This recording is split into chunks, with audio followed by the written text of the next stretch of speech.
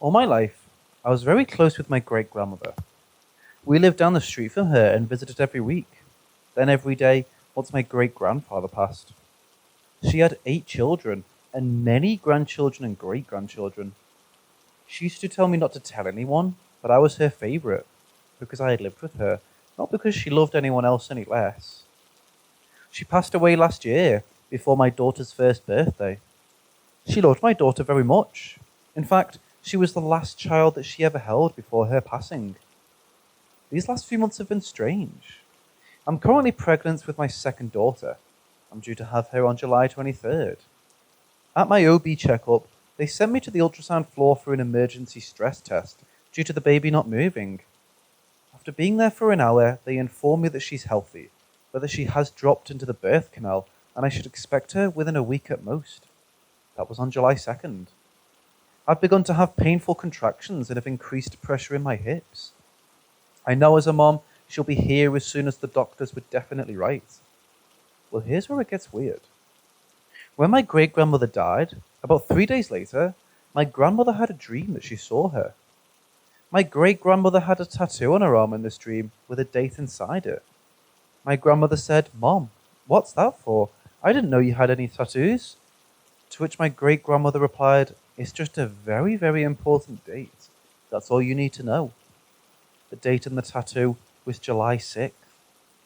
Yesterday in the car, I asked my boyfriend's 4-year-old daughter when she thought her sister would be coming.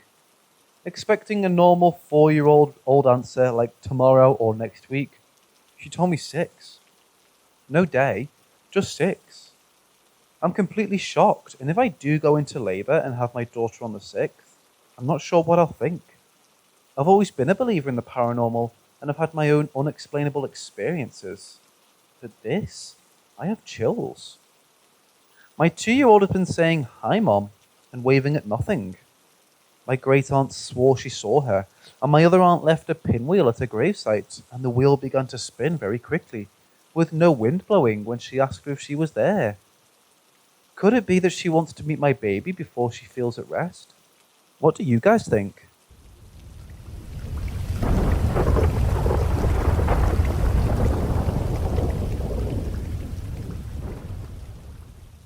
The last week of July last year, I went to Ocean City, Maryland with my boyfriend at the time. The first few nights were great. I got to see a long-time friend who lives there, and he was tagging along with us the night it happened. My boyfriend and my friend decided they wanted to go get crab fries. I wasn't interested, because I just don't like Old Bay on fries. I'm sorry, sue me. So I decided to sit on a bench and wait for them. I saw a family go by, and I saw their daughter walking behind them. She looked really mad, and was texting quickly as if she was in a really heated argument. She had short, bleached white hair and really sick tattoos. That's what made her stick out to me. Her tattoos. They were awesome. So anyway, my boyfriend and friend came back over, and we walked behind that family for a while. We ended up getting distracted by the boardwalk performers, and I lost sight of them. I didn't think anything of it, though. Around 2 a.m., we were some of the only people on the boardwalk besides the small groups of drunk teenagers, smoking cigarettes and yelling. And I saw her again, running towards the bench, crying. I wanted to go after her and ask if she was okay, but my boyfriend advised me to just stay out of it and keep going. We went to our hotel and fell asleep. At about 6 a.m., I got up and rolled a joint and quietly left the room. The hotel we were staying at had a nice sitting area out front, looking over the ocean. I admired the view for a few minutes when I noticed her again. She was walking down the boardwalk, looking confused and scared. She was crying still. I got this weird gut feeling to follow her. I tucked my joint into the clutch and followed a little bit behind her. She looked nervous and was looking left and right as if she was lost. I followed her all the way to the 2nd Street beach ramp. She suddenly bursted into a full sprint, crying hysterically. I don't know why, but I shouted, "Hey, wait, do you need help?" I ran to the beach and just stood in shock. Nobody was there, but I could hear soft sobbing nearby to the right of me. I walked down the beach a little ways before I saw it. Where the sobbing sounds had led me, there was an arm sticking out from the sand. It was her arm. It was her tattoos. I'll never forget them. The sobbing stopped, and suddenly the ambient noises of the beach became louder again. I didn't notice at the time, but the whole time I was following her and then following the crying, everything else was completely silent. When I realized what I was looking at, I screamed for someone to call 911. A middle-aged couple came jogging up. The wife screamed and the husband dialed them right away. I didn't have my phone with me. I don't like when sand ends up in the charging port. The police arrived a little while later. When they took my statement, I didn't even know what to tell them. I said I'd been walking down the beach and just found her. It took them hours to dig her out. When they finally started to pull her out, they asked that all the civilians and witnesses be led away. As we were walking with the police to a nearby spot to answer more questions, I saw her standing behind them, looking down at her own body. She looked up at me, nodded, and then she was gone.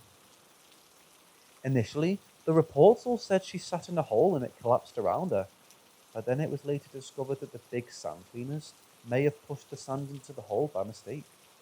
But here's where it gets scary. She had been missing since 2 a.m. She died somewhere between 2 and 3 a.m., and yet I saw and followed her. The entire time, I swear she looked real.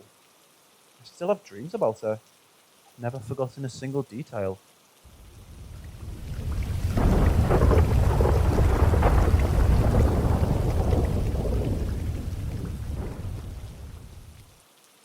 My boyfriend and I have been together for a year, and we've recently found out I was pregnant with our first baby. After we found out, we decided we needed to get our lives together and buy our first house and move in together. After a few months of searching for our perfect home, we found one on the market, in our price range, just begging for us to buy it, with the previous owners keen to sell it to us as soon as possible. Now, growing up, I've always been aware of spirits, not seeing them, but feeling and hearing them was quite common for me growing up. My boyfriend is the same, but he often saw them while growing up and has always been scared of his gift, so he blocks it out most of the time. After moving in, I started to feel a presence, often while I was home alone, especially in the mornings or late at night. It's not a nice presence. I get the feeling of absolute dread. I get too scared to move, or my muscles go tight and I feel like I might have a panic attack. But as fast as it's brought on, it leaves, leaving me a little shaken. I mostly get this feeling down one end of the house, but I don't go down it very often, or in the baby's room in the walk-in robe, which I can't go in without turning the light on straight away. My boyfriend has also said in the mornings when he's home alone, I leave for work at 5 a.m. and he doesn't leave until 7 a.m. He gets the feeling he's not alone and often rushes out the door due to a feeling of uneasiness. Only recently have we both really confided in each other about the scary feelings we get while home alone. And I feel since we've been talking about our experiences, the more frequent they're becoming. The other night I woke up around 1:30 a.m., which I now do frequently, but has only become a thing since moving into the house. I checked my phone and then laid there for a bit and listened to my boyfriend grinding his teeth, wishing he'd be quiet, and the feeling of dread hit me so unexpectedly and sudden, I couldn't move. I felt my heartbeat racing in my chest. I went freezing cold, and I was too scared to open my eyes. I could have sworn someone was pacing around the bed, walking from my boyfriend's side to my side and then back again. Eventually, after what felt like hours but was probably only minutes, it stopped at the end of the bed. I know, cliche horror stuff. I eventually got the courage to open my eyes, and I could have sworn I saw the outline of someone at the end of the bed. I immediately picked my phone up and switched the torch on, and you already know how this bit ends. Nothing was there. So I left my torch on for a bit and cuddled with my boyfriend, who was still asleep, to calm down a bit, and then turned the light off and went back to sleep. No dramas, got up at 5 a.m. and headed to work. After I left my boyfriend that morning, he told me he had a horrible nightmare that was set in the house, and someone was trying to drown him. When he woke up, he felt like someone was pulling on his legs, and when he kicked out, he felt like he had actually kicked someone. He quickly sat up, and again, no one was there. He said he's never gotten ready for work quicker in his life. He was also an hour early. So yeah, We're that couple in a horror movie that bought a haunted house. So we're currently looking into cleansing our home to get rid of whatever entity who thinks they can live there rent-free without our permission. We're straight up not having a good time. If anyone has any suggestions on how to remove a spirit as well, that would be great.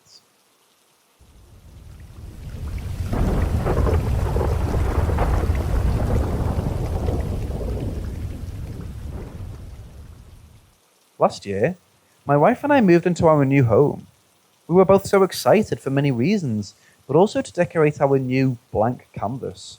As such, we frequented many furniture shops and places like IKEA, etc. We went to a lovely little place about an hour's drive away in Scotland called House of Brewer. We saw so many lovely things there, bought many items.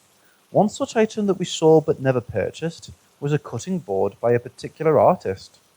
My wife was instantly fascinated. So we got home and, still excited, were on the iPad looking at more stuff and managed to search for the artist of the cutting board. She had many different types of merchandise, from coasters to wall art. So we decided to order a pack of coasters from Amazon. Along with it, I wanted a teaspoon rest.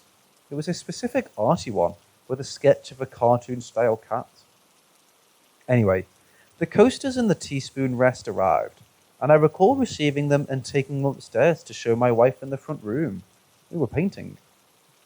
I unpacked them all, and we commented on how much we loved them. That night, my in-laws came to visit and commented on how lovely the house was coming along. I showed them the new arty coasters as I knew they loved them. A few days later, we couldn't locate the coasters or the teaspoon rest. We ripped the house apart, which wasn't hard, as it was fairly bare due to us still decorating. But I didn't want to leave anything to chance, so I even searched all the moving boxes, etc. But after 2 days of searching, we gave up. Even my mother-in-law confirmed that we showed her the coasters, but can't recall where we put them afterward. We decided to get on with the house and hopefully they'll turn up. A few days later, the doorbell rings with its Amazon delivery, with our new coasters and teaspoon rest. I immediately went onto my Amazon app to check the orders, and it only confirmed delivery this morning. No record of the previous delivery. I'm not shy about the weird goings-on of the human psyche, but this is a new one to me. Surely it could have been a shared delusion. It still bugs me to this day.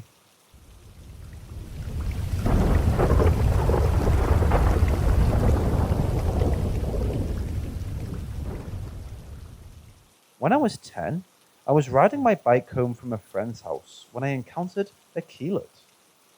I live far north, and it was mid-December, so we were about halfway through the 3-month blackout. It was dark 24 hours a day. It was late afternoon, but if it weren't for the streetlights that lined every street, I wouldn't have been able to see a thing. I had to pedal slowly because I was bundled up in not only my heavy clothes, but also my windproof coveralls, because we were pre-blizzard. I stopped halfway up the hill that led to my street to take a puff of my inhaler and rest my legs. After my breathing slowed, I was able to hear a panting sound behind me. I turned around, expecting to see Petey, the coyote hybrid stray that was basically owned by the entire town. He was super friendly and was known to check on children when they were outside on their own. But Petey wasn't there.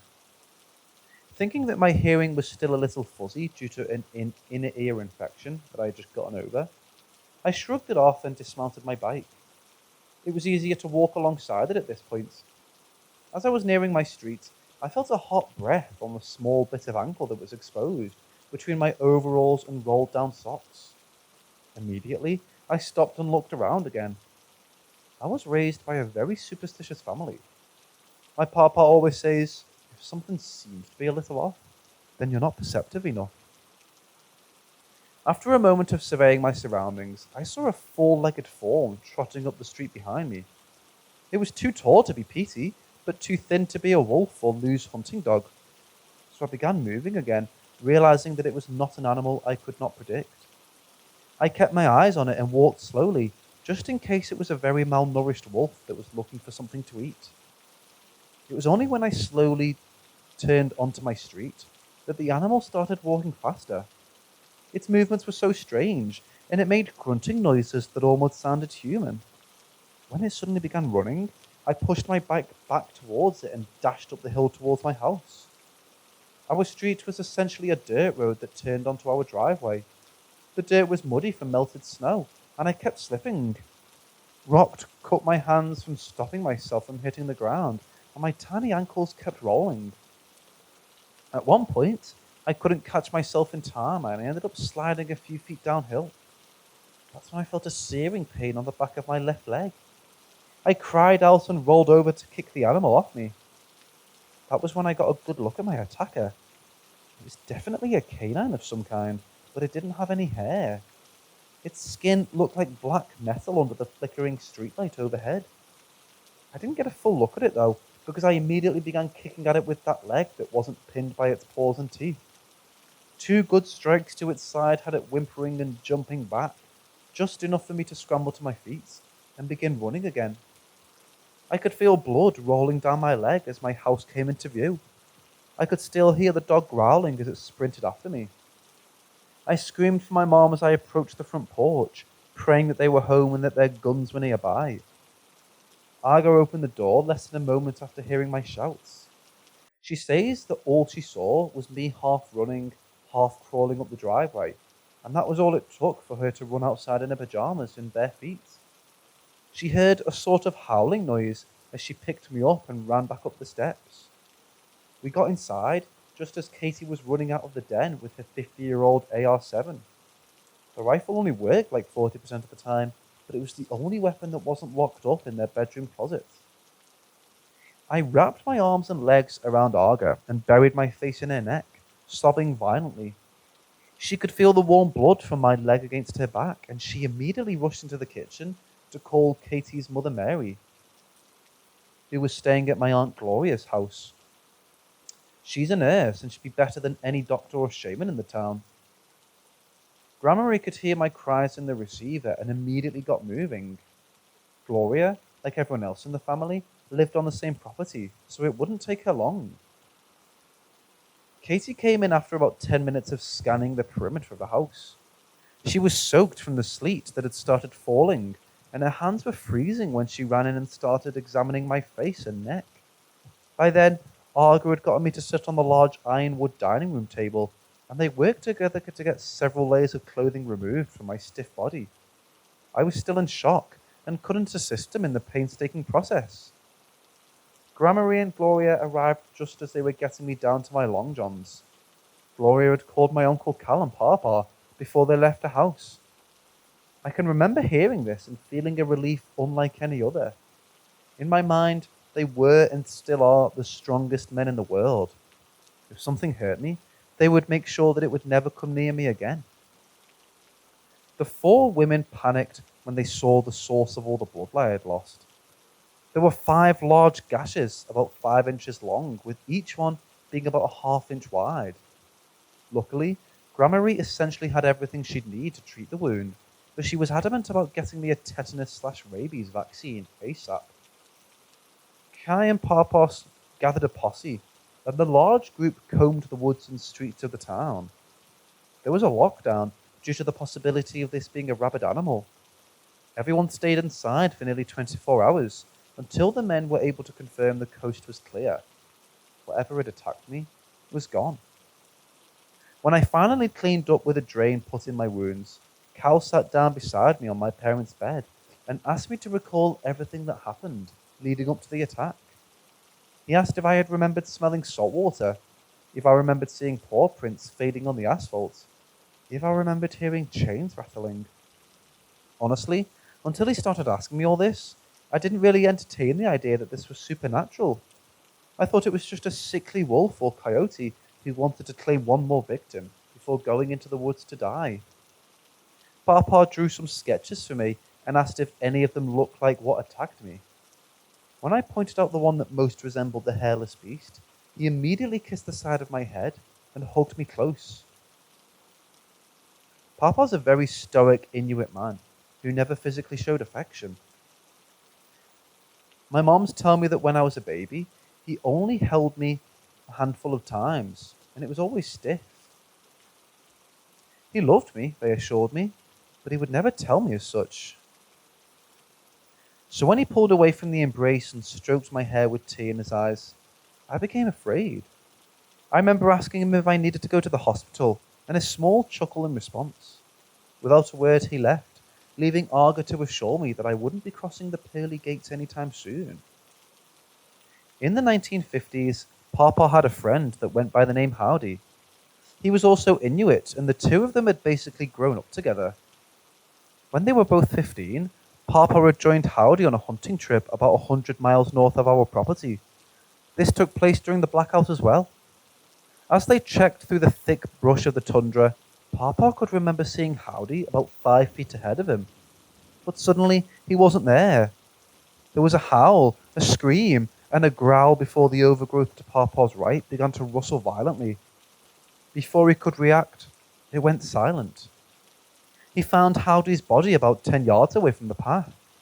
He was mauled and mangled to the point of being unrecognizable. But Papa knew it was his buddy. It took him 2 days to carry Howdy back to his truck so he could drive him home. Throughout this arduous hike, Papa could see large paw prints in the mud ahead of him. Each time he drew closer, they would disappear. When he was finally to the truck and setting Howdy up in the bed of it, he saw what he knew, what was responsible for ending the other man's life. The keyleth, something he had only read about, was pacing the edge of the trail, watching Papa with small but piercing eyes. Not unlike the legends of other black dogs, keyleth are large, black, and in this case hairless, canines that were known to attack travelers and kill them. From the legends told in our village, it was rare to survive a keyleth encounter, but those who did immediately went mad. As far as I know, I never went mad. Surprisingly, my wound healed in practically no time, and the only thing I had left of the encounter were horrific nightmares and a fear of the blackout. Arga maintains that despite disturbing life in our property, the most traumatizing thing she ever experienced was watching me scramble helplessly up our muddy driveway. She says that the screams that tore through my throat were what she'd imagined a damned spirit would sound like.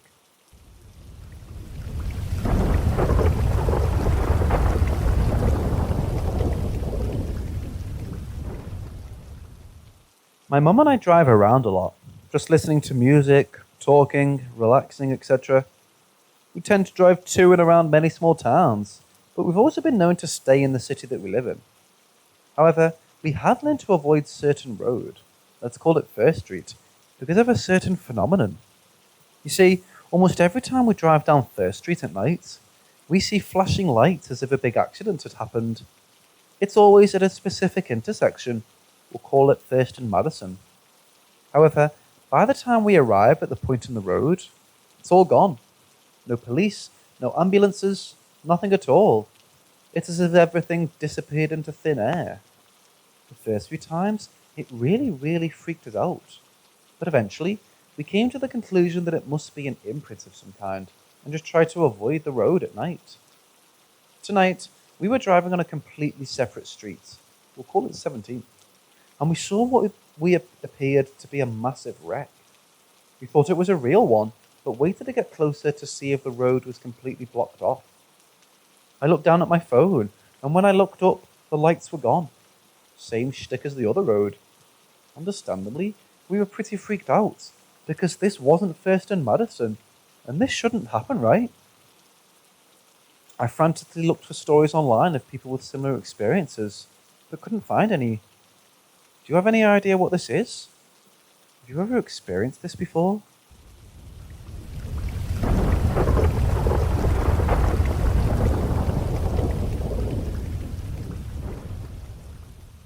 We've had dogs sit at this house 2 other times and nothing happened. We have to spend the night here since the dogs have severe separation anxiety and will destroy the house if someone's gone for more than 2 hours. They can't come to our place because they'll attack dogs bigger than them, and ours are. Day 1. The first night we stayed here this week, we heard a voice at around 2 a.m. We looked around everywhere, inside and out. No one was there. No electronics were on. We locked all the doors. Usually the back door's unlocked, especially because it's a gated community with security. We were creeped out, but kinda brushed it off.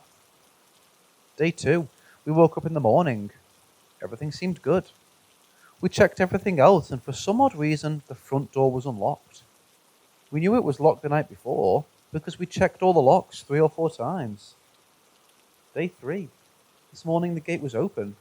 It's always closed no matter what. The cable box turned off on its own. My book was on the nightstand and unexplainably ended up behind the bed. The attic seemed off. We looked up there with a friend.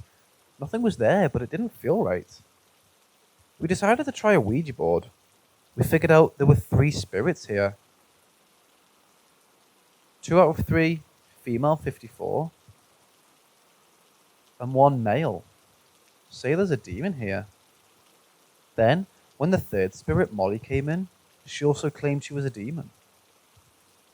Molly was very fast on the board compared to the rest of the spirits.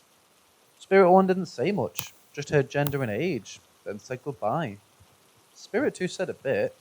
He told us there were 3 of them here total. He told us about Molly. When talking to Molly, she told us she was 16,000 years old.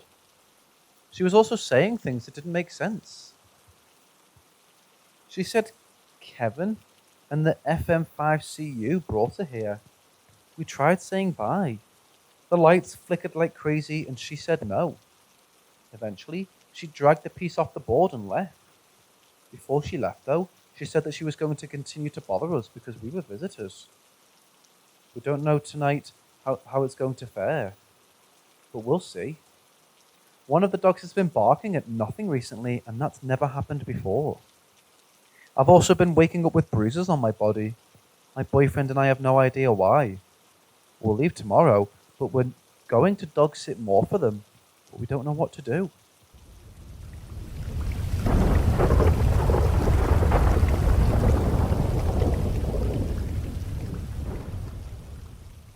I grew up with my grandma and lived with her most of my life, and her house always freaked me out because weird things happened. It's not like the house was old. No one had ever lived there previously, and it wasn't the typical scary house you think of when you think of a haunted house. I have my theories, but that's for another time, I suppose. Anyways, everyone in my family who stayed there has their own stories of things they've seen or heard, including myself. Some examples of what I experienced were hearing footsteps outside my door in the middle of the night, hearing someone in the master bathroom walking around and turning the sink on when I was the only one home. When I was young, I was sneaking downstairs to grab a snack and turned the corner to go downstairs and saw a little girl sitting on a big box we had at the bottom of the stairs, seeing figures of people on the walls moving around, and the list goes on. These things happened throughout my life and were spaced out occurrences, so I tried to just ignore it all the best I could. But what I experienced when my grandma was dying was some of the most intense things I've ever witnessed. My grandma had breast cancer. Eventually, it spread throughout her body, and she lost the battle. They put her in hospice, and we set up her living room for her to stay in, so we could take care of her. The last week of her life is when things started getting really weird. I'd be sitting on the couch next to her bed, and see people in the corner of my eye walking past the doorway and the hallway, even when it was just me and her in the house. And when other people were there, they saw it too. There were times she would be looking up to the ceiling or at the walls and smile like she was looking at someone she knew. Another time, my whole family was on the couch, just being with her, and the light in the room went out and my grandma smiled and said, "It'll come back on." Right when she said it, it did. While these occurrences were starting to happen frequently, it was just little things like that. But in the last few days of her life, she started declining more. So we bought a baby monitor with a camera to watch her when we weren't in the room, to make sure she didn't try and leave the bed. She kept trying to do things on her own and would fall. Well, one night, my sister and I were upstairs in her bedroom talking, and we looked at the monitor screen and I instantly started crying from what I saw. It's hard to describe what we saw. The only things that comes close is what it looked like was a mix of a gremlin and golem. It felt so off. We watched it almost like crawling or jumping up in her bed. She was asleep, but it seemed like she knew it was there because she made a movement with her hand, like she was hitting it away. And once she did that, it left. My sister went downstairs to check on her. She was still sleeping and nothing was there. It was one of the scariest things I've ever seen in my life, and even after 6 years, just the thought of it makes the hair on my arms stand up and my eyes begin to tear up. It's not just because of how scary it looked, because of the way it made me feel. Even through the monitor, you could feel its presence and you could feel it was not good, whatever it was. The next night, my sister and I were back up in her bedroom watching a movie, and my sister looked at the monitor and studied it for a second and told me to look at it, which after what I had already witnessed, I was terrified to even look at. But I did, and clear as day, you could see a head behind my grandma, which looked like how she looked at the time, bald and sick, etc. So we took a picture of the monitor screen this time, and we zoomed in to see what it was. And we noticed that above that head was my uncle's face. You could see his features and could easily recognize it was him if you knew him. He was my grandma's son who died a few years back from cancer. While I don't really believe in God and am not sure where I stand on the afterlife, even after all my experiences, it was a feeling of relief seeing this after the horror I saw the night before. Almost like him saying, "It's okay, I got her." I have no idea what the head was behind her. My sister thinks it could be her starting to leave her body. It did look like it was her just watching her body laying there. A couple of days later, she passed away. For the next month we stayed there to pack up her house and sell it. And while there was some weird occurrences from time to time, that was pretty normal for the house, and it seemed like all the insane activity that occurred while she was dying had left with her. But I'll never forget the things I saw in the house during that time. And even as I'm writing all of this out, I have goosebumps.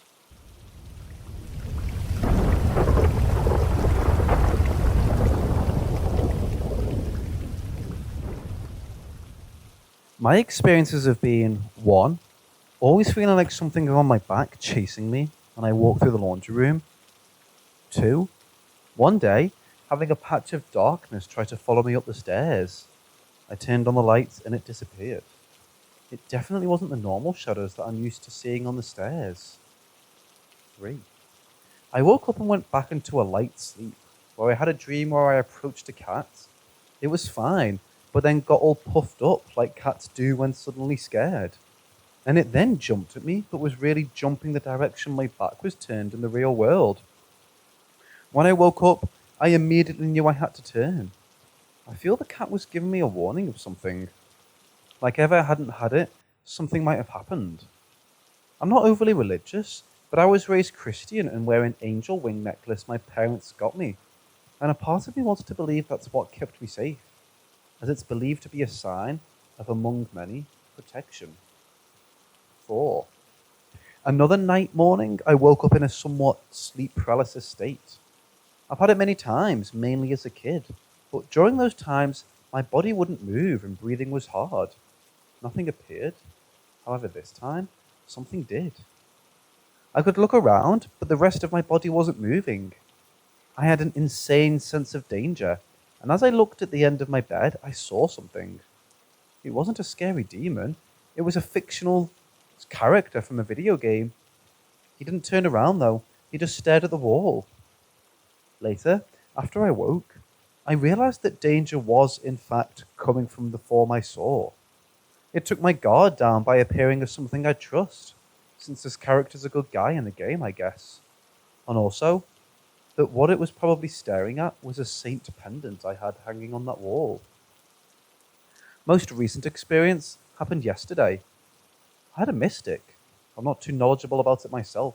Friend over, and he could tell right off the bat. He couldn't tell what it was, just that it's been there a while and has deep roots. Some of which being in the laundry room and that storage room, so my feeling was right about that.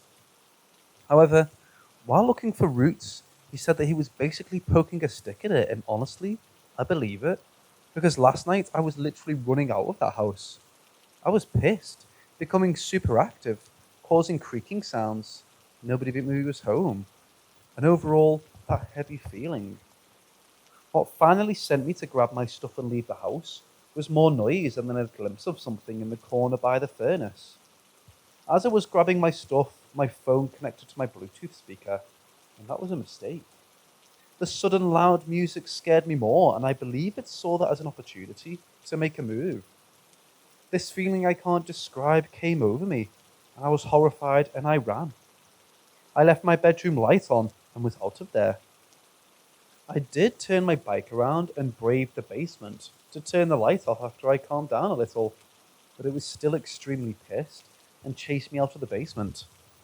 I decided to stay with my brothers until it calms down in the morning, hopefully. Another experience I thought I'd mention comes from my brother. He rented that basement before me. My brother woke up and had a form appear to him. It had taken the form of a woman this time, and if I remember correctly, he said her face was terrifying. He was sleeping in what would become my storage room. I just wanted to write this somewhere. Any suggestions or ideas of what's in my basement would be appreciated. I just want to be able to sleep without this constant feeling of fear.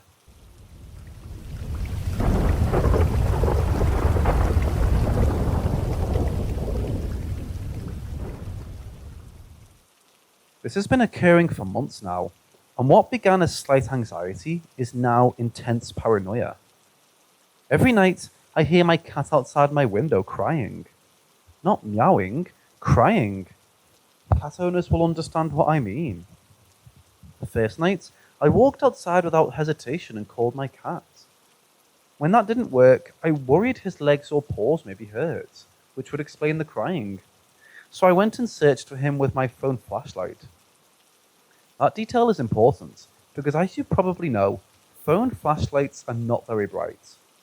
So when I saw something move in the bushes, it was impossible to tell if it was my cat or not. What I do know is that when I gave up and chalked his behaviour up to being a brat, because let's be real, what cat comes when they're clawed? And it's no stretch for him to whine for no reason. I walked back inside my house to find my cat curled up and sleeping on my couch. There's no way he somehow got past me walking through the door without my knowledge. But still, I brushed it off because I suppose anything is possible. The next night, it happened about a week later, and by then, I'd forgotten about the first weird experience. Only when I looked to the foot of my bed and remembered my cat had been with me the entire time, it all came rushing back. I'm the girl who makes fun of horror movie characters for being stupid. So when I sauntered outside in morbid curiosity, let me honestly tell you, I've never retrospectively hated myself more. I went to my window and the crying was so clear, it had to be coming from within a few feet. But I didn't see a thing. Which is strange, because I definitely saw something the first night. It was around this time that the creepiness of it all hit me, and I all but ran back inside. I swore then that my cat lost his nighttime privileges and would be indoors by sundown, and I wouldn't investigate this anymore, naively thinking it would go away. It's just gotten worse. That was months ago, and the crying occurs almost nightly now. Barring a couple nights of feline rebellion, I've been vigilant about keeping it indoors at night, so I know for a fact that whatever I'm hearing is not my cat. It just sounds so realistic. Before you comment saying it was another cat, don't bother. I know what my cat sounds like. I'm a proud cat mom and I can tell them apart from the neighborhood strays. I'm familiar with being cautious of baby cries outside your door at night, because predators have been known to record them and bait women, especially weaponizing their maternal instinct. But who does that with a cat? For that to work, not only would they have to know I have a cat, but also somehow gain access to a recording of us crying and play it back for me every night outside my window. Hello, nightmare.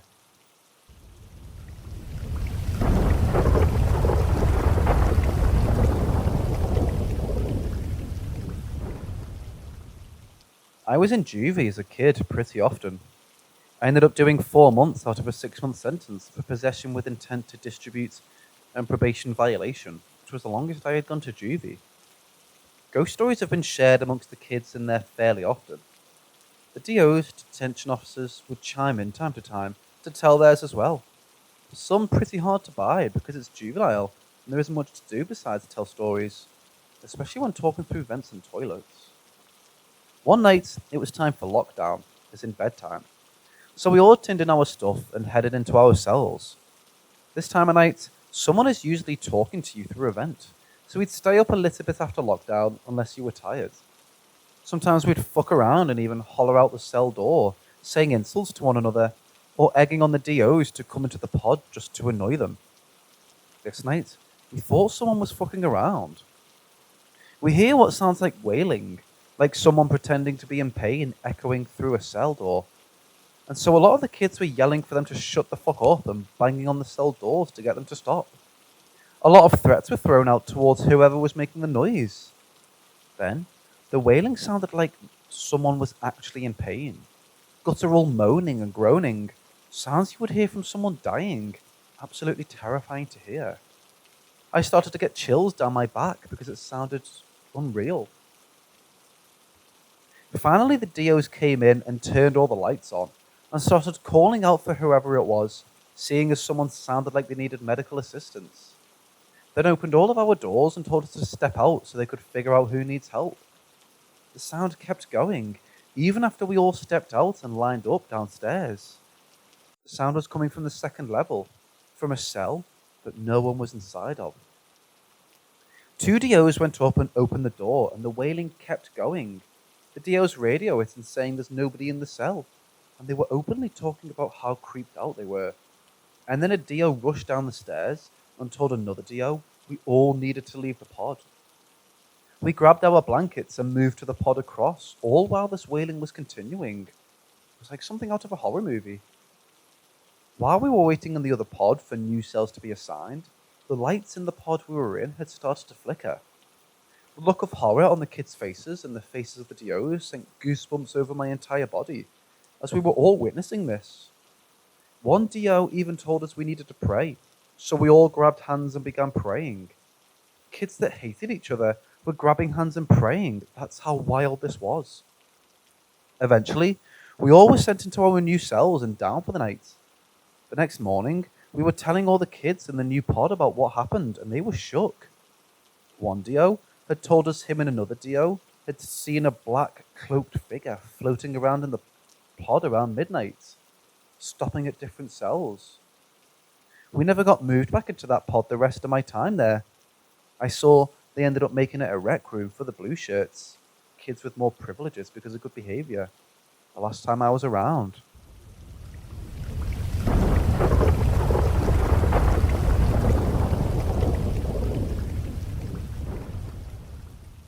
I love clowns. I happened to come across this precious clown-themed music player while thrifting. At the time, I couldn't find it anywhere online. It's pretty unique, I suppose. Only recently, I was able to find something about it online. It's called Moon Music Box by Emson Taiwan. I'm not 100% about it, but it's being sold by someone on Etsy. Back to the story. When I first got it, my roommate at the time was very uncomfortable around it. They had said while I was at work it would play by itself constantly, but I hadn't experienced it myself. I pushed it to the back of my mind, figuring it was old. I eventually moved in with a new roommate, and that's when things got a bit weird. I left it on my bookshelf. After a week or two, I started having dreams about a figure standing by my bookshelf. They'd be standing with the music player, twisting it, setting it down, and suddenly I would wake up. The music player would be going on, and it would be moved to wherever the figure set it. I wouldn't always have the dream, but when I did, it was always horrifying. I would wake up in a panic and feeling like I was being watched. The feeling of being watched never really left, but became tolerable. My friend had come to visit, so she slept in my room with me. She only stayed for one night. She ended up falling asleep before me. I was playing on my phone, and suddenly, I heard her talking in her sleep. Not even a few seconds later, the music player started going off. I got freaked out, and the feeling of being watched was overwhelming. The room felt so cold and suffocating. The next day, she told me about her dream, and it was the same one I had. I tried throwing it away after that, but it made its way back into my room. I thought my roommate was messing with me, but they hated the thing as much as I did. After that, I had several months of silence.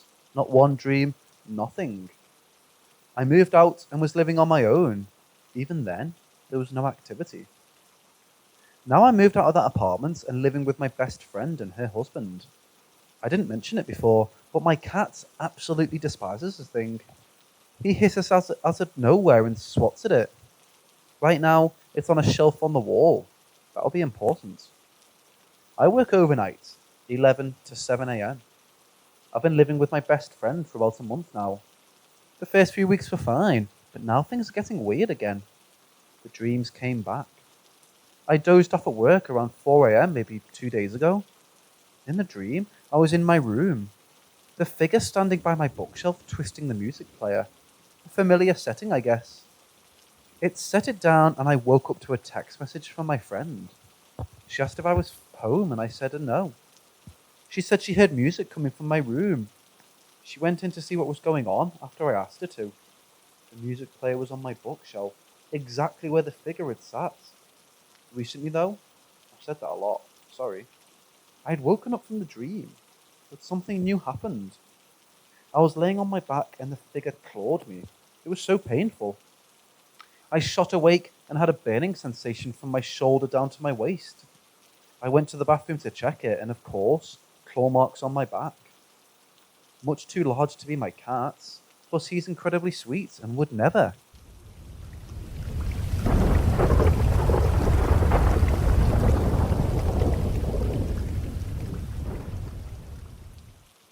When I was 14, a couple years ago, I was home alone in my living room, playing Halo 3. I was just chilling when I heard lots of leaves rustle outside. I live in a pretty secluded forest, and my closest neighbour was roughly a mile away. My parents had gone to run errands and were about 30 minutes away. The time of year was in the beginning stages of fall, so all the leaves had started to drop. It wasn't windy outside, so I didn't expect any leaves to rustle as violently as they did. I thought a large animal might be moving around, and that's pretty normal, so I didn't care. That was until the rustling came right up to my front door, which was right behind the couch I was sitting on. I was a little confused, and I sat there for a little while in silence. Then it happened. Huge, loud, ground-shaking slam landed on my door. I thought someone might be breaking in. It's very, very hard to describe the amount of fear that entered my body. The moment the thought that I would be robbed came into my mind. I couldn't move. I was petrified in fear. But after the 3 slams, surprisingly, banging stopped. I was just staying still, running scenarios through my head of what could have been. I gently picked my controller back up and started playing Xbox again, all the while being terrified. I started to hear leaves again, near the back of the house where my kitchen was. There was a sound of tapping on the window above my kitchen sink, and then a few loud slams again. It was terrifying enough, except this time, it was extremely loud primal screams. Whatever this was, it was circling my house. I grabbed a multi-tool knife from a drawer and ran as fast as I could upstairs into my parents' bedroom and under their bed. I waited there for about half an hour and my parents finally arrived home. I, practically in tears, told them about what happened and they just spotted some sort of large animal. I still don't know what that was, and this experience never happened to me again in the remaining years we lived in that house.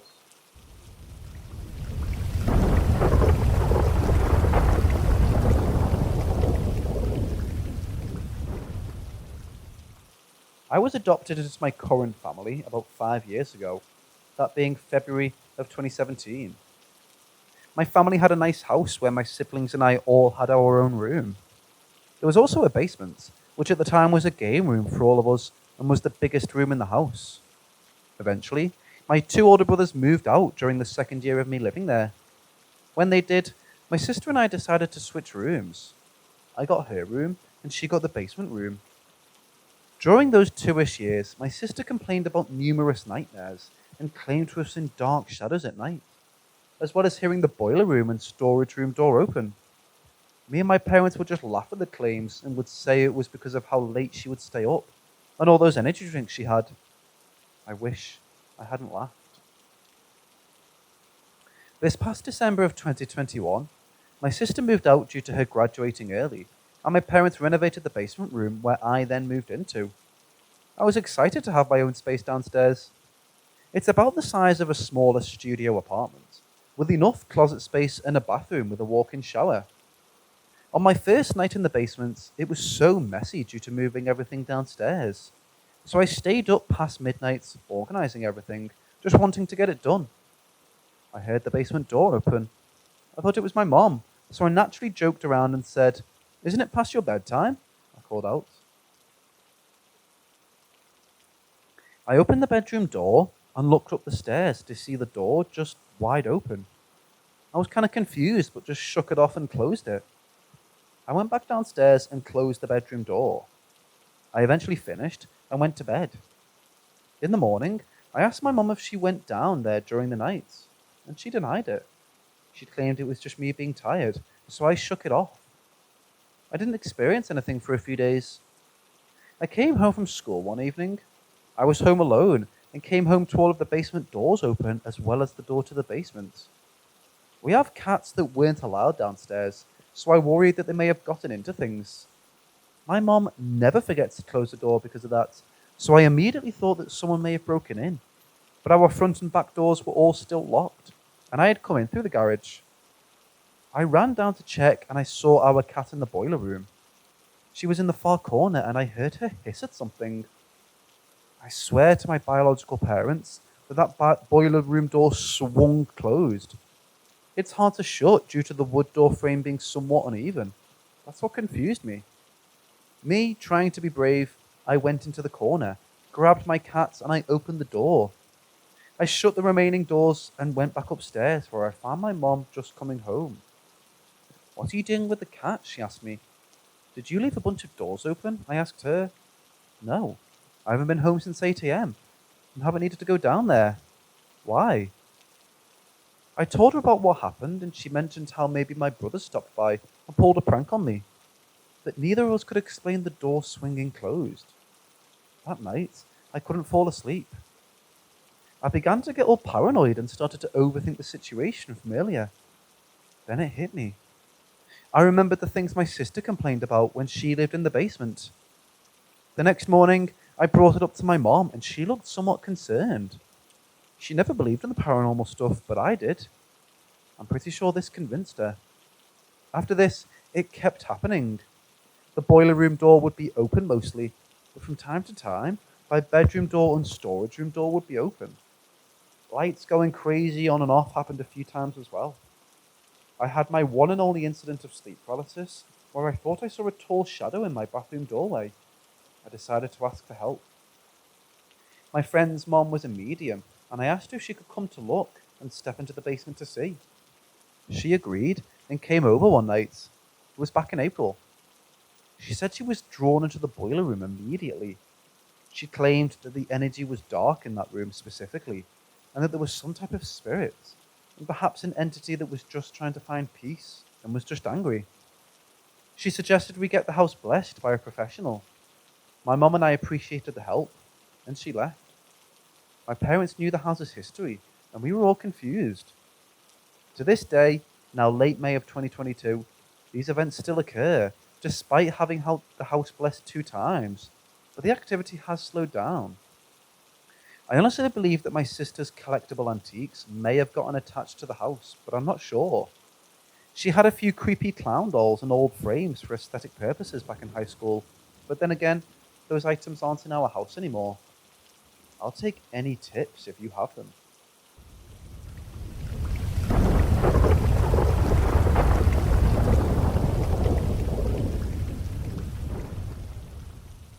Okay, so my whole family is in tune with some kind of spirituality or paranormal shit. I don't know, whatever you want to call it. Both my parents and all my siblings, there's 8 of us, have seen or heard or felt ghosts, demons, or other dimensional beings, whatever the fuck you want to call them.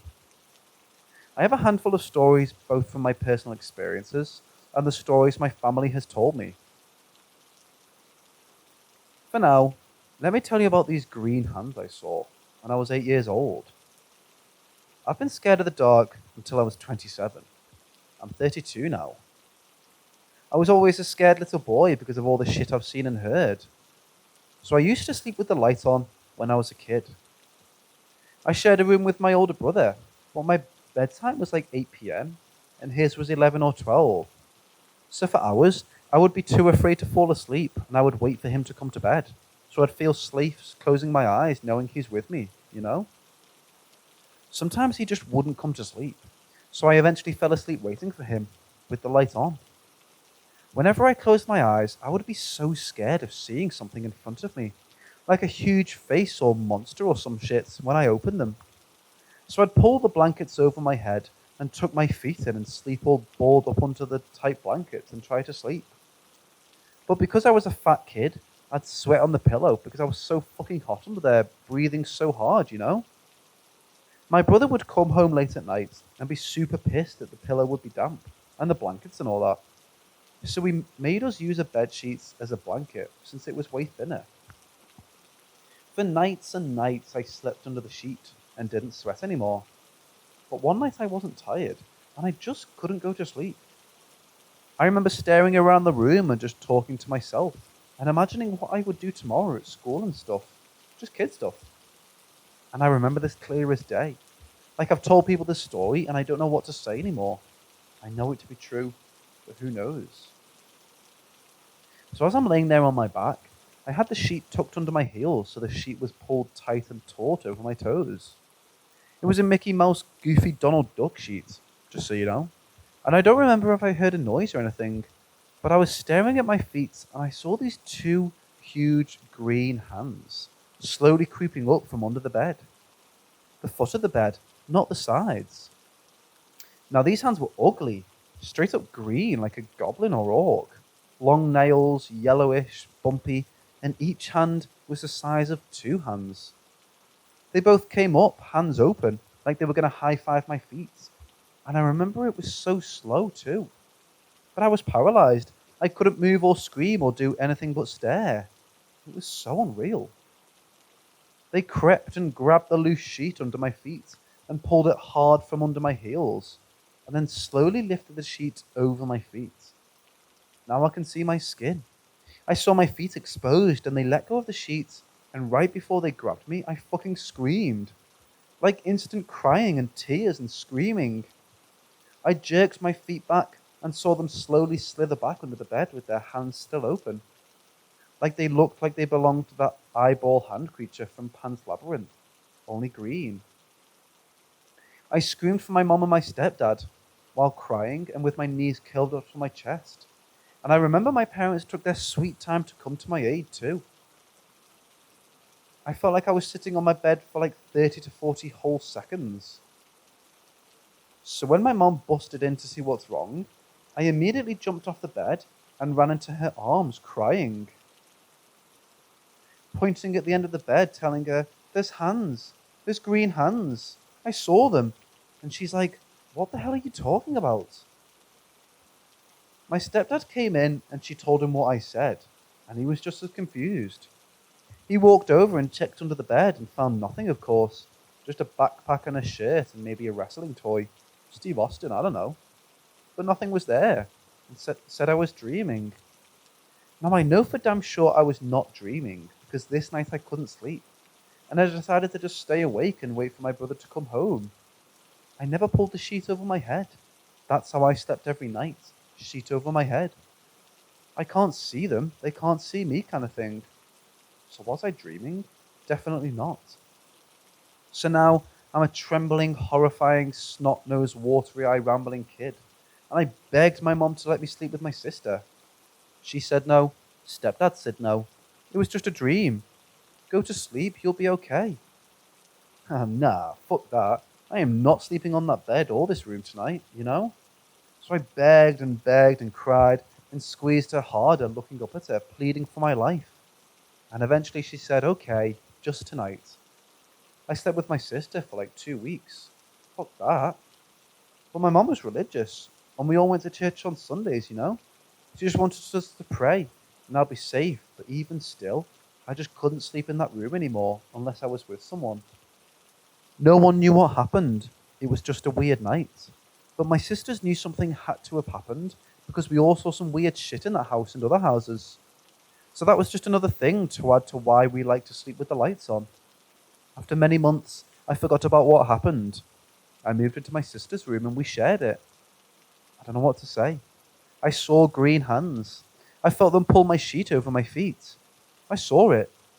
I don't know what they were or what they were connected to or who or nothing. It's scary, sure, but now as an adult, I don't know what to think. It's odd. It's terrifying, but I don't know. Maybe I hallucinated. Maybe I did dream it, who knows? As an adult, I don't know how to veritably explain it. I'm open to possibilities, but deep in me, I believe it was real and it did happen.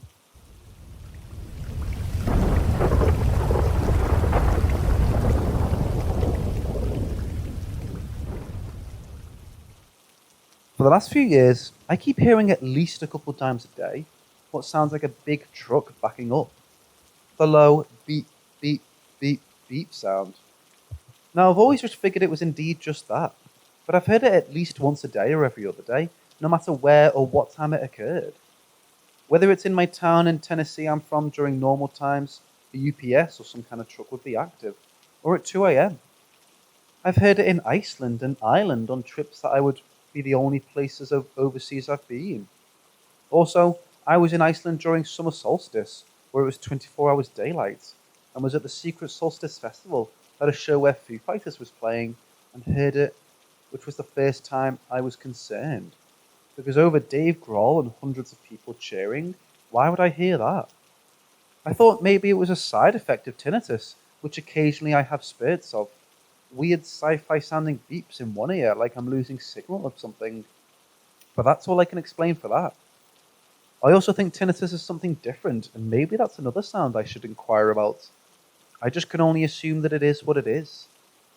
It's just 3 a.m. now, and I heard the truck sound again, and I know there is no one always expecting a truckload of something nearby, or I would hear it. If anyone knows about any phenomenon that may be tied to that, or some auditory hallucination side effect of some potentially concerning disorder, please let me know. I've heard that sound of a car door or other things like that at night can be tied with the presence of an entity or spirit. I don't have health insurance, so I'm trying to find a medical specialist as my first attempt to get some information while being broke. I thought I'd share here first because I've certainly had paranormal experiences, but not sure if this is one or not. I haven't really found anything similar so far online. I'm really at the stage where it's becoming something I should be concerned, no matter what the source of it is.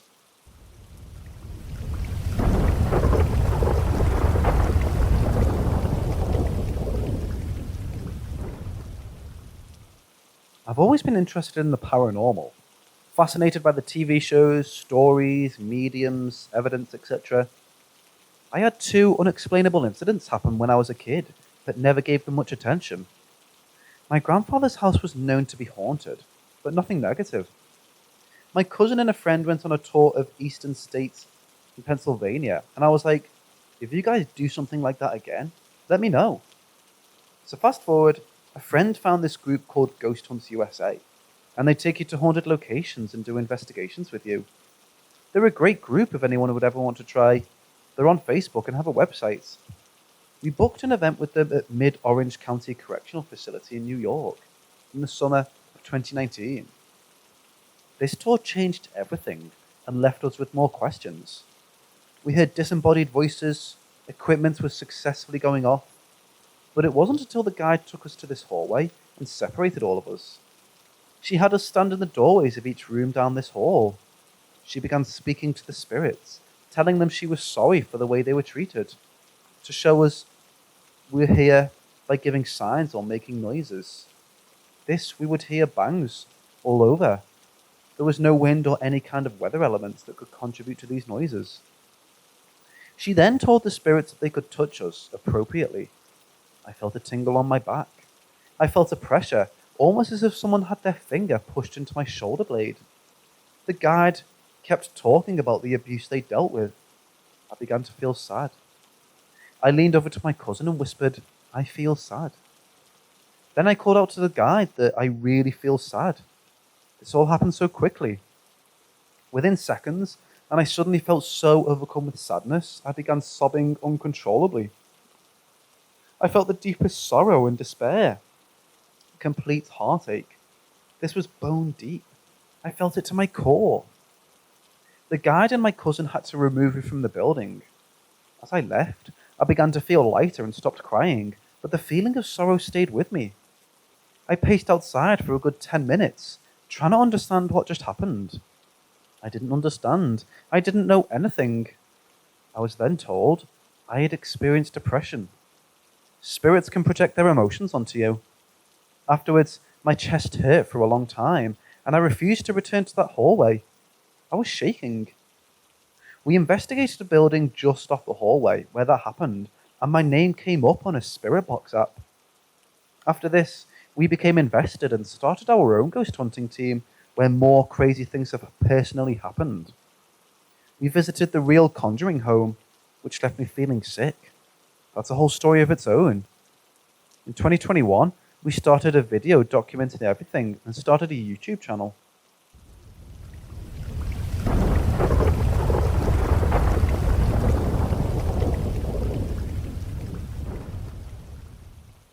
I live in a house that was built in the 1700s. My sister believes it's haunted because it's so old, but I don't think so.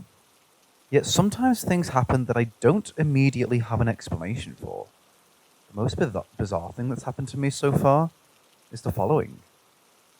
I was in the kitchen and had just poured myself something to drink. I took my glass and left the kitchen through the doorway, leading into the hallway. The moment I stepped through the doorway, something flew over my head in the opposite direction. It flew very fast, so I never got a chance to get a really good look at it, but it looked like a big grey sheet or cloth. It also looked as if it hadn't flown out of the hallway, but rather dived from the ceiling above the doorway in the hallway into the kitchen. I ducked out of the way and said sorry, because I felt like I had to apologize for being in the way, and continued down the hallway. It was only at the end of the corridor that I suddenly realized that what had just happened was not normal. I stopped and thought, huh? What did I just dodge for? And who did I apologize to? I went back to the kitchen to see if anything had fallen on the floor. I found nothing. No sheets or clothes laying around. I checked whether a bird had flown in. That was not the case. I also examined the doorway and ceiling above, but nothing had broken or come loose. And finally, I reenacted the scene several times, pouring a glass of water and walking through the doorway to see if the same thing would happen. But no. I was home alone. It was the middle of the day and it was sunny outside, so I certainly wasn't affected by the darkness of the night or other grim weather conditions.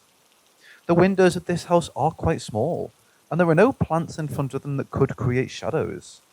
The light in the hallway was also on. Moreover, it was certainly not a shadow. The thing seemed solid and had the grey colour of concrete. I personally think my brain was messing with me, but my sister is convinced it was a ghost.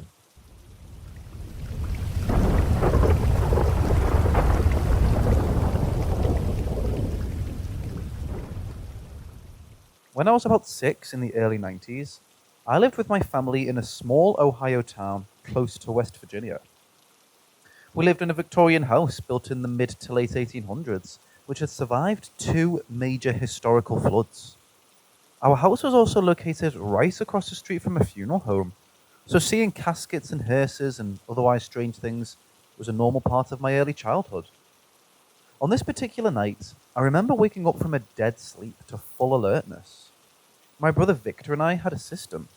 If scary stuff happened to one of us, we just jumped in bed with the other. No questions asked. Our parents didn't believe the things we saw and got furious with us for interrupting their sleep for nightmares and nonsense. So we learned early to rely on each other. That night, after doing a quick scan of the room, I decided that there was nothing scary here right now, and I couldn't remember any nightmares either. Basically shrugging it off, I lay my head back down and idly wondered what woke me. As soon as my head hit the pillow, before my eyes even closed, my father, in the living room on the other side of the wall next to my bed, and my sister, who was in an upstairs bedroom located directly above the living room, both began screaming and yelling. My father charged through the room with myself and my 2 brothers in it, turning on all the lights and carrying a loaded shotgun. He quickly checked our closet before yelling at me that there was a man in the house. "Wake your brothers and hide," before dashing upstairs while my mom was comforting my sister. After turning on every light in the house and searching it several times, my father calmed down enough to tell my mom what happened. Having been singularly unable to wake the boys, despite all the lights, yelling, and me frantically shaking them, I crept into the hallway to eavesdrop on my parents. It wasn't hard to either. My father was amped and talking very loudly. He said that he had fallen asleep on the couch watching TV and was woken up sometime later with an intense feeling of dread and being watched. He tried to sit up and look around, but could only move his head. Standing at his feet was a tall, inky black figure, which looked to be wearing a trench coat and fedora. My father fully believed this was a real man and said he was frozen in fear. He somehow lost sight of the man, even though the man didn't seem to move. My dad said it was almost like he just vanished. Classic sleep paralysis, right? Maybe. Or just maybe it wasn't what it seemed at first. After telling my mum what he experienced, she must have had quite the look on her face, because he immediately began asking her what was wrong and why they were screaming upstairs. After all, the screaming started simultaneously. There was no time between for my sister to hear him and then scream.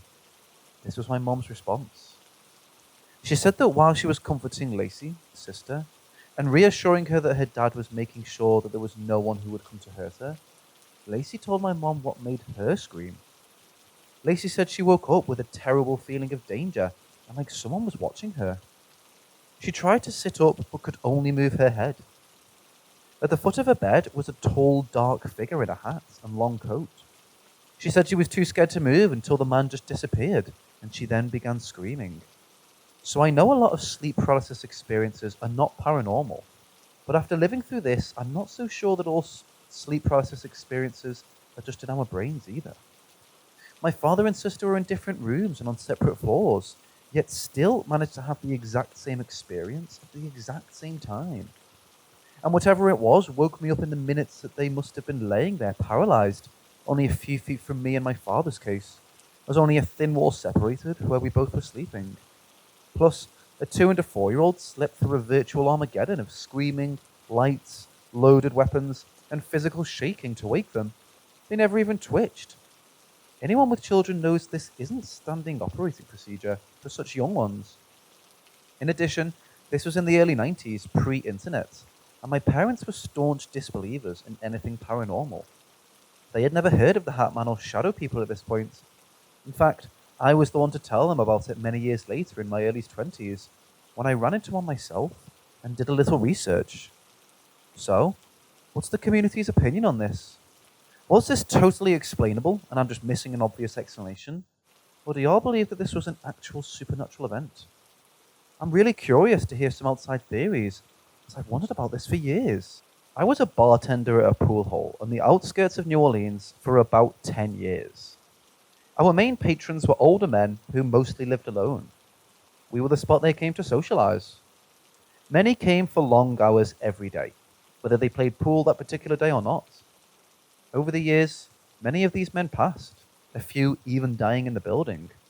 We had a few fatal heart attacks and a stroke victim who passed before the EMTs could get there. Sadly, this bar was the last place many of these men had felt happy and needed in their lives, which I think may have drawn some of them back after passing. Also, bars have long been rumored to be favorite hangouts for earthbound spirits who don't realize they're dead and are craving one more drink or smoke. Or possibly a game of pool in this case. There was definite activity in the bar and pool hall, though it was on and off. A male voice would loudly say my name, directly in my ear with a blast of warm air, as if I had breath, when I was nowhere near any living person. At the beginning of my shift, the bar was usually empty, so I would go into the office to count the money in the gaming safe. I always kept the camera feeds up on the monitor, just in case someone came in. I can't tell you how many times I would look at the monitor and see someone sitting at the bar waiting for service, even though I hadn't heard the door chime. I'd head out to the bar, only for it to be empty.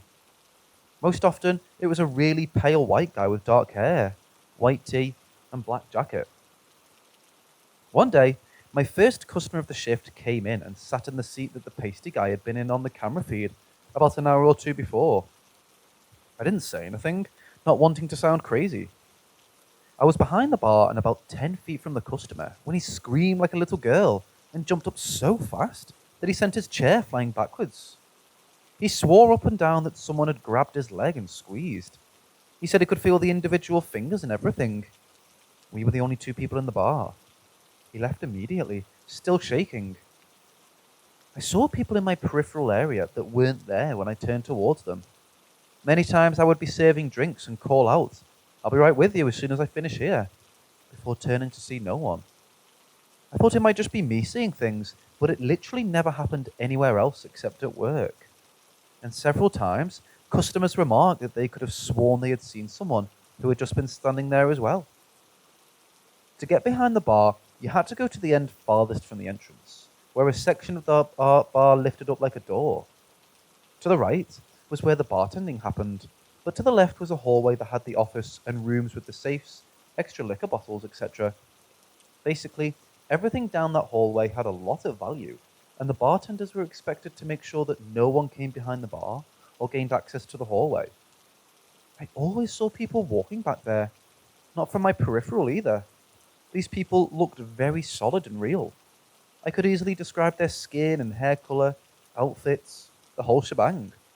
I would go running back there, check all 3 rooms down the hallway, and not find a soul, even though the only way out would have been to pass me. This happened all the time, whether I was slow or busy.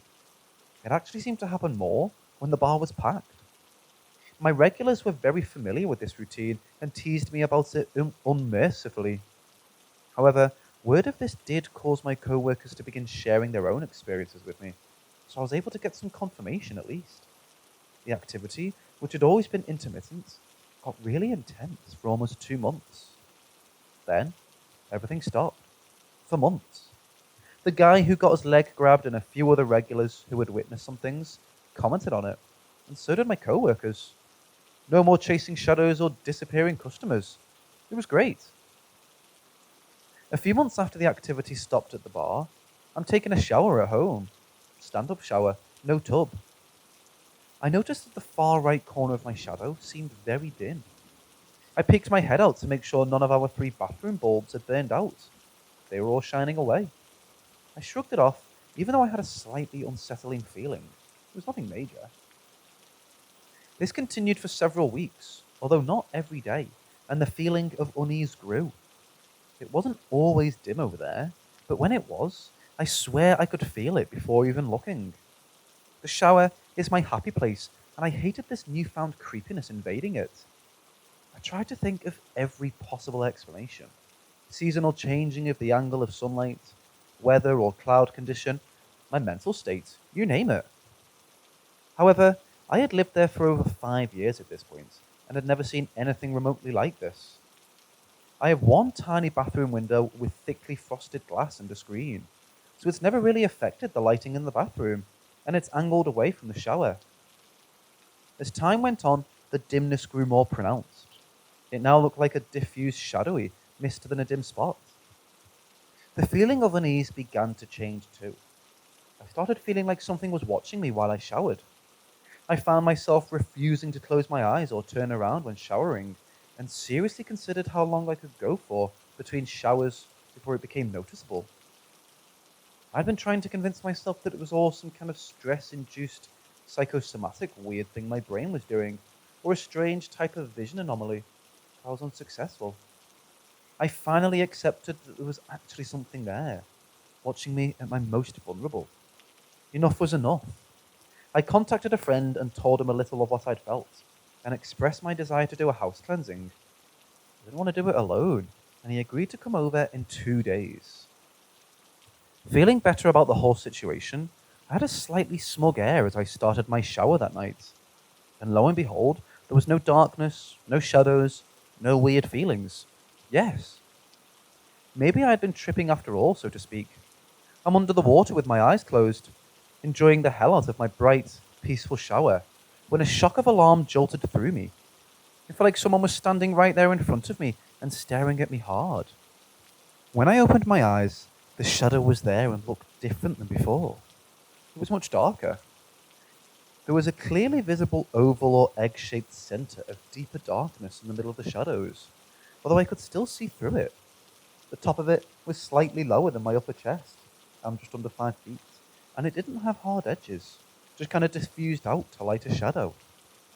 The oval was roughly 3 feet from top to bottom, and about 1.5 feet wide. I stood frozen, just staring at it for a few seconds. It was like my brain was having trouble processing what I was seeing. Then, my brain started working again, and I jumped out of the shower stark naked and half rinsed. Ran through the house, dripping shampoo and water everywhere, yelling, "What the fuck?" over and over. It's pretty freaking hilarious to picture now, but at the time I was scared shitless. I skipped my shower the next day. When my friend arrived the day after, I frantically filled him in on what had happened the night we agreed to do the cleansing, although I did leave out the parts out about running naked and yelling. He had this little smirk on his face, so I asked him if he believed me.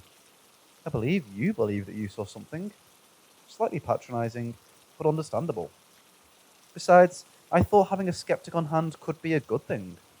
So I started burning herbs on charcoal and calling in protection. We began in the living room. As soon as I called for protection, my friend jumped and gasped. Eyes popping out of his face, he took a few steps back and sat on the couch. He was very pale and had his ankles tightly crossed and his hands clasped firmly in his lap, elbows tucked in, sitting very straight, although he didn't know this. He had automatically assumed a pose recommended to close off your energy and aura.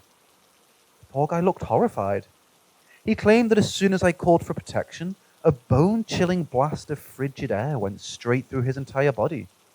I was standing right in front of him at the time, and he was amazed that I didn't feel anything. He was completely freaked out.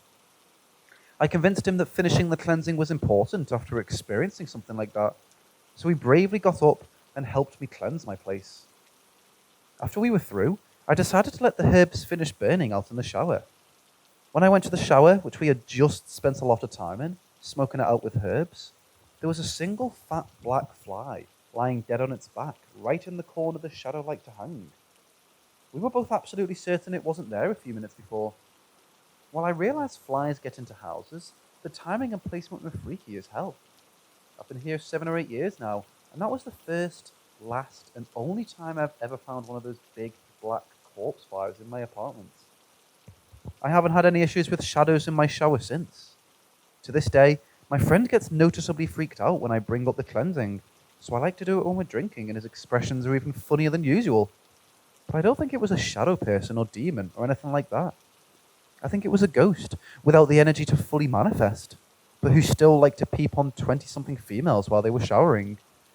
I never saw or felt it anywhere or any time else while it was in my place. Pervert. I also think it was most likely was that pasty guy who liked to mess with me at work, just eventually following me home. But who knows? He's long gone now, probably lurking in the corner of some other poor woman's shower.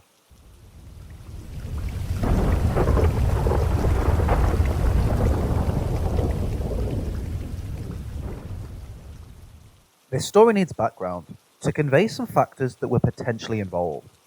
I suspect the events leading up to the trip to Tennessee may have had a direct relation to the severity of the phenomenon we experienced while there. I had never wanted to marry, neither had my now husband. Then, we met each other. We were engaged at 30 and 28 years old and had a 2-year engagement. We wanted our wedding to symbolize our true soul bond and decided to go completely non-traditional. His giant family wanted a white dress Catholic wedding, so we were at major odds with the family from day one. My fiancé and I began suffering from a huge run of exponentially bad luck and some odd poltergeist activity at home. Nothing too major, so we brushed it off. Except when we left the house once and came back to find a red clown nose sitting front and center on our bathroom sink. No one had keys to our place, and we didn't own a damned clown nose. That one was freaky. When I told a friend something weird was going on, to the point I almost felt the wedding was cursed, he was trying to explain it away, and I said, "Watch, something's going to happen today while we're getting this tux. I'm telling you." I got one flabbergasted look before my fiancé immediately called to say there'd been a freak accident in the parking lot while he was getting fitted for his tux. and that someone had totaled the back end of his truck. That shut my friend right up. Another glitch was my refusal to have my father walk me down the aisle. I also refused a random stand-in for tradition steak. I asked my younger brother, and he said he would be so honoured. We'd had some problems, but he'd been clean for 7 years and we'd made up our differences.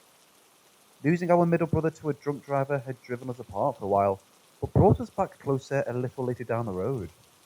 Then, 40 days before the wedding, my brother unintentionally committed suicide in his mid-20s. My fiancée and I drove for over 16 hours to say goodbye. I knew my brother, and I knew he wouldn't cross over easily with what he'd done, especially with my wedding around the corner and me counting on him. This really bothered me. His viewing was closed to immediate family only. He wasn't embalmed due to the complete autopsy required. He was covered in a handmade quilt to his chin. We were instructed not to touch him, although we ignored this stricture. After saying our goodbyes, I walked to the end of his gurney and laid my hands on his feet, a supplicant. I told him I understood it was an accident, and I forgave him. I told him that if he still felt he needed to make amends to me, then he could do so by calling forth my loved ones and those of my fiancée to come witness the wedding from the other side. I made him bring our other brother, my fiancée's sister, grandparents, aunts, friends. I began calling my name all those beloved souls who had already passed. Do this, I told him, and there'll be no debt between us, and you can rest in peace. The looks on my family's faces were priceless at this point, but I felt this was something I needed to offer. I had a pendant made when I returned to New Orleans. On it was my favourite picture of my two brothers. I wrapped this around my bouquet and, although it seemed to the wedding guests that I walked the aisle alone, I knew that both my sweet brothers were right beside me in spirit, because they would never miss the wedding of their sister, especially with Hector, the suicide, actively dragging them across the veil to fulfill his last obligation to the living. My new husband, Eli, and I went to a rental cabin on Bluff Mountain for a honeymoon week. I don't want to name the specific cabin in case I'm not supposed to, but I will say it was very rocky with a raccoon theme. Bluff Mountain is in Pigeon Forge outside of Gatlinburg in the Smoky Mountains. I was living in New Orleans and had brought a double handful of fresh-picked gardenia blossoms with me. It was a type of symbolic offering to the mountain for having us on such a special occasion. No rituals or anything. I simply arranged them on a wooden box with a fake bird and nest that was sitting on the top of the railing of the cabin porch, and sent up feelings of gratitude and joy. We went out to eat and grab groceries. Upon arriving back at the cabin, the wooden bird box was smashed into a million pieces on the porch. It hit the ground hard to shatter so far and so thoroughly. We thought maybe raccoon or bear. Then I noticed that there were no flowers. Maybe the wind. Leaves scattered all over the porch, just like when we left, made me hesitate. Gardenias aren't super light flowers, definitely heavier than the leaves I saw. More curious than anything, I looked all around the porch, stairs, and walkway. I shrugged it off until the next morning, when I went a little way down the driveway to pick some honeysuckle. About 20 feet from the porch, I glanced down and do a double take. There are my gardenias, all of them. They've been piled up and squished flat as crepe. There are no shoe prints, but it took more than one stomp to flatten the pile like that. Unnerved, I walk away, wondering if the mountain didn't like my offering after all, and then laughing at myself for the thought. Night 1. Eli wakes suddenly to what sounds like something big banging the support beams under the cabin. The cabin hangs off the side of a hill, so the front half is supported about 15 feet off the forest floor by giant wooden posts. They were being hit so hard that the mirror on the wall was vibrating, which frankly should be physically impossible for anyone to do. He says every time he started to drift back off, there was another bang. He gets up fully, and after one more cabin-shaking bang, he decides to wake me. Apparently, he was trying to see if I would wake from the banging so he would know he wasn't dreaming, but now he was 100% up. As he reached for me, he said the loudest bang or slap came from the area between the sitting area and kitchen, right at the bottom of the bed. It was a one-room cabin. He said it sounded like a giant book getting dropped from high up, but he was looking right there and there was nothing. The bang was definitely inside the cabin. He began frantically trying to wake me, but he said I was so deeply asleep, he actually thought something was wrong with me. He said he could barely tell I was breathing.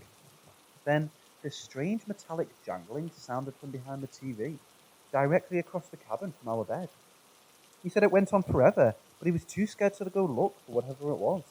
Over there next to the huge windows, past the spot where the noise originated from inside.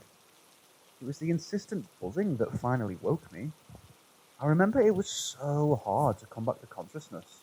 I felt like I was literally swimming through blackness to get back to myself. I kept asking, what the fuck is that noise? I thought it was an alarm someone left set. Shoot.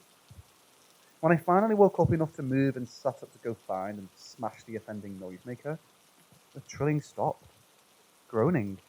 I fell backwards onto my pillow. Eli starts telling me about the banging. I could tell how upset my husband was. I believed that he was telling me, but I was so numb and out of it, I was struggling to come up with any emotional response at all. There was only this debilitating fatigue, and I fell asleep on my husband when he needed me. When a man whom I'd never seen afraid in 7 years was completely terrified, I just zonked out till morning. Normally, I'm an extremely light sleeper, especially in new places. This trip, however, almost every night was like this. No sooner did I put my head on the pillow than I was swallowed by blackness. It was an extremely deep sleep, but it wasn't restful. Waking up was worse. It was like falling into a coma every night and slowly reviving every morning. This, ironically, left me exhausted. Day and night too. While doing my makeup in the infamous shaking mirror the next morning, I was able to get the full story and talk to Eli about it logically. Maybe a bear was rubbing against the post. He says it was solid bangs like a huge fist. No way a bear. And what about the one from the center of the floor on the inside? That reminded me of that stupid alarm. I told him that I was about to disable that thing. At the exact frickin' second I mentioned it, that damn noise started blaring from behind the TV again. We both jumped like rabbits and laughed nervously. I don't know, wait time to time it, I joked. Funny. Looking behind the TV, I was surprised to see it wasn't an alarm clock, but a landline phone. An old one with a bell buzzer, which explained the horrid noise. Of course, I had to answer it. There was a minute of silence and then bursts of static. It really sounded like someone was talking, but static was obscuring their words. I told them to move to get better reception. Is this cabin management? The silence or garbled talk continued for a while before I hung up. I was amused, honestly, especially with the way Eli was gaping at me. When I hung up, he immediately unplugged the phone, said management had both our cells, so it was probably a prank call from someone who stayed here before. But we're not playing along and ending up in a deliverance scenario. Smart man. Phone stayed unplugged for the duration. That night, we were in the hot tub on the deck. It was around the back, had a gazebo-type cover around 3 sides, and no lights too close so bugs couldn't be swarming you. As we're relaxing, I'm sitting on the open end facing the enclosing wooden strips, and Eli's facing me in the forest. I kept admiring the blue light behind the enclosed end. It was large, about the size of a cantaloupe, and seemed bright, but the glow over us in the hot tub was very muted. I figured it must be LED of some sort, but I had never seen a light that shade of blue anywhere. All the other lights in and around the cabin were bright and orangey, so I remember saying how it was sweet that they went all out for mood lighting for the hot tub. Eli both looked at and commented on the lights as well. When we decided to get out for the night, the light blinked on and off in what looked like a purposeful sequence, before shining a few more seconds and going dark. We commented that it was strange how the light burnt out like that, and how we were sad to lose our mood lighting. I decided to call the next morning for a bulb. When I woke up, I first walked around the rear of the cabin to see what type of pole or other fixture was the one we needed serviced. There was no pole, fixture, or any other light source behind the hot tub. No cables, no wires. The main office later confirmed the instability of the soil back there prevented anything that wasn't heavy-duty from being installed, so no lighting was ever put back there. Whatever that light was, we both saw it, and it was apparently just eavesdropping, because we were out there about 2 hours, and so was it. And if it wasn't turning off or burning out, that means it was straight up disappearing. Starting the second night after coming in, my skin started to crawl and every hair on my body stood on end every time I passed the open bathroom. The bathroom was next to the bed area. Laying in bed, you could see the bathroom sink in the small window above it. The window had no curtains as it faced into the woods behind the hot tub. At this point, I still thought the blue light was man-made, yet I could swear there was something looking in the window. I'd been leaving the bathroom door open because I liked looking out on the forest from the bed, but now I tried to keep it shut without Eli noticing I was being weird. Eli told me the next morning that every time he would start to drift off, a resounding bang on the posts under the cabin would jolt him up. He said he was freaked out because no matter how long or short a time he waited to lay his head down, it was like whatever it was knew exactly what he was doing, even though he never got out of bed. Once again, he was wide awake and terrified, and nothing he could do would rouse me even the slightest. Night 3. After scrubbing ourselves as best as we could in the highly stinky sulfuric water of the cabin, we were getting ready for bed. Walking from the bathroom to the bed, I realized I forgot to shut the bathroom door. Since Eli was already laying in bed looking at me, I just kept on towards my side of the bed, telling myself to stop being ridiculous, even though I could swear at that moment something was looking in that window. I had already looked out several times and couldn't see anything out of place. I could still feel it. Eli quietly asked me if I can shut that door. Why? Because that window gives me the creeps. Talk about validation. That night, I had some disturbing dreams, but I can't remember them. Eli, however, suffered a severe bout of sleep paralysis that night, although we saw it wasn't sleep paralysis because he says he sat up, kicked, and yelled at her. Now, however, he says it was probably sleep paralysis. Either way, he woke up to eerie laughter and saw what he described as a grudge-type woman standing at the end of the bed laughing at him. I wouldn't wake. He said she wore a white dress, had pale skin, black eyes, and a horrible mouth, long black hair partially obscuring her face, and was surrounded by a swirling black mist. She reached for him, and he sat up, yanking his legs up to his chest. This is when he started yelling at her to get the fuck out and kicking at her. Laughing, she faded out. He said he was woken by her grabbing his ankles and giggling throughout the night, and would also wake just long enough to catch glimpses of her. I was still no help.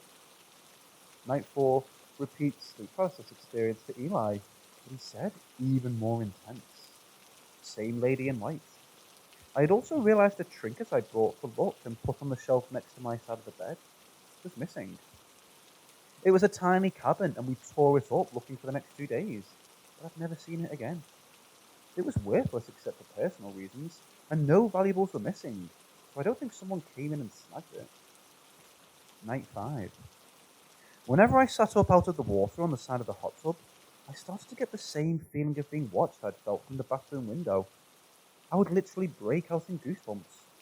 It was Friday, and we could hear a group of educated guess here, college kids partying hard some distance out, but close enough to hear their screams, whoops, and cheers. Not wanting to give an intrepid, wood-savvy creeper a show, we went in. Not much else happened on night 5 but troubled sleep. At one point, Ellie woke to frenzied banging on a support post, but it didn't last long or repeat. Night 6, final. This was an extra night we received due to the piercingly sulfuric water in the cabin. The filters needed to be replaced, and so they comped us a night. The water wasn't dangerous, just really, really stinky, like eau de la peur de la rotten egg. Bad. And although our nights were weird, we were on our honeymoon and just been through a tragedy. We spent our days having massive amounts of fun and doing so many awesome things, plus eating great food and drinking good wine with dinner. Gatlinburg is an amazing place to visit. So our last night in the hot tub, it's wonderful. Until I start feeling that intense regard from the tree line for the second night in a row.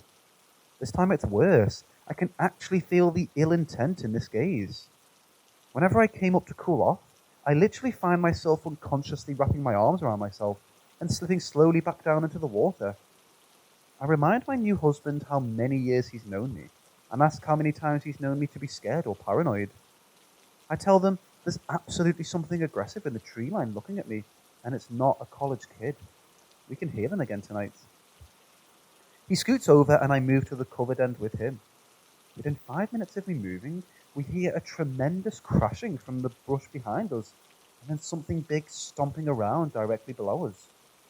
This is followed a few seconds later by more crashing and a second pair of footsteps stomping around. These sounded like human steps, but no one could make such a loud noise on the packed earth below the raised deck and cabin. We jumped up and looked at inside, soaking wet. Eli says that night was the worst for the banging.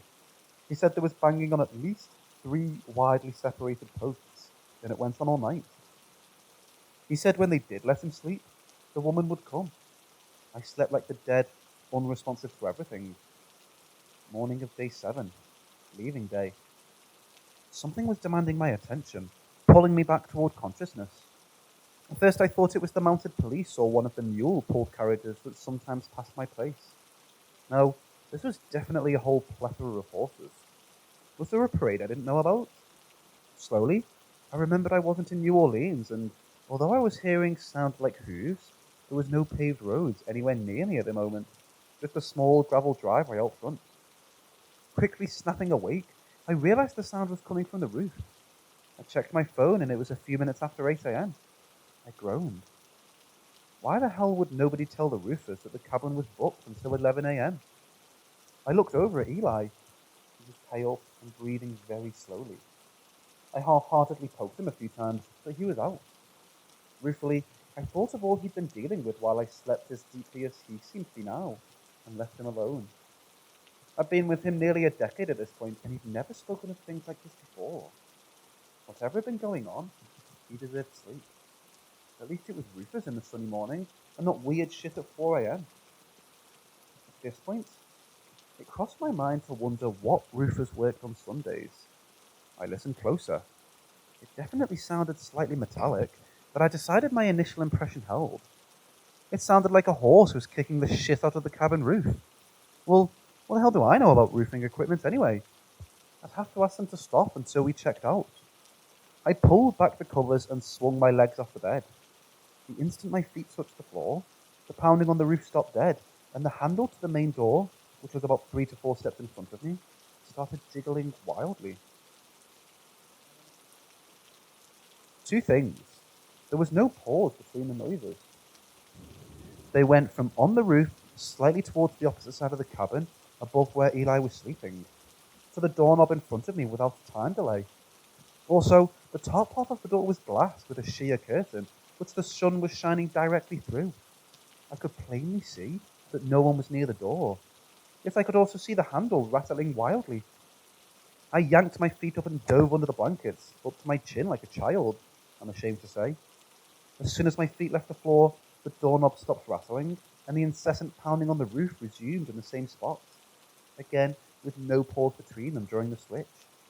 I'm now staring at Eli, wondering if I should wake him. I'm scared I won't be able to, but I'm also just as scared he'll wake up and won't hear it at all. His eyelids flutter open, taking the decision out of my hands. I ask him if he hears that, and thank all the gods that he says yes. I'm hesitant to talk about the door when he just opened his eyes, so we talk about what it sounds like first. He also immediately goes to roofers. I ask if that sounds like a hammer to him. He says no, actually.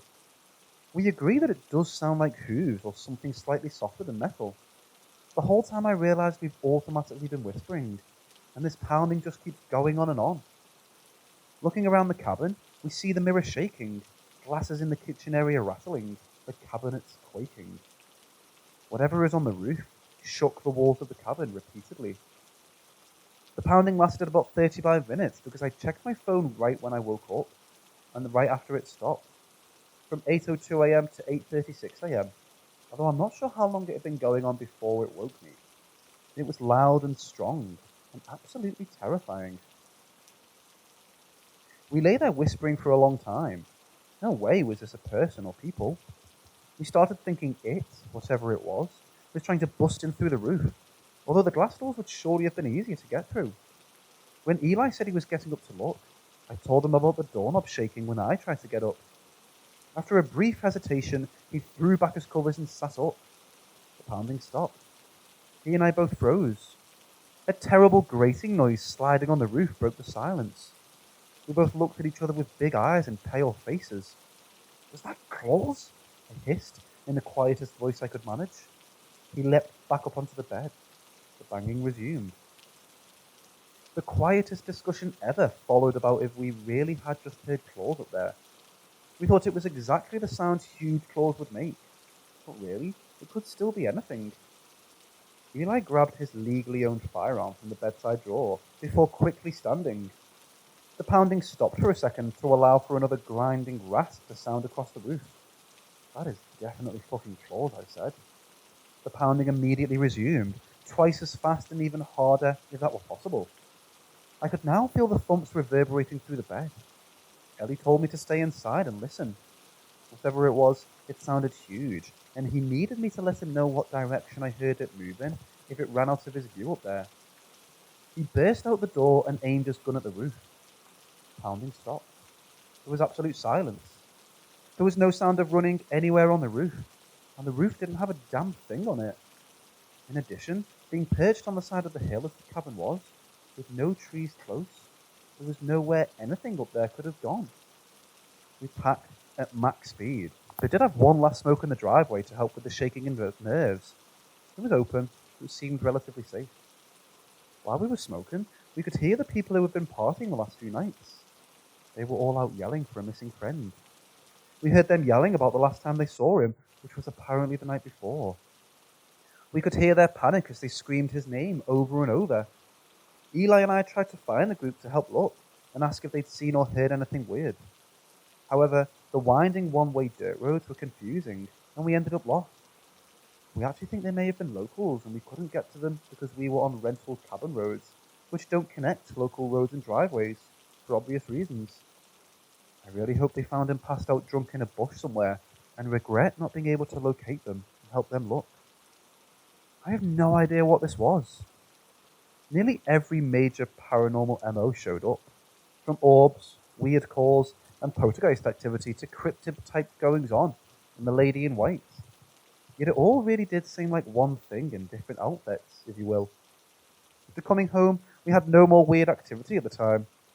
I did request for the departed to stand witness from a deceased brother who owed me a favour, but I specifically requested only the blessed dead, and only for the wedding ceremony. This didn't seem like protective ancestors to me though, so I don't think it was necessarily related. I actually lean towards more type of nature or elemental type guardian spirit personally, but that's just conjecture. Although he said differently at the time, Eli now thinks it was a Bigfoot, although I think not. Any ideas on what we may have encountered are welcome. I'd love to hear what everyone thinks.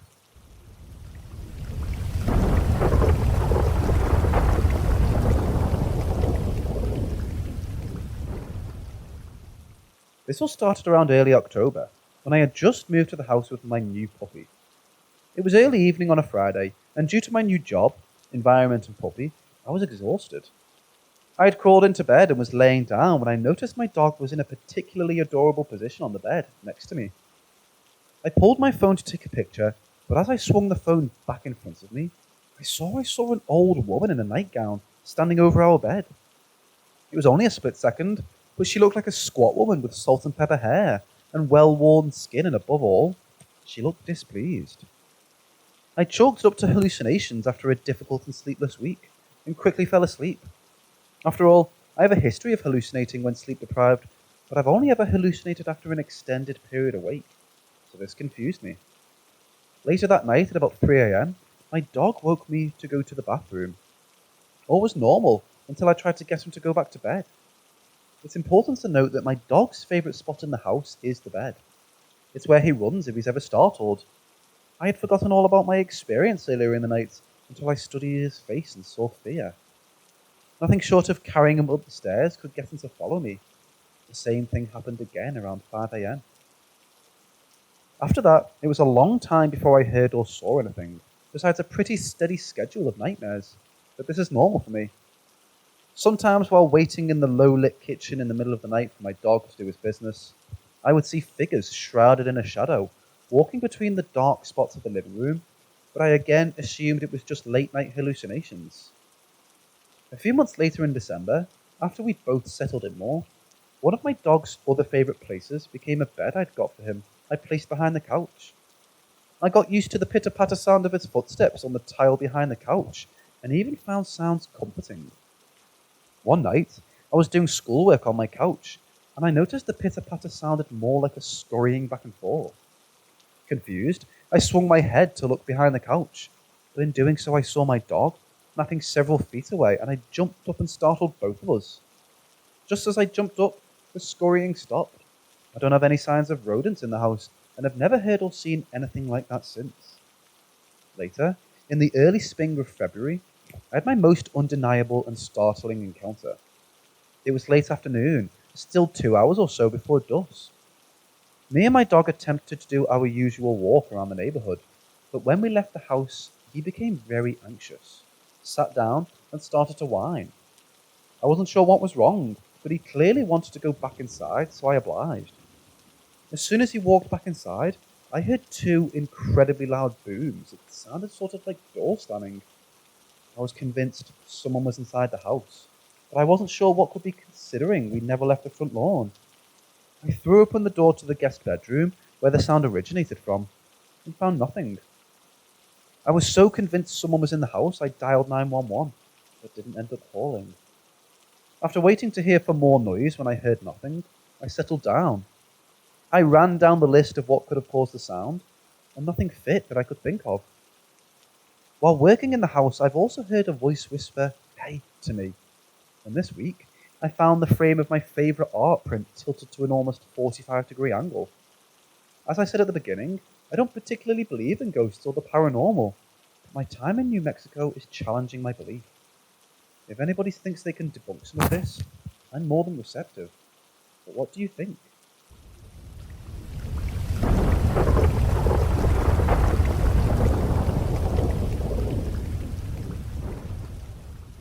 A bunch of weird stuff has been going on around our house, and we really need insight of what it could possibly be.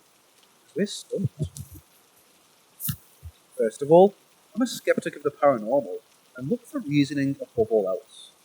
Rewind to a couple of weeks ago, it started with random stuff flying off the kitchen counter. My boyfriend and I were always in the living room playing our games, while the kitchen is a couple of feet away, so we can hear pretty well if something happens in the kitchen. It's happened 2 times so far, and it's always the tortillas being thrown across the floor from the counter. Mind you, we eat out constantly, so no one is usually in the kitchen to have touched or moved at anything from the counters and made something prone to food. My boyfriend brushed it off then, and I did too. Fast forward to 3 days later. My boyfriend had a soccer game, so I was left alone in the house with my sleeping toddler. It's around 11 p.m, and I had the front door open because it felt nice outside, and I wanted a breeze while gaming. And I tell you I almost had a heart attack, because I know I heard someone run full force to the front door, so I swung my head immediately because someone was walking in the shower. No one was there. My pit bull even stood up and ran to the door when it happened. So I knew I wasn't hearing things, and I immediately called my boyfriend, freaking out. Of course, he came home and I just looked crazy. A week after that, something else happened again. We have a glass house on the side of our house that has had a light. It's been out since high school, 7 years ago. My boyfriend has attempted to change the light bulb, assuming that's what it was, but it just never worked. He took out the trash, and lo and behold, the frickin' glass house was lit up. I was inside when I heard my boyfriend cuss and call me outside. Sure enough, the light works now. Fast forward to Mother's Day Sunday, and another thing happened again. We had a cookout and had a bunch of people over. My boyfriend's mother had brought her boyfriend over, so for context, he's a Tackman. So the Tacoma has like those 4 headlights. Sorry if I know, it was hell. And 2 of them have been burned out since he first got the truck years ago. Well, sure enough, they all of a sudden start working when he takes off from our house. We didn't know the situation with his Tacoma until my boyfriend's mom called us to tell us what had happened, because we've been telling us something has been going on in the house, but of course, no one believed us. And last night, again something else happened, and scared the absolute shit out of my boyfriend and I. We share a bedroom with our toddler, and we have a baby monitor in the room to watch her while we game out in the living room. My boyfriend kept telling me he heard something in the room, but I brushed it off because my kid wakes up a good amount and makes noise. She kept waking up, sitting up, and kept staring at our window. After she went back to sleep, we went in there to lay down, and the white noise machine she had wasn't making any noise. I see that it's on, turned up all the way, but nothing is coming out of it. I unplug it and pop it up again, and it's working like normal. Okay, weird, but whatever. Happens, I guess. This freaks my boyfriend out, and he keeps telling me he knew I heard some weird noises in the room, and at this point I'm over it. I want to go to sleep. If you live in Oklahoma, you know last night there was a thunderstorm going on. My boyfriend and I woke up about 5 times to hear my daughter screaming in a crib next to us. But I kept telling my boyfriend that she's possibly teething, just to leave her. Thunder was going off, so it woke up a couple of times. And it even woke me up a couple of times. Until I woke up the 5th or 6th time to something touching my feet. I immediately hopped up when I felt it. Couldn't see anything, and I chalked it up to me being half asleep. Maybe a bug or just waking up to thunder, and I'm probably just imagining things. I tell my boyfriend about it in the morning, and he's mad that I didn't wake him, because he keeps saying last night was off with our daughter screaming, the sound machine, and the noises he was hearing. At this point, I'm confused and worried. Confused? Because what if all these things are just coincidental, and it's nothing paranormal like I'm starting to think? What the hell is it? I'm also worried because I don't want anything hurting my daughter, or anything happening to her. My boyfriend wants to put something blessed in our house. I'm not religious at all, to see if it helps. I don't know what to do.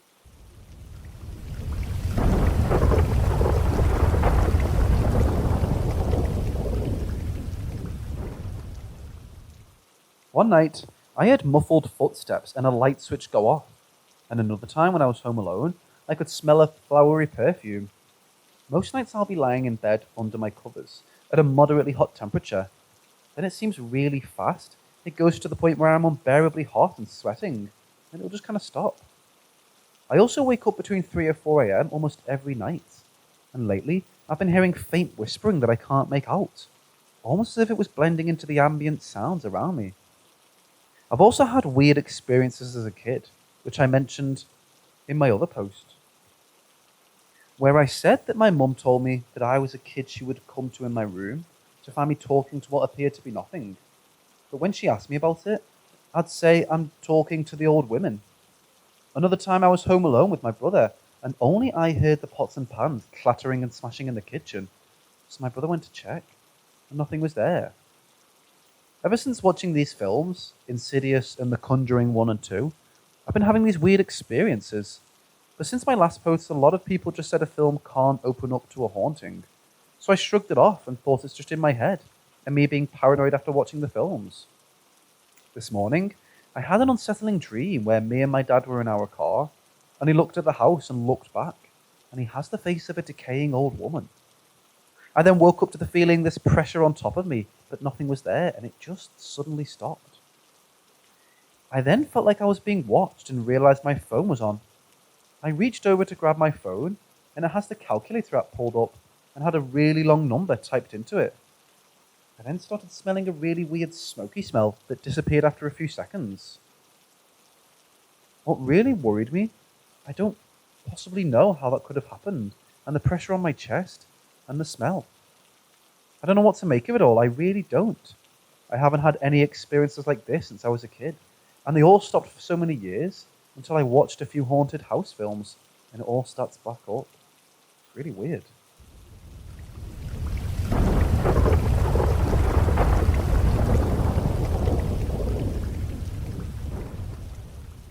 So last night I had a dream that came in 2 parts. However, it's the first part that was relevant to what happened today. In that first part of the dream, I was in my car when a silver pickup started ramming into it. I screamed and yelled for the driver to stop, and then I saw that the driver was a man with no face. He ignored my pleas and continued ramming my car. Somehow, I was able to escape my car, but when I stepped out, the man in his pickup disappeared. I told my parents and my dad, relayed what I said to a friend back in Indonesia, who has a sixth sense and specializes in this kind of stuff. Flash forward to evening when I was helping close to the TJ Maxx I work at.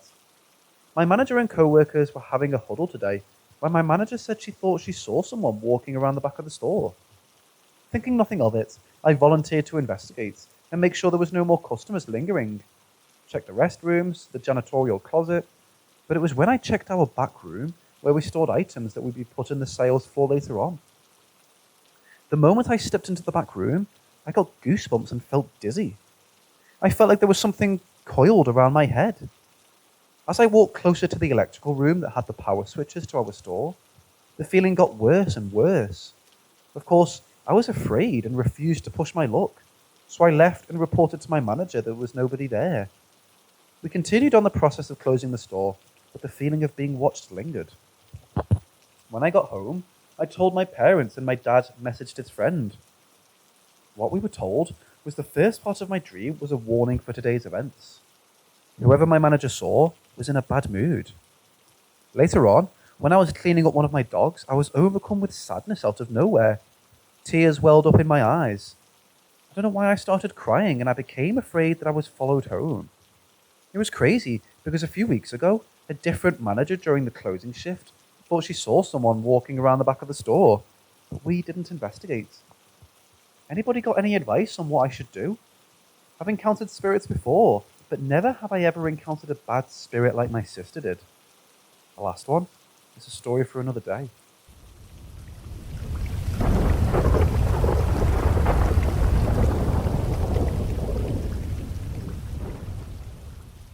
Some years ago, we had some odd things happen in the bathroom that we have in the basement. There were other odd things that have happened over the years in other places in the house, but the stories I feel like sharing took place in the downstairs bathroom. A particular event happened during a power outage. I brought down an electrical lantern and set it down in the bathroom while I took a shower.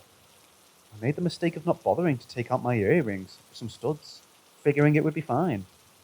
While I'm in there, the light suddenly turns off and one of my earrings pops out with quite a bit of force and falls.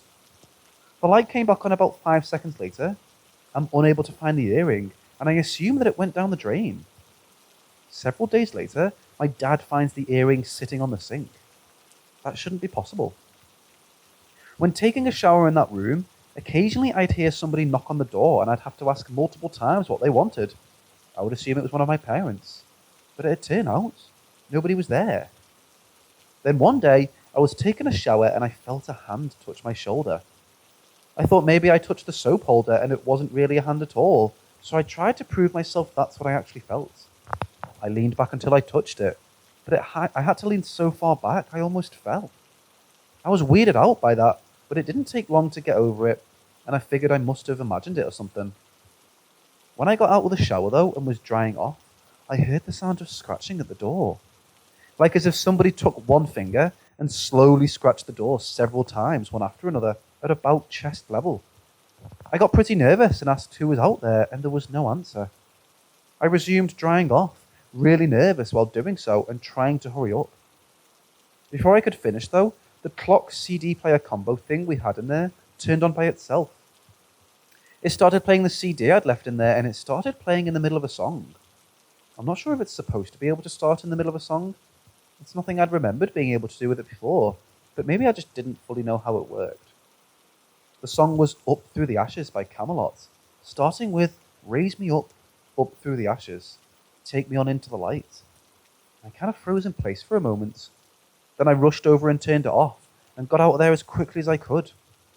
That was the last weird experience I had down there. Nothing weird has happened down there in the years since. I should note that the Camelot CD that was playing was ghost opera. I think it's kind of appropriate. It makes me laugh a bit in retrospect.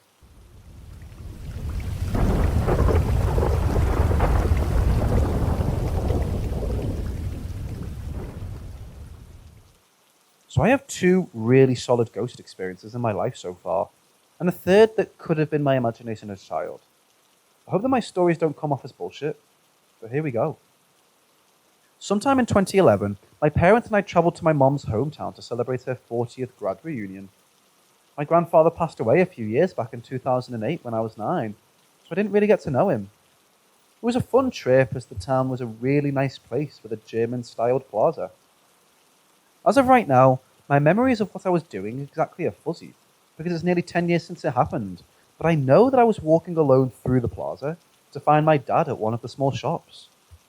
While I was walking, things suddenly went quiet. It was weird to me, because although the town was small, it was about midday and the plaza was bustling for its size. It felt like I transitioned into a void because there was darkness all around me. I remember looking through the haze of this void, not sure what was happening, when I heard a voice ask how I was doing. After that, as quickly as the void had appeared, it stopped and I was returned to the real world. I remember I wasn't afraid of what had happened, just confused. I believe my grandfather had taken the time and energy to communicate with me. Is the sensation of being in a void without sound common when a loved one's spirit talks to you? Overall, I'm glad this experience happened. It let me know that, even though we didn't get much time, my grandfather still watches over me. My second experience is much more recent, coming in just last year, but also a bit more frightening. I had been asleep in my bed downstairs. I think I was on a streak of getting an alright sleep at night. Sometimes I swapped between horrible sleeps and easy sleeps. Anyway, I'm not quite sure what time it was, maybe after midnight, but I woke up to the sound of someone entering my room. I wasn't sure who it was, but I could feel a presence staring at me and see a hand. I was lucky that I had fallen asleep facing the door with my blanket partially covering my face, because when I realized someone was there, it made me feel like they'd have a harder time noticing I was awake. My dad was the first thought to come to my head. I still live at home, and he struggles with inner demons. I was worried at first that he was watching me sleep and planning on doing something horrible to himself. When I started thinking like this, my breathing became harder to control. At that point, I thought I was going to hear, "I know you're awake," but nothing was ever said. After a few minutes, I gathered my courage to turn on my bedside lamp. Nothing. I didn't know whether to be relieved that it wasn't anyone, or freaked the hell out that I clearly saw a goddamn hand and felt a presence in my room. I remember grabbing my Swiss Army knife, gift from a friend, to look around my house. But it was dark, all the doors were locked, and I found nothing. My third encounter was when I was a small child, around 5 or 6, so I don't know if it was real or not. It was early in the morning, and I was just waking up from sleeping in my parents' bed. I remember looking over the side of my bed my mom slept on, and saw a shadow figure with 2 eyes holes leaning over the bed. My reaction was to hide my head and close my eyes, and whatever it was, never bothered me again, thank goodness.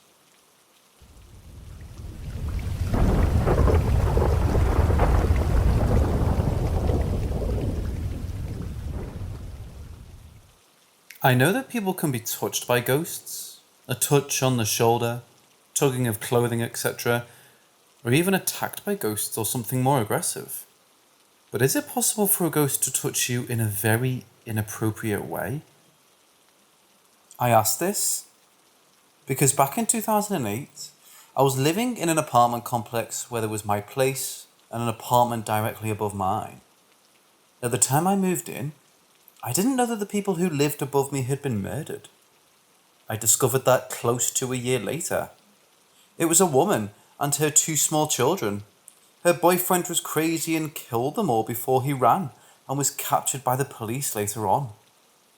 Everything was fine for many months until I began to notice things moving. Now, I've always been able to feel and sometimes see ghosts, but I never saw anyone, at least not at first.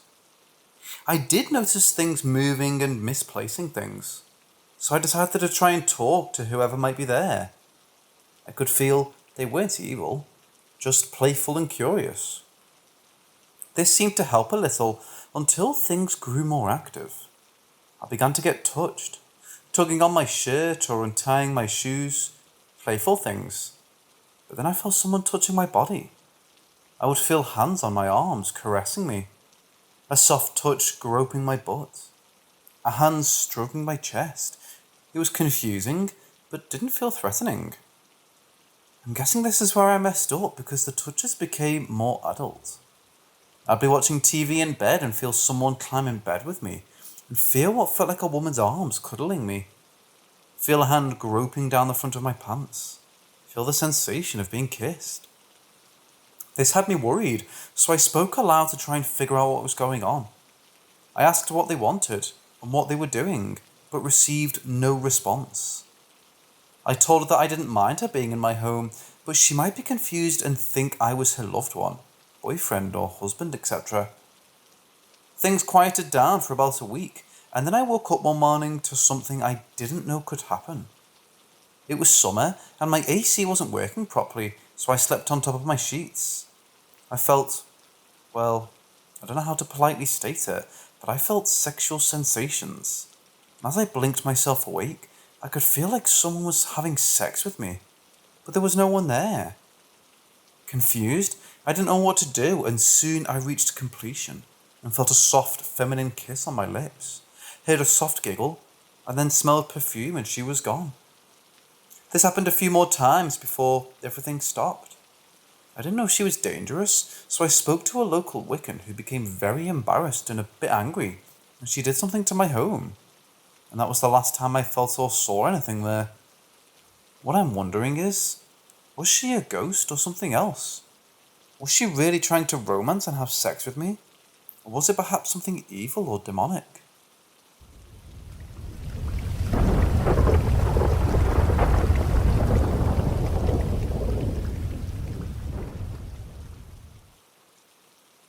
I'll start by saying the home is from 1900. The back room and bathroom from day one has always had a different vibe to it, but never a malevolent feeling. Not only to myself, but a few friends that have visited before, there's just a different vibe. Lately, it seems that there's something here that makes my alarms go off, and I go into home defense/self-defense mode. Meaning whatever it is has me clutching my gun, ready to fire on an intrusion. And it's so convincing to me that 2 nights ago, I knew for a fact that someone had somehow broken in and was hiding or watching me. I sat in a chair and listened for hours, ready for someone to ambush me. I cleared the house more than once, turned on all the lights and there's nothing, which led me to finally dismiss my instinct, turn on the TV and fall asleep.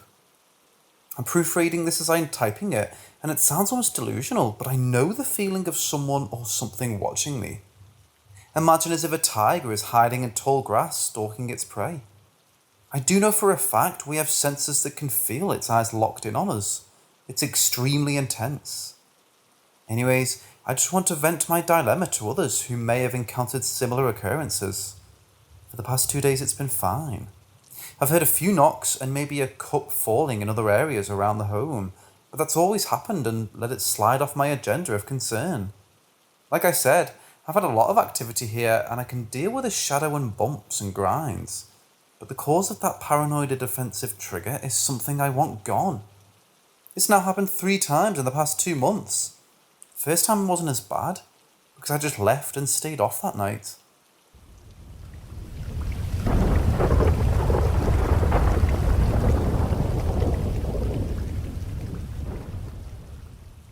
So this happened when I was about 14. I moved to America when I was that age. My dad got married there, and is still married. But I was always skeptical about ghosts, etc., and paranormal activity in real life. Always thought it was just stuff you would see in movies and folklore, etc. My first experience was when I was sitting in the living room, and I was home by myself, and I heard my front door being knocked on. So I got up and was always cautious to open for strangers. So I peeked out the window, and nothing was there. I told myself I probably imagined it, or it was from the TV show that was on, so I gave it no afterthought. 20 minutes later I heard the knock again, and obviously got up again, and no one there again. Decided to open the door, and saw no one. I rationally thought it was a ding-dong ditch happening, so I opened the blinds to catch them, but there was no more knocking and nothing. I told my dad, who had said he had seen paranormal stuff as a kid, and said it was most likely the next door neighbour's kids playing pranks. Fast forward 3 months in advance, and my youngest stepsister had her birthday party, and we had the whole birthday at our place, balloons, everything you could think of considering partying decorations. My parents had to go to the store and ask me to stay 40 minutes more to look after my sister before I headed to my friend's house. I obviously said yes and stayed. About 10 minutes into watching TV with my sister, I can't really explain the feeling I got. It's like being sick and anxious at the same time, but from the living room you can see the kitchen. And I remember seeing one of the balloons, which was floating and had a string attached to it, started slowly moving.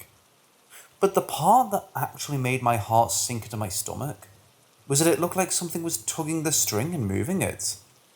At this point, I just told my sister, let's play soccer outside.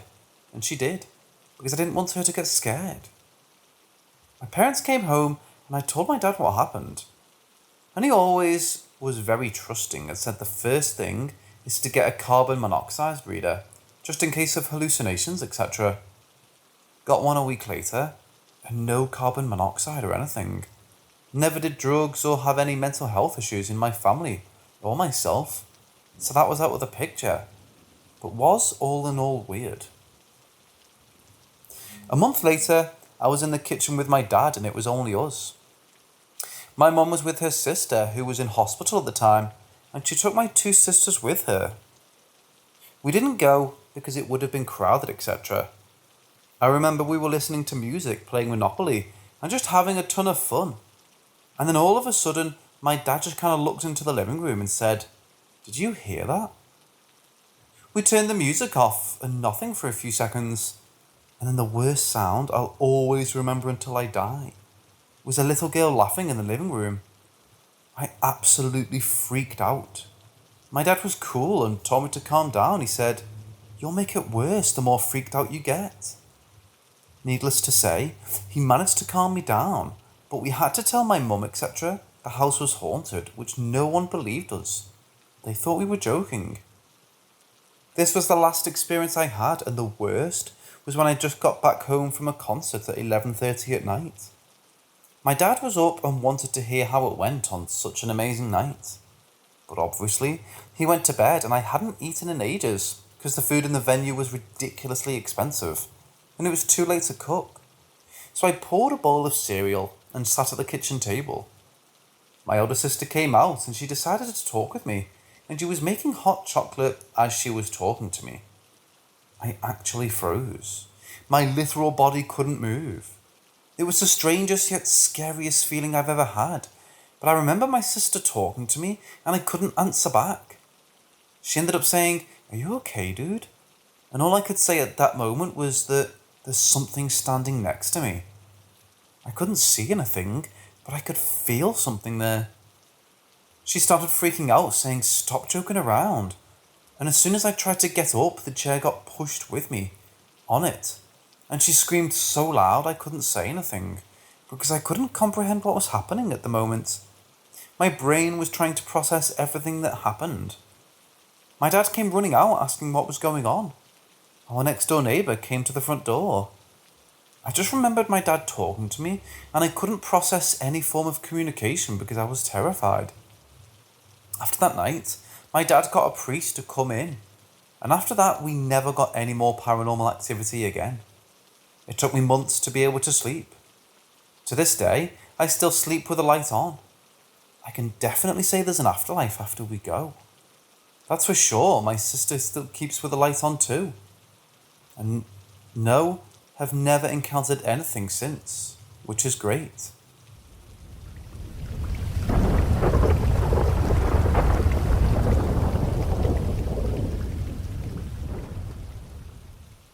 I go to my bedroom only at night, and sometimes I'm having some events happen in it. First event. I feel something touching my body while sleeping. I wake up, but I'm frozen of fear of what the fuck is happening. It took me like 3 minutes of that to take the courage to turn my elbow in anger if that something was hugging me while I slept. Also, I had those typical visions of someone or something staring down at me while both feet are on my chest, but I'm in a semi-awake state. Second event, I came home with a girl. We went to my bedroom and we watched a movie.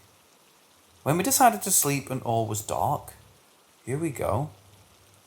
My mom used to place ornaments in my bedroom, like a rock with some artificial plants and birds. One of those birds fell straight to the wooden table, and when we heard the noise, she hugged me really hard with her nails in fear. I said to her it was nothing and that it was only a badly placed thing that was planned to fall. She said okay, but still afraid. After 5 minutes, the ironing board that stays between my closet and the wall fell from the wall to the closet. That was enough for the girl, and she asked me to take her to her home. Third event. This particular event happened 2 times. I was hearing a whisper conversation that was getting louder while still a whisper. Like they were getting ever closer until it became a fucking scream. So fucking loud. And with my eyes closed and ears covered by my hands, I could feel its hands on my face and the face screaming at my face. My eyes tear up just by typing this shit. The second time, I turned my body side and covered myself with the blanket, but it didn't help much at all. Fourth event. Sometimes when I close my eyes, I feel like there's a lantern right in my face. Like if I was looking at the sun with closed eyes. I've gone through all type of neuromedical exams, and he said nothing neuro-related to it. Also, I started to hear whisperings in a language I cannot understand. Fifth event. March 30th, I woke up at 2:45 a.m. with my blankets at my feet. As I never did that on my own, I think it might have been pulled as it was not hot anyhow. Later that day I got pushed, gently, while in a semi-sleeping state. Sixth event. Last Thursday, April 7th, I was on bed playing Sudoku, waiting for the slumber and went to sleep effectively. Suddenly, I hear a whisper like, "Pa." My eyes tear up because it was the first time I heard that while fully awake. Seventh event, door rammed during the night. By morning, I asked my parents and brother if they somehow knocked on my door during the night. All of them heard the noise, but none was out of bed at the time. I did a full psychological evaluation, and she said I'm absolutely normal, so if I'm not crazy, I'm just been fucking tormented by some horrendous shit, right?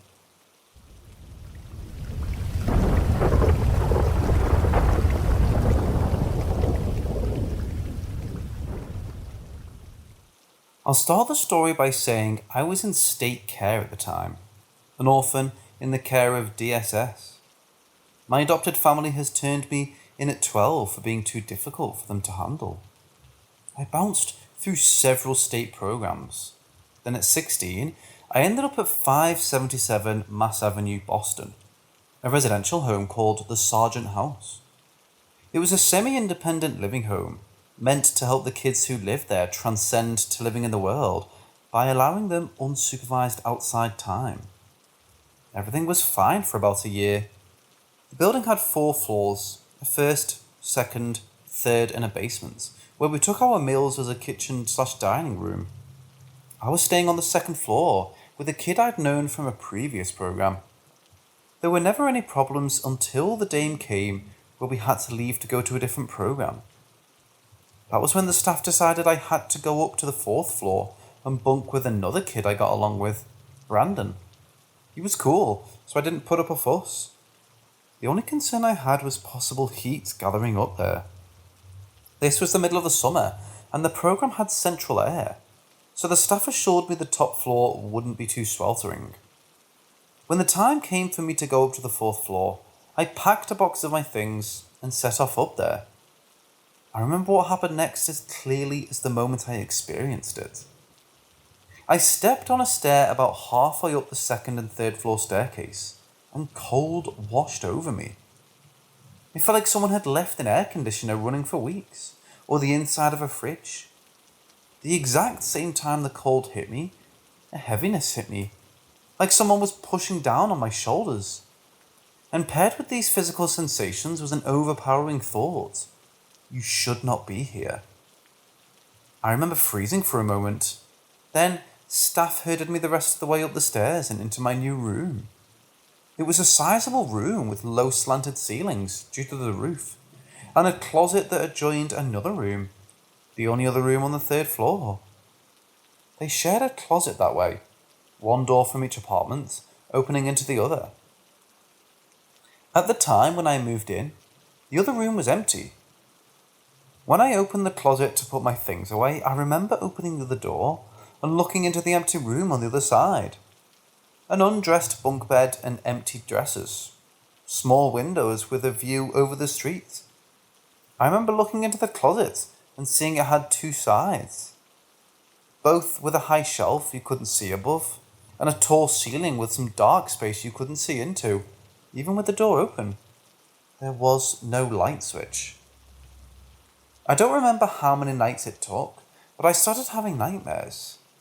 In these nightmares, I would have waking dreams. I would fall asleep and then open my eyes. I'd be in bed, right as I had been when my eyes were closed. In those nightmares, I couldn't move, and the door to the closet that would creak open an inch, maybe two, just enough to see darkness inside. That was terrifying on its own. I was never sure how long I was in that state or how much sleep I was getting. I was exhausted all the time. The dreams quickly became every single night. That's when the dog showed up. I remember falling asleep, covering my face with my blanket. I thought if I covered my eyes, I wouldn't be able to see anything when they opened as I slept. Next thing I hear is sniffling and growling. The creak of the closet door. In my dream, I'm just as I was, my blanket over my eyes, laying on my right side. There's clicking, panting, and then the blanket moves from my eyes and falls away. In front of me is a dog, only it's less right to call it a dog than a bear. The thing is massive.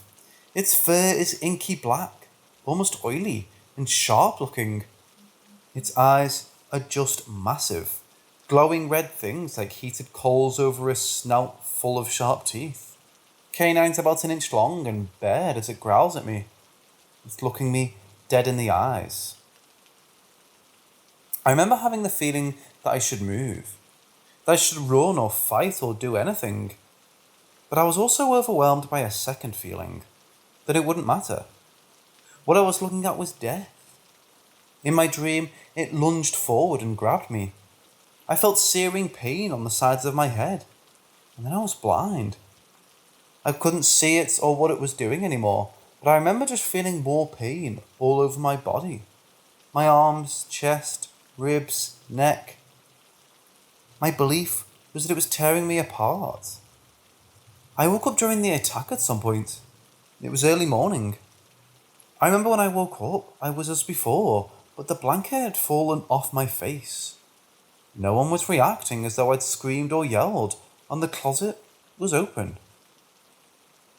I told my roommate about this, and he said it was creepy as hell, but that sometimes the closet door would pop open.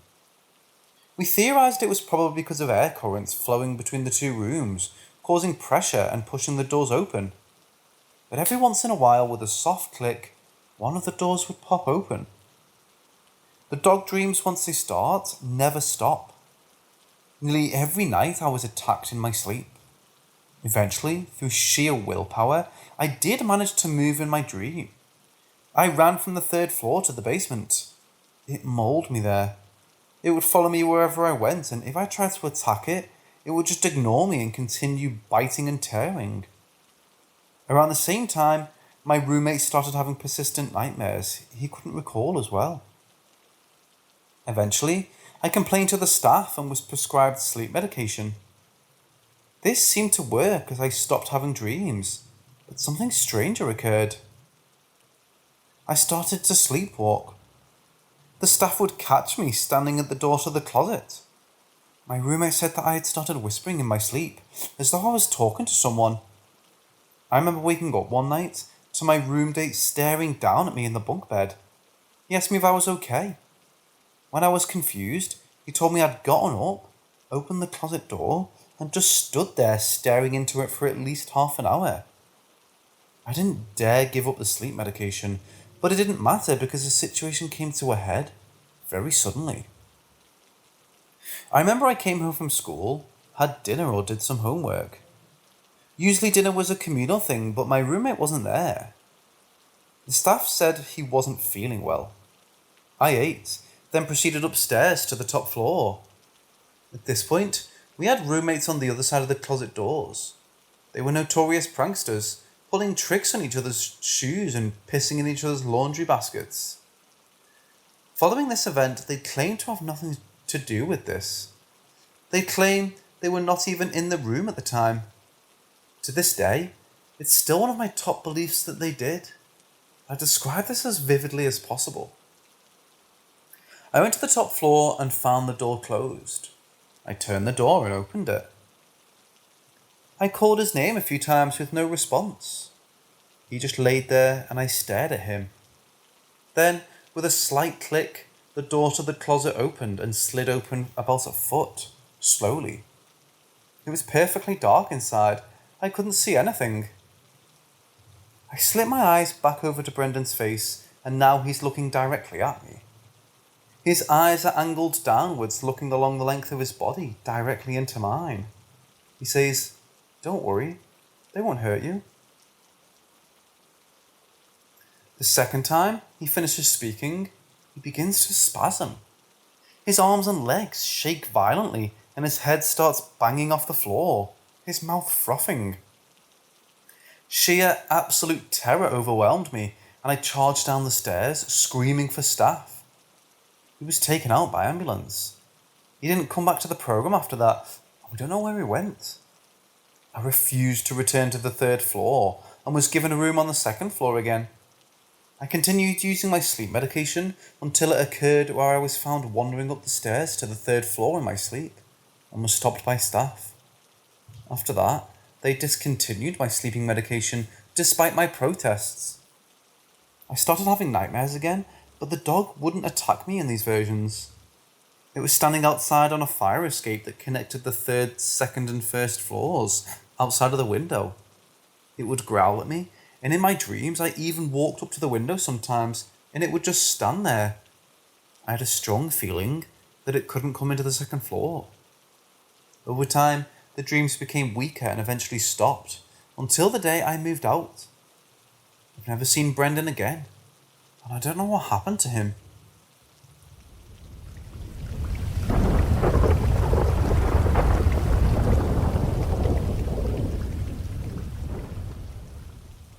I was living in a studio, which was really just a redone room of a house that the landlord separated from another part of the house to probably make more profit. Anyways, I used to bike to campus, which was only a few blocks away, but you have to cross some busy streets. I don't know if this is a thing everywhere, but where I live, sometimes I'll put a memorial on the side of the road when someone dies there, and to raise awareness for bike safety and honour people who died while riding their bike. There are ghost bikes, which are these white statues on the side of the road where the person died. There was one right across from my house. I live on the corner of my street that leads to a busyish road. I always used to talk to the memorial in my head, so that the person might look out for me when I was biking or walking to campus. One night, I was alone on my bed in my bedroom, which was really just a portion of the studio blocked off by her half wall. I remember laying in bed and looking over at the other side of the half wall and seeing a transparent blonde woman looking at me. I just remember that she was blonde and thin. I think I remember her mouthing words to me and nodding while backing away. I thought it was sleep paralysis, but I was able to stand up. Then she disappeared.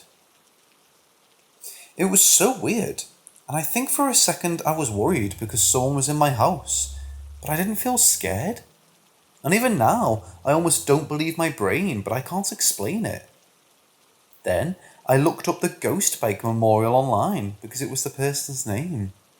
Sure enough, it was a young blonde woman. She was only 19 when she was killed in a hit-and-run accident while attending the university in 2002. I feel like she was looking out for me, and maybe that her appearance was her comforting that. I keep meaning to put flowers next to her statue. To add to the weirdness, I just looked up the website again, and the article on her ghost bike says that her ghost bike statue has been moved at least once due to complaints by the adjacent property owner. So interesting.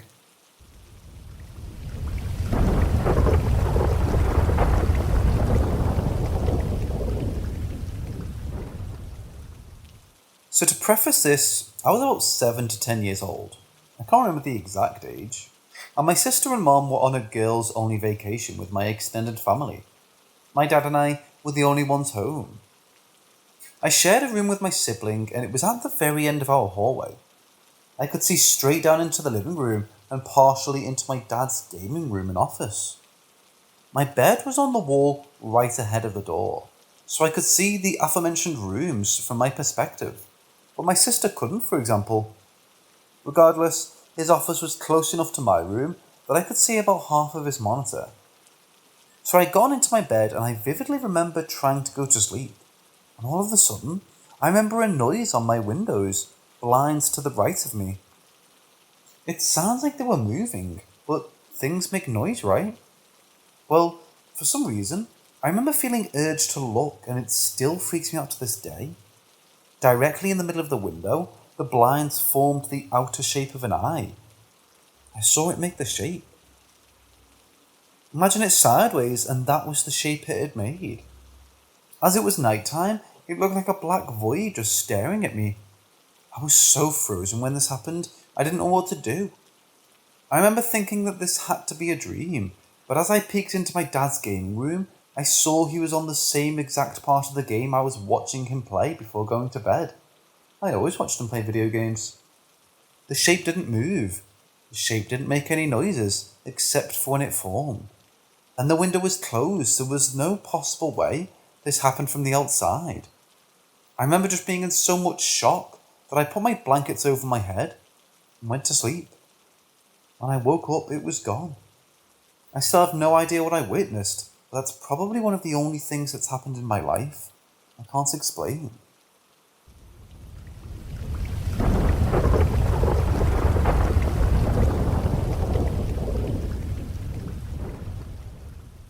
My mother has this house with a cottage on the yard that I used to live in with my then boyfriend. It's like 20 meters from the main house. It doesn't have a bathroom in it, so we had to go up to my mother's house to use hers, or go on the side of the cottage. One night, it was like 10 p.m. on a fall night. I had to go and do a number one. I get to the side of the cottage and strip down my pants and started to do a number one. 7 seconds in, I hear those footsteps behind me.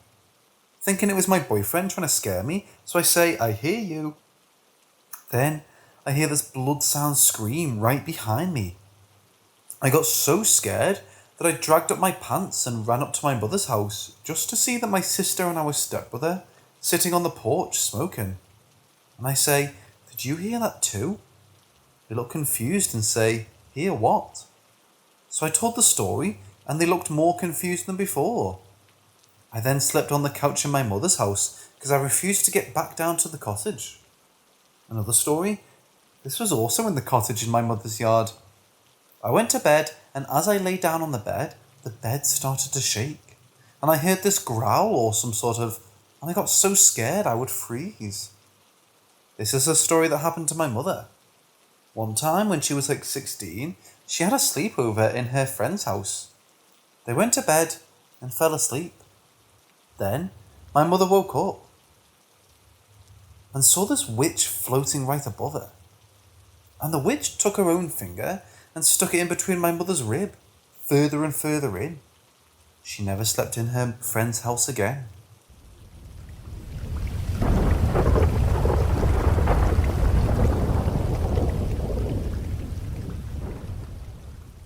One time, when me and my boyfriend was playing with a homemade Ouija board, I know, stupid, in our home we're currently living in, I asked if there were any demons with us, and we heard 3 seconds later, 3 knocks somewhere in the house.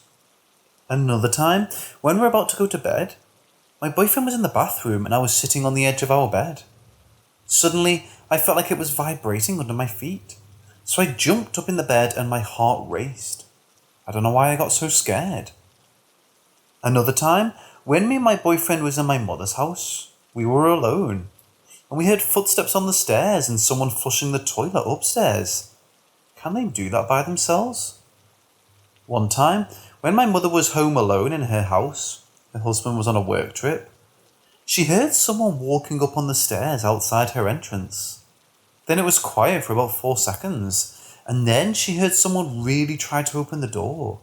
The door handle went up and down so hard that she thought it was going to break. It was at night when this happened.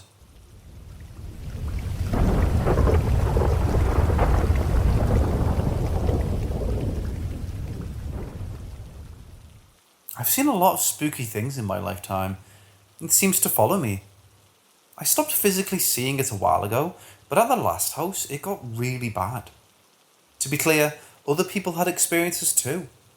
Most of it was auditory for me as an adult. Think signs in empty rooms, heard screaming a few times, indistinct whispers. But it was infrequent. Occasionally, stuff went missing only to show up at random places. Once, my keys went missing and showed up on my Christmas tree. My daughter saw some hardcore shit similar to what I've seen as a kid. She's almost 13. Other people have experienced things whilst visiting as well. I won't go into all the details, but things seen have included black tall man. Not that man. He wasn't wearing a hat, but presents similarly. An old hag with grey skin, no eyes, and a girl who low-key looks like the chick from The Ring. But the first time I saw her, I was 7, and it was at least 6 or 7 years before those types of movies came out. I didn't tell my kid about what I saw, but at around age 5 or 6, she started periodically seeing the same things. Also, my parents were religious, and at that point, I was not exposed to any horror stuff that could have influenced me. Quick note, when I saw things the most as a kid, I did see a psychiatrist. And I was deemed fine, though they thought it was just night terrors. I still see a psychiatrist just for maintenance appointments. History of regular depression and anxiety, which is currently 100% controlled with no meds. And I've never shown signs of psychosis. My daughter sees a professional for ADHD and also has no history of psychosis or hallucinations. So now that we've established I'm not having a mental breakdown, onto the story. We moved about a year ago. Things basically stopped. It's followed by a few places, comes and goes at random times, stopping for sometimes months at a time, but never this long. We thought we were safe. Yesterday, I was cleaning the kitchen. I saw my youngest kid, too, in her teal blue sleeper walk into my eldest kid's room, only a few feet from me. I noticed she wasn't making any noise, which was weird. She even looked at me and gave a half-small smile as she waltzed in. I immediately told my 13-year-old her baby sister was in her room. She was there within 30 seconds from the living room. 2-year-old wasn't there. I was confused. We go to my room at the opposite end of the hall, and the 2-year-old was where we left her. Then I noticed something. She was wearing her pink sleeper that day, and not the teal one I just saw her in. I was low-key freaked out. Today comes, nothing eventful for me. My 13-year-old tells me that last night she saw a dark shadow figure standing at the foot of her bed for several minutes. Though she felt something poke her, she told it to go away and went back to sleep. During the day before, she definitely felt a finger touch her hand while she was in a room alone, listening to music. Nothing else eventful happened the rest of the day. Tonight rolls around. I have 4 kids total. My middle 2, 4 and 6, share a room. 4 has been asleep for hours in her bed. 2 has been asleep for hours on the couch. 13 is in her room getting ready to sleep. And 6 is on the spectrum and has ADHD, so she's up late often. Around 11 PM, she's in bed watching a show on her device. Husband gets up at 5 o'clock. So he's in bed in our room. I was washing dishes in the kitchen, so I could carry 2 to her bed and I could go to sleep. All of a sudden, 6 yells for me. Her overhead light is on. She said someone turned on a light, but she's comfortable and wants me to turn it off so she doesn't have to get up. These lights are those sideways switches. They take a good bit of pressure to switch on. You can't just flip it. You have to push one side. Everyone is accounted for. I asked if she saw who turned her light on and she said no. She was looking at the screen. I heard the click right before she yelled. No way she ran to her bed before I got there and made no noise. Also, she doesn't know about the spooky stuff, so she does absolutely zero reason to lie or try to make up a story. Also, she's at the age where she doesn't play pranks. Her humour is all about poop, lol. Anyway, not sure why something is back. but it obviously is. We had little luck with smoke or sage cleansers at the last house. Any advice on what this may be and why it's back? Most importantly, how do we permanently eat it? We don't play with Ouija or anything else, but we did use tarot like a week ago. Also, my daughter too was in hospital for 6 days with low oxygen due to human bocavirus and just got home a week and a half ago. Not sure if either is related.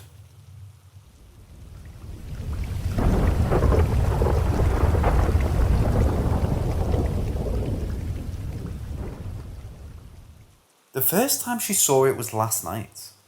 She was reading on her laptop and out of the corner of her eye, she started seeing a young male face peeking around the corner of her doorway.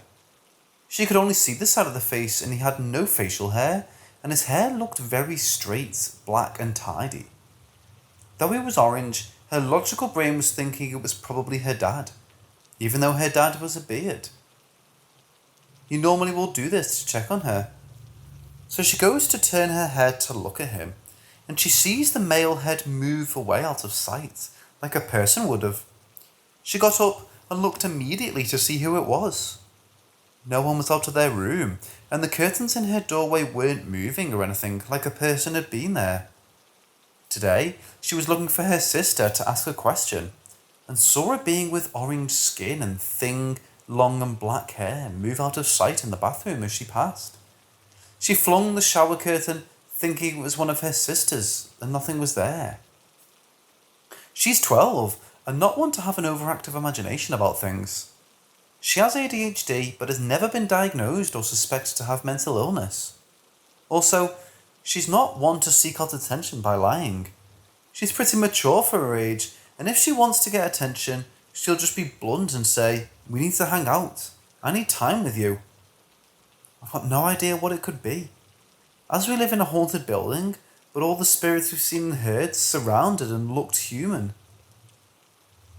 And they're not very active at all since we've settled in our new place. I'd say 3/4 of the activity has been residual as well, and nothing like this. I don't think it's related to the building, and I don't know what it could be.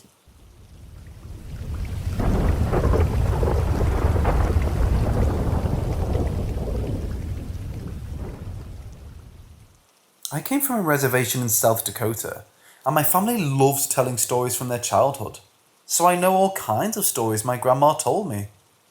She has a lot of good and sometimes strange stories that have happened to her throughout her life. This is one of the strange stories she's told me about when she was younger and she had to go to boarding school with her sister. This was in another town called Rosebud. I'm not sure the school is still there anymore. When she got there, the nuns at the school were really abusive and liked to mess with my grandma and her sister. One night, her and her sister were sleeping with their other peers in a room lined with beds. It was past midnight, and my grandma was awoken by a noise coming from across the room. She couldn't see anything because it was so dark in the room, so she woke up her sister and they both laid in their beds in fear of what might happen. Then they started to hear the noise of some sort of animal's paws and nails screaming across the floor as it walked towards the beds. Both my grandma and her sister were in shock because there were no dogs or any animals allowed in the building.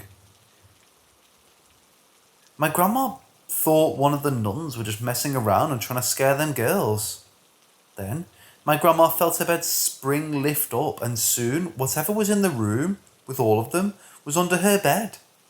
My grandma never told me what happened after that. She looked disturbed by telling the story to me. Another strange incident happened while they stayed at the school when all of them were playing together downstairs. My grandma dared them to open this door to the attic that they were not supposed to open.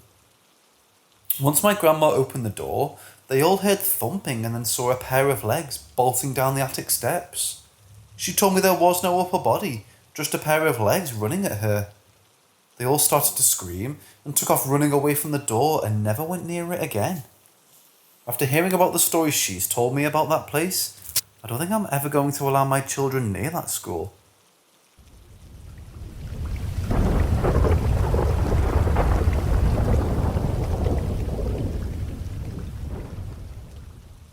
It's nighttime, right?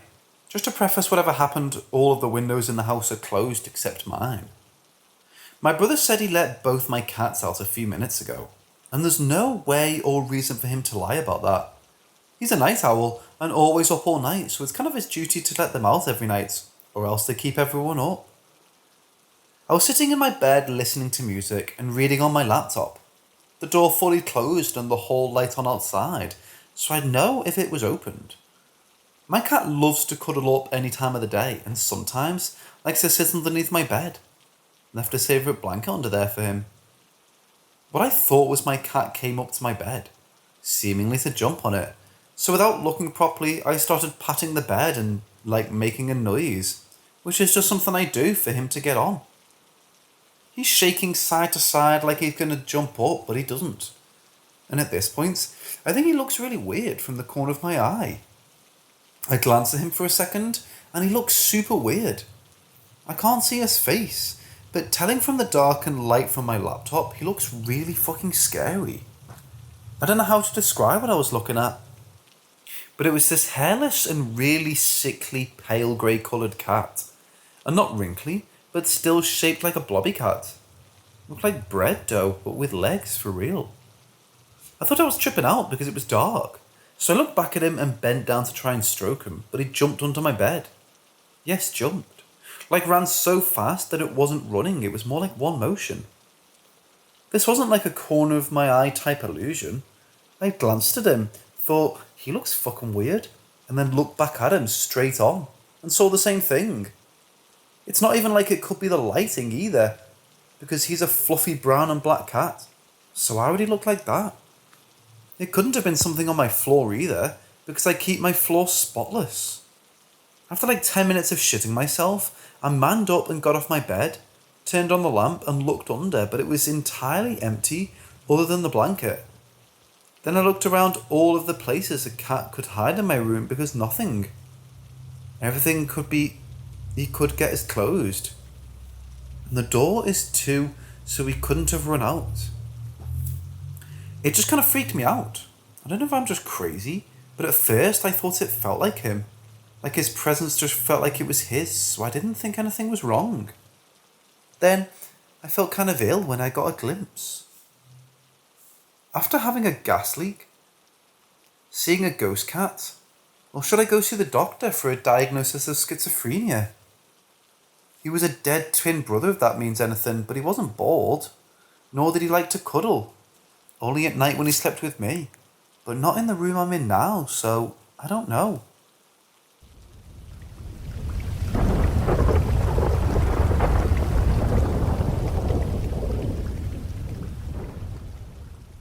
This past week, some things have been happening around my house that seem strange to me. Honestly, I'm hoping someone comes up with a better theory about what could be going on than a haunting. My wife and I bought a house recently. First time home buyer. It was a steal, under 60,000 with 14,000 square feet. We have no plans for kids, so we have plenty of extra room for me, her and the dog. So here's what happened, and it's not a big deal, but it's kind of creepy to me. I couldn't sleep the other night, so I woke up hot. So I took a shower in the middle of the night, bumped down the AC, and jumped back in bed. Before getting back in bed, I felt the light on in the bathroom, so I could use the light to get in bed without turning on the bedroom light and waking my wife. I was restless. I sat in bed for hours listening to podcasts on my phone. Most of the time I laid there with my eyes closed, but whenever I opened them I could still see the light on. At one point, I heard a sound in the hallway. Even with the podcast on, it caught my attention. I tried to tell myself it wasn't anything, just this old house.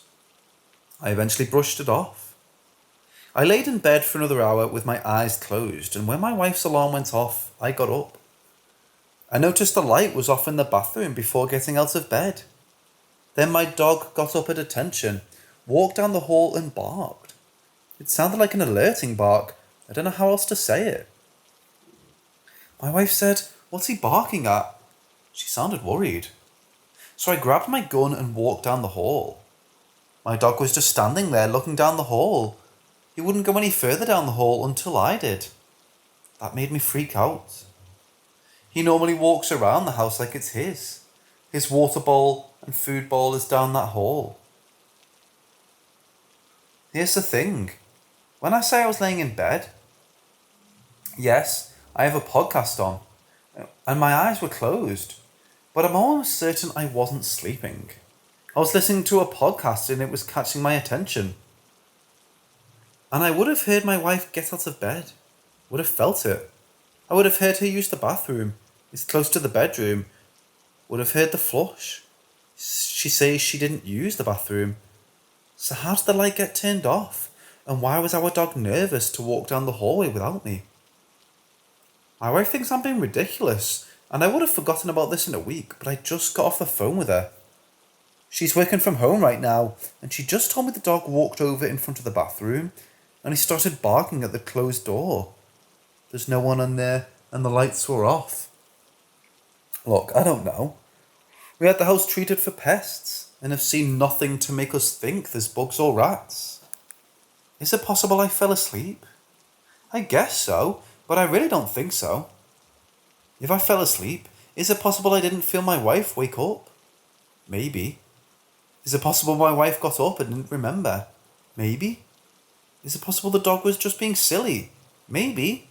All of that together? Man, I feel like that's a lot of maybes. I'm kind of hoping for a solution not involving ghosts. Any comments or questions or suggestions are welcome.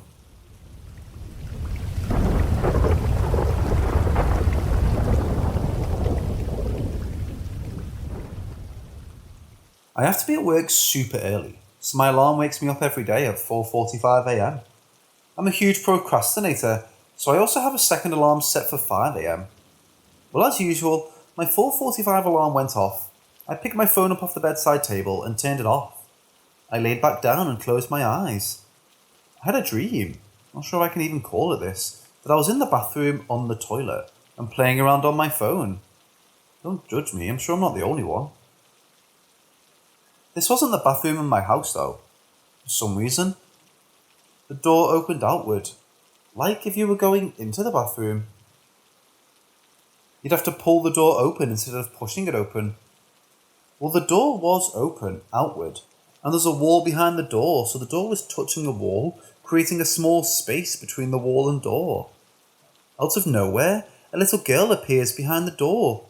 She's laughing, and as I'm about to yell to her to go away, my lips and voice get paralysed. She continues laughing and says, "It's me." I'm still struggling to speak, and I'm beginning to try to yell my fiancé's name. I still can't speak or even move my lips. My fiancé wakes me up and asks me what's wrong, and I struggled the same as I did in the dream at first, but finally spoke, but only said her name, then asked her if I was talking in my sleep. She told me I sounded like I was struggling to speak. I looked over at my phone, and the time was 4:52 a.m. Only 7 minutes had gone by. How could I have had a nightmare in 7 minutes? I wouldn't be so creeped out by this, but I've posted in the past that I dreamed of seeing a little girl in my apartment 2 years ago, a different place than where I live now. She was a shadow figure, but obviously a girl. It looked like she wore a dress. This time, I saw her. She looked normal, like a real little girl, and her laugh petrified me. I was still scared when I woke up. I've seen her at my job too, in shadow form. That time I was fully awake when I saw her. Is it possible for shadow people to travel through multiple states, from dreams to reality? Am I crazy? Is it even possible for me to have dreamed that in 7 minutes?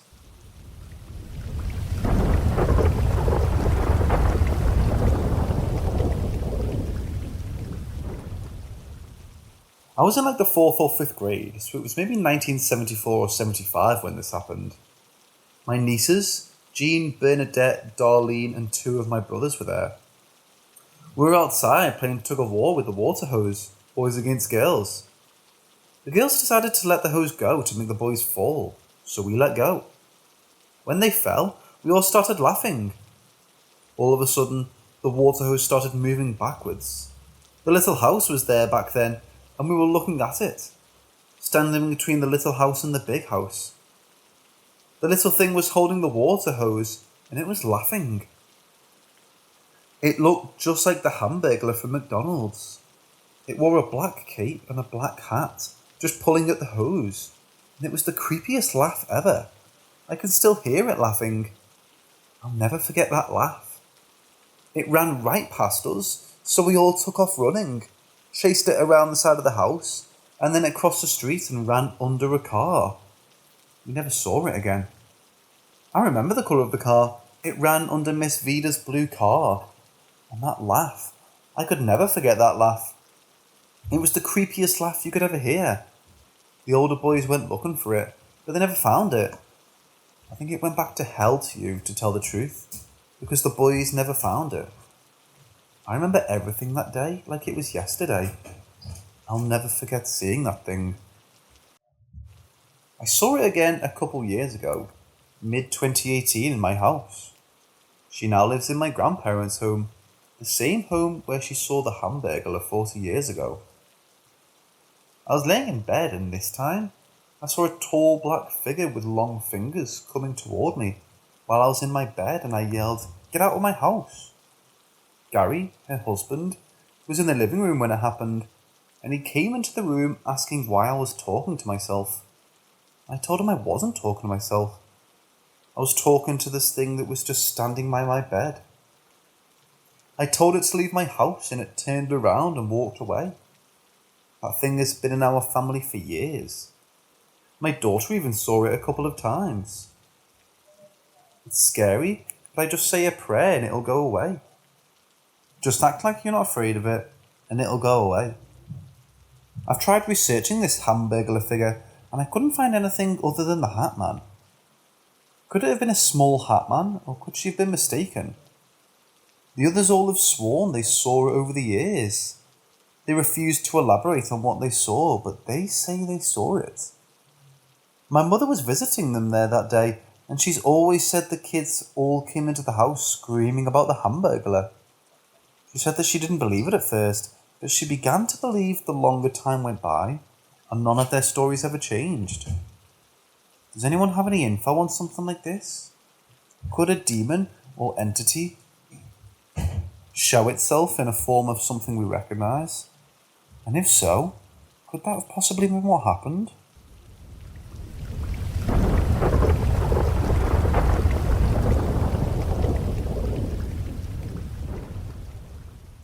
So in 2015-16, I worked at the Memorial Union at Oregon State University, doing events set up, and had a few experiences that sent my skin crawling. Most of the time, I was in the main ballroom after hours or by myself.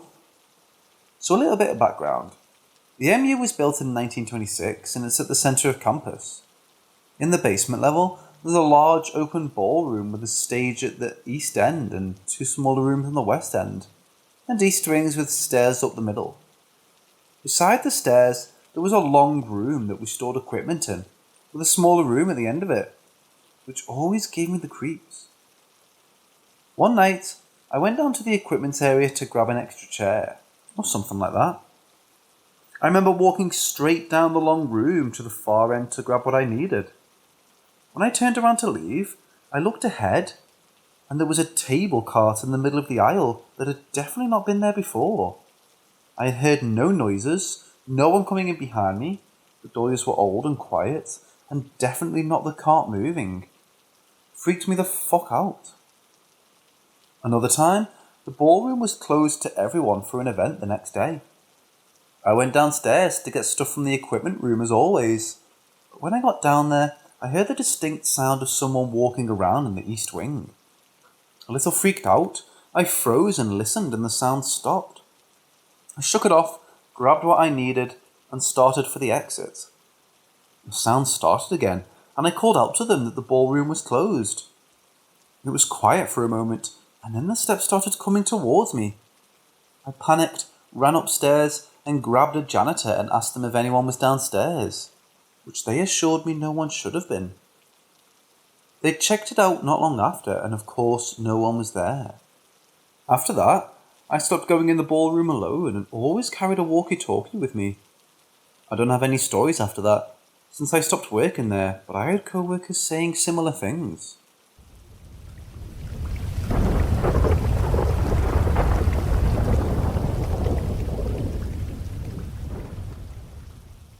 I'm going to tell a story about one of the more recent encounters I had while at work. Here's some backstory for you first. I work in a long-term care facility that's slowly been opening all of its units over the last year. During that time, there have been deaths, such as the nature of my job.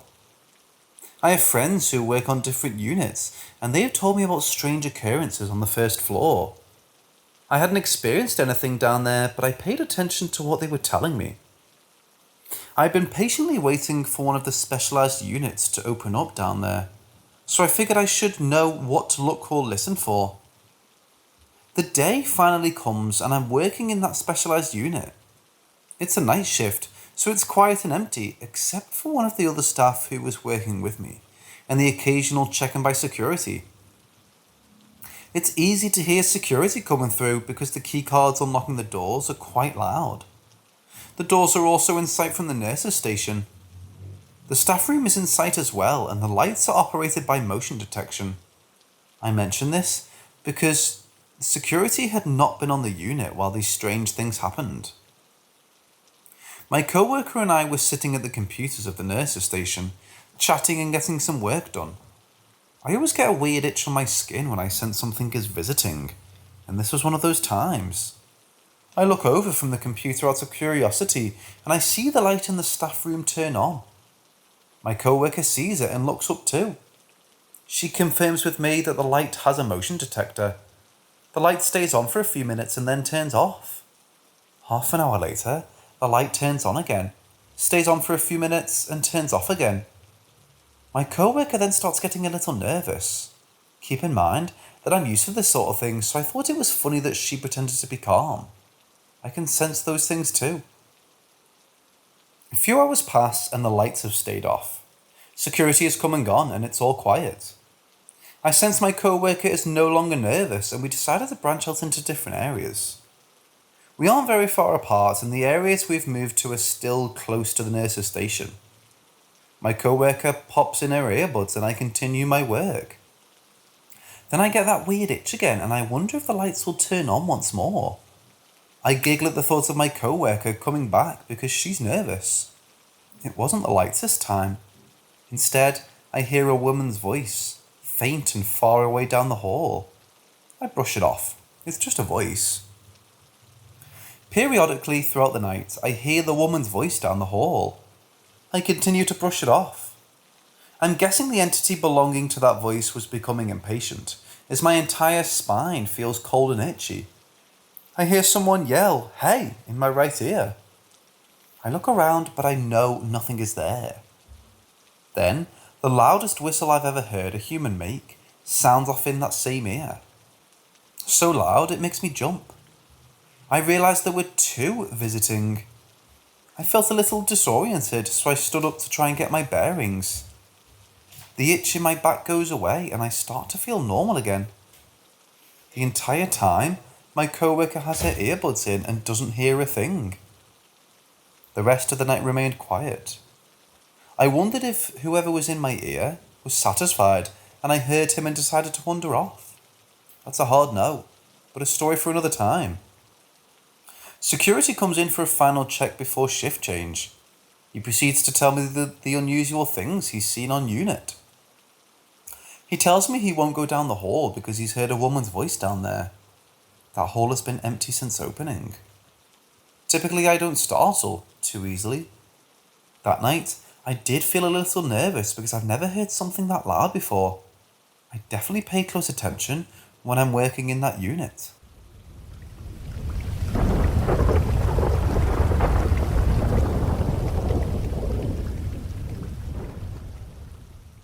I'm 16 and I've lived in a small town south of London my whole life. And behind my house sits a small wood, big enough for a few hours' walk, but not big enough to get completely lost in. No small rivers, lakes or ponds, just a small wood.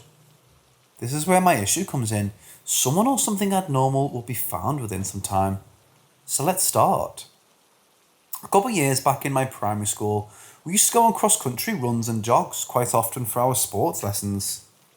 We would always stay as a class with one teacher at the front and one in the back, making sure no kids got lost. No, I'm not that athletic. Now, let alone when I was that age, so I always stayed at the back with a friend of mine, just talking at the back. This time, we're walking particularly slow and we're able to slip behind the teacher, only by a couple feet. About halfway into the run, we can either split off left, which will take us back to the school quicker, or go right, which goes around a little longer, but will eventually meet with the original path. Being in a deep conversation with my friend, we hadn't noticed that we'd fallen away from our class. We weren't too worried as we knew our way back, and wanting to continue our conversation, we took the right path. After walking for about 10 minutes, we came to a clearing in the woods, one that we didn't recognise by the time we had noticed that we weren't where we were meant to be. We were in the middle of the clearing. At this point, we were petrified, but one thing pushed us over the edge. 3 people walking towards us from the tree line were slim, at least 7 foot tall, with long, thin, bony arms. Only a glance at these creatures, and we ran in any direction, screaming our heads off. The teachers eventually found us screaming and crying, and took us right back to our school. Ever since then, I've never felt comfortable around these woods anymore, and this was only one encounter I've had in this wood. Many other unexplainable events have happened in these woods to me, friends and family. I decided to write about this now and not previously, because I was talking to my friend about this and he doesn't remember it too well.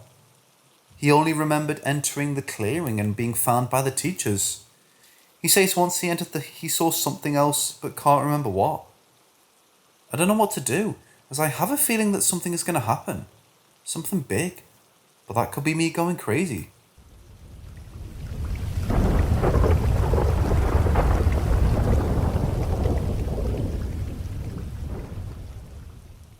R had a school holiday job working as a co-conductor on a freight train. This entailed sitting up front with the train driver through the night and basically just keeping him awake. One morning in the early hours, R and the train driver were sitting talking as usual, as their train travelled through a heavy thunderstorm through a rural part of my country. They saw a pale man standing on the tracks ahead of them, with long dark hair that was plastered against his body in the downpour. The train was headed straight for him, and they could do nothing to avoid him. Now, R says he had occasionally been on trains that had hit stray farm animals and such like, and he knew the feeling of a thud from the impact that it would cause. The train sped towards this man, and R braced himself, but they felt no impact, even though they knew they had hit the man. Along train tracks there were concrete pillars with numbers on them to help the drivers identify their location as they travelled. The train driver made a highly unorthodox, unplanned stop as soon as they passed the next station, and told R to run in and report the man they had hit to the person in the office. R ran in and told the lady suffering there what had happened, and the number of the nearest pillar to where the accident had taken place. With a very concerned look in her eyes, she simply told me, "You're the 3rd train tonight to make an emergency stop and report the same incident." This is to date the scariest ghost story I've heard. I also want to note that R is a High Court judge in my country and most definitely not someone to make a story like this up. Thinking about it gives me chills to this day.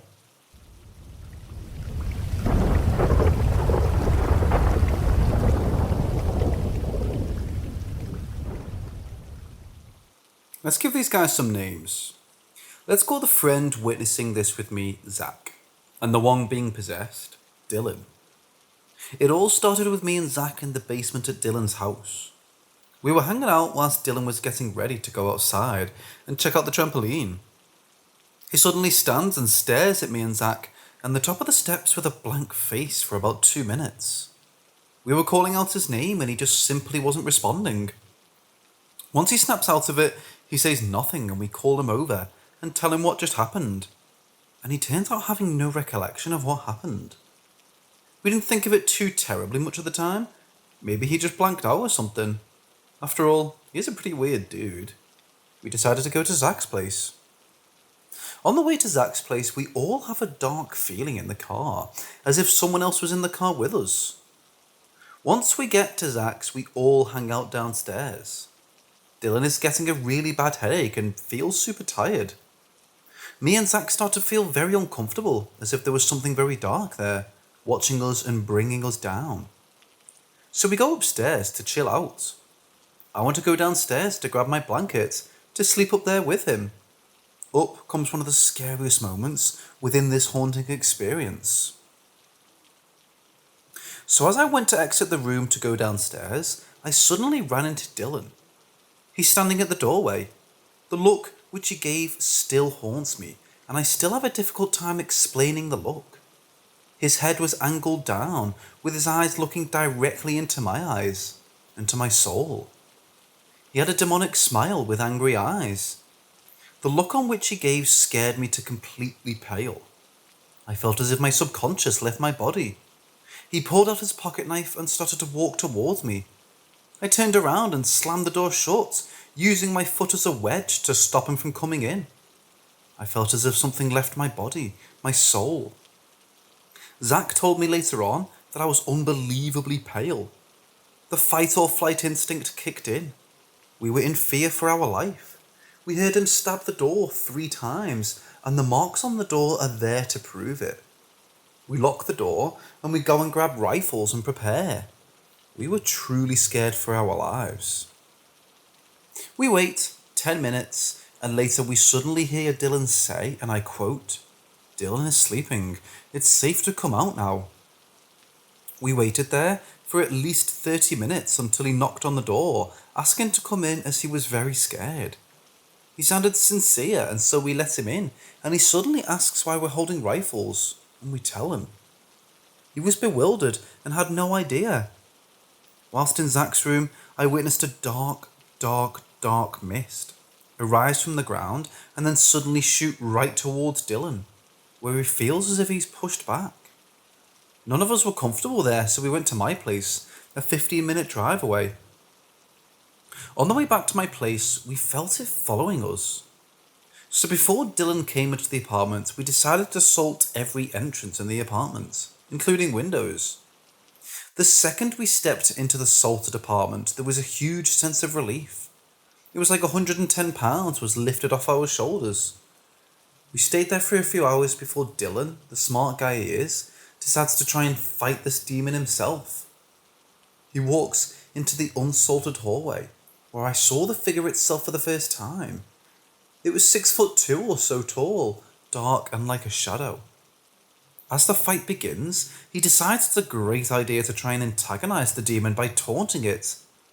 Where I watched it fly right past him, faster than any creature ever could. The second I see it fly by him, of course, Dylan sees it fly by and turns around, reinforcing my mind that what I was seeing wasn't imagination. As it flew by, it had a very dark feeling as always. After 10 minutes of doing this, he ends up getting possessed. He walked out of the secure building and stared at us from the ground through the balcony, with the same blank stare. He decides to try and re-enter the building where, from my guess, the demon was used to going right through doors, where Dylan runs full speed into the door, knocking him over, where he gets up and states, "You guys really threw me outside?" After that, we made him stay inside the apartment for a few days, making sure we were always with him. A few days later, he had finally gotten rid of it by strengthening his mental strength. We ended up trapping it in a room with a salt line, where we all stayed out of. After a few days, we removed the salt line, and then never saw it again. Me and Zach, after this experience, went out, bought crosses, and got them blessed by a pastor. And to this day, we wear them 24/7, never taking them off.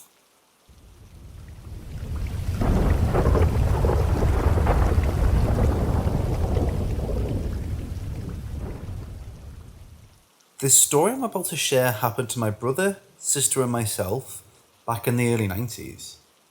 I've decided to share this story because a recent family tragedy brought this experience to my mind and I've been thinking about it a lot, so I've decided to share it. When I was a child, I grew up in a haunted house. I've had many terrifying experiences, but this is the topping of the cake, so to speak. I was 10 years old at the time. My 2 older sisters, Jessica, 12-year-old, and Deirdre, 14 years old. We had a foreign exchange student named Amy from Germany staying with us for 2 weeks at the time. She was very odd and quirky, but I came to enjoy her personality.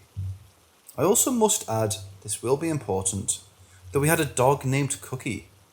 He was a Shih Tzu Yorkie mix, and due to his size, we could never jump up on a couch. He would try and try until you finally picked him up and put him on the couch or chair, etc. I had never seen him be able to jump on our couch. This particular day, my parents both had to go into work at the same time and asked my older sister Deirdre to watch us kids for the afternoon. We were playing and goofing around for a while. Amy started to go through our parents' junk closet to see if there would be something to play with. She all of a sudden came out of the closet ecstatic, holding a tape recorder. She starts wanting to record funny things and then listen to it back. Sounded fun. We were all having fun making farting noises or burping. Stupid crap that kids think is funny. All of a sudden, Amy looks at us and says, "Let's make scary noises from the recorder." I was a little nervous since I knew we had scary things in our home, but I went with it. As we're making these recordings, out of nowhere, Amy stood up straight and stared down the main hallway that looked directly into my room. I began to notice she was pale, so pale that it made me think she looked like a ghost. We were all pulled and staring at her in confusion. All of a sudden, she brought up her right hand and covered her right eye. She put her hand down after a few seconds and then brought her left hand and covered her left eye. It was as if she didn't believe what she was seeing. I instantly felt the energy in the home become thick. It felt like a vacuum. This all happened in maybe 30 seconds. All of a sudden, Cookie ran towards my bedroom and was barking at the room.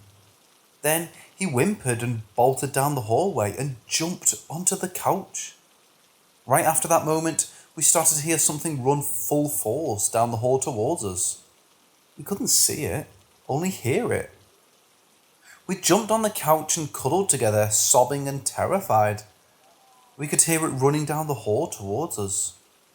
As it reached us, we felt a massive wind go through us, and then the running would start over again, as if it was a repeated cycle. The evil energy was overwhelming and terrifying. We could feel the evil every time it ran through us. I've never felt that level of fear and terror in my entire life. This went on for about 15 or 20 minutes. The neighbour to our left, who was a priest, heard us screaming and came over to check out what was happening. As soon as he touched the doorknob, it instantly stopped. He came in to us terrified and sobbing uncontrollably. He called my parents, and they came home immediately. We never heard from Amy again after she left 3 days later. I've always wondered about her and the trauma she experienced staying with us and that effect. I hope she's okay now, after what she went through in our home.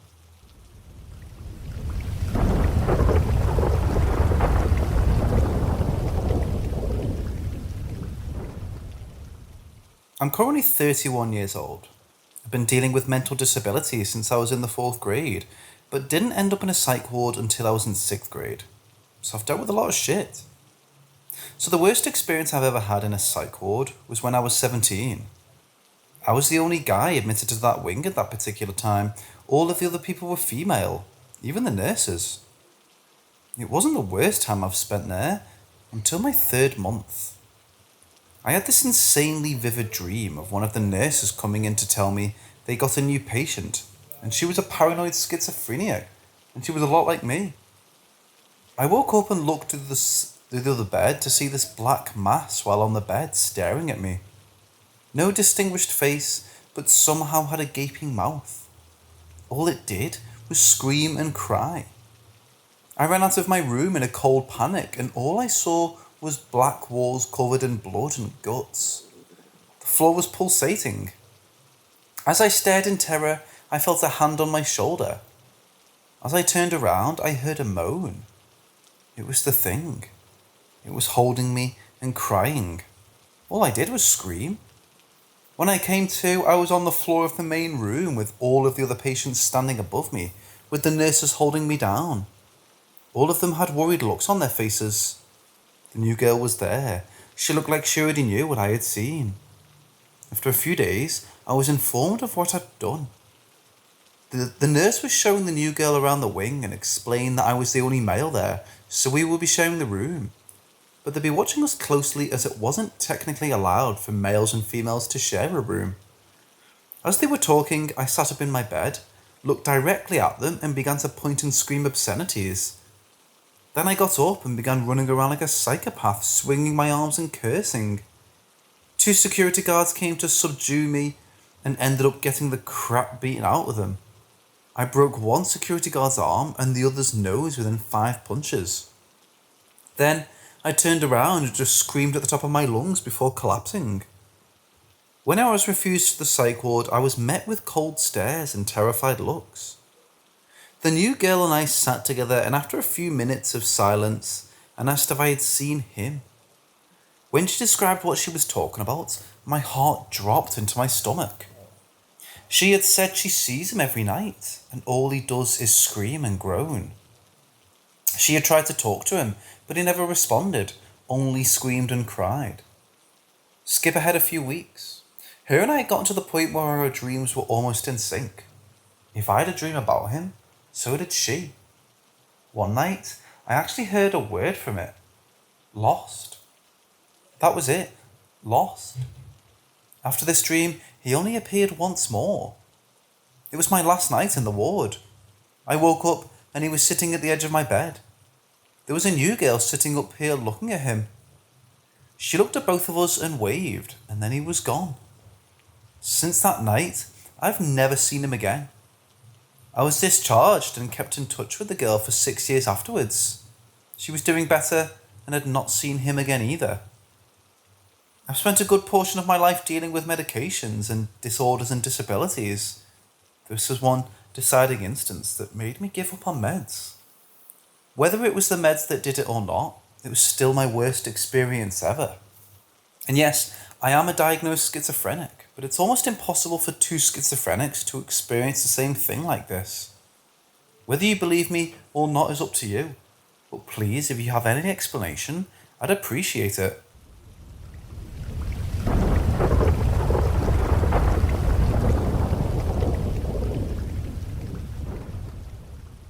I work in concert visuals, so there are many things that could cause me to trip or fall.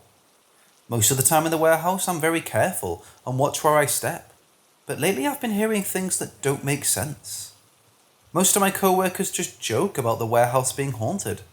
Things randomly fall or get tossed off shelves. Since I moved, they've been happening more though, even in my own home. I step on nails I've pounded into the ground numerous times. I hear scratching under my bed, or my things go missing. So here's where it gets really weird. In my work, we tend to have cable plugged in on a constant basis. We're always testing and fixing fixtures. I'm the only one who trips over the cables though. No matter how high I step to walk over it, I always get caught. Last week, I felt someone push me from behind and fell over a road case, but nobody was near me. I've had issues in the past with the paranormal, but never at work. At home, I feel like I'm constantly being watched or that I'm not alone. I hear giggling too, but it's never near me, it's always just out of reach. Or the footsteps in my attic. I thought it was a raccoon or an opossum, but the steps are too far apart and heavy. I hear heavy breathing around me when I'm not alone. I know this is written in an odd fashion, but it's the only way I can explain this. What should I do? No matter how careful I am or if I try to avoid a potential accident, it always happens. If I avoid a cable that's in my way, I still get tripped somehow. My furnace broke last week and the next day the same part broke. The guy working on it said he'd never seen it before. The igniter just cracked in half.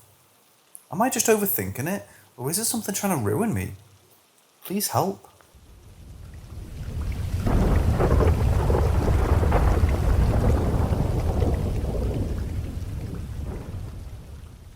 I live in an extremely large subdivision. I'm the 3rd owner of my home and no one has ever died there.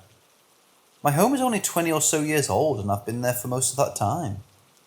The woman who owned it first only kept it for about 3 years, then my uncle and his wife for about 5, and then me. I tell you this so you understand that absolutely no one has died in this house.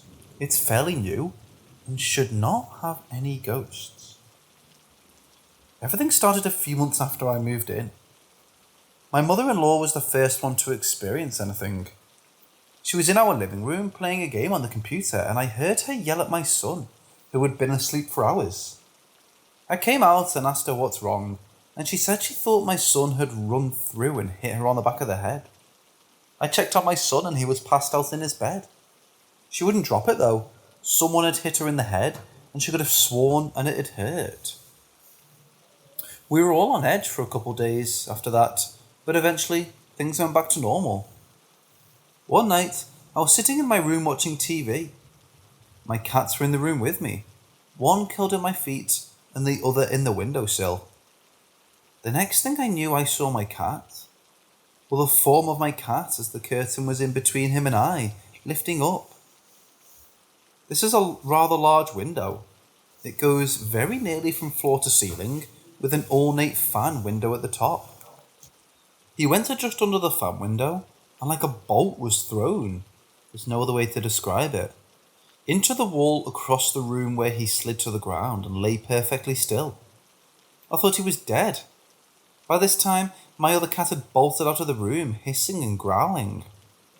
I ran to his side and he was kind of shaking his head, like he'd been dazed, meowed at me and slunk away. My husband thought I was insane. He kept saying the cat must have jumped too hard and hit the wall, but my mother-in-law believed me. The next night, I stayed in the living room with her. Neither of us wanted to be alone for obvious reasons. She was playing her games, I was watching something on TV. My son was sleeping and my husband was in the man cave, otherwise known as the garage. I saw very clearly a little tow-headed child slip quickly into the kitchen, from the hall leading to the bedrooms. I also heard the man cave door open and knew my husband was coming out. So I said to my husband, "Tell your son to go back to bed." Now I must say that the garage is attached to the laundry room, which opens to the kitchen, so there was no way he would have missed our son. There are 3 ways into the kitchen, 1 from the laundry room and 2 opening out into the living room. There was no way either of us would have missed him slip by. My husband came to the kitchen and asked me where our son was. I told him he went into the kitchen. My husband had the most puzzled look on his face when he said there was no one in the kitchen. Mother-in-law said, "Sure, he's there. Look under the table." Meanwhile, I was going down to the bedroom and there was my son, sound asleep in his bed. As a parent, you can tell when your child is truly asleep. There are tiny clues you look for. This child was sprawled out like a rug on his bed, his kitten curled up asleep on his stomach, drool drying on his mouth. He hadn't been awake for some time. Still, my husband did not believe his mother and I. That is, until the next night. Mother-in-law and I had retreated to our rooms for the night. I don't think either of us wanted to stay up late. My brother was leaving his man cave and was startled by a full-blown man standing in our living room. This man was, as my husband put it, shielding his eyes and staring through the back wall of the living room. He didn't move nor make a sound. He was just standing there. My husband ran into our room and woke me up, apologising. There was something about our house. There was something there. The next day, after our son went to school, he called up a friend. They went through our home, blessing it with sage and eagle feathers. Then, my husband went into each room and yelled into this was our home and no harm should come to us in our home. Whatever was there was welcome to stay, but could not come home anymore. I've never been hurt. My son has never been hurt, and nothing bothered us or our animals again, physically. I'd be lying if I said whatever it was left. I still see the tow-headed child, albeit a lot clearer now. It seems things congregate there. I know that sounds strange, but I cannot explain it otherwise. My husband is now my ex-husband and my mother-in-law passed away. I've remarried and have a daughter now. She sleeps in my mother-in-law's old room. When she was very small, she would tell me about the lady in her room. She'd sit on my daughter's bench and watch her fall asleep. I asked if she was afraid of my daughter, and she said no. She keeps me safe.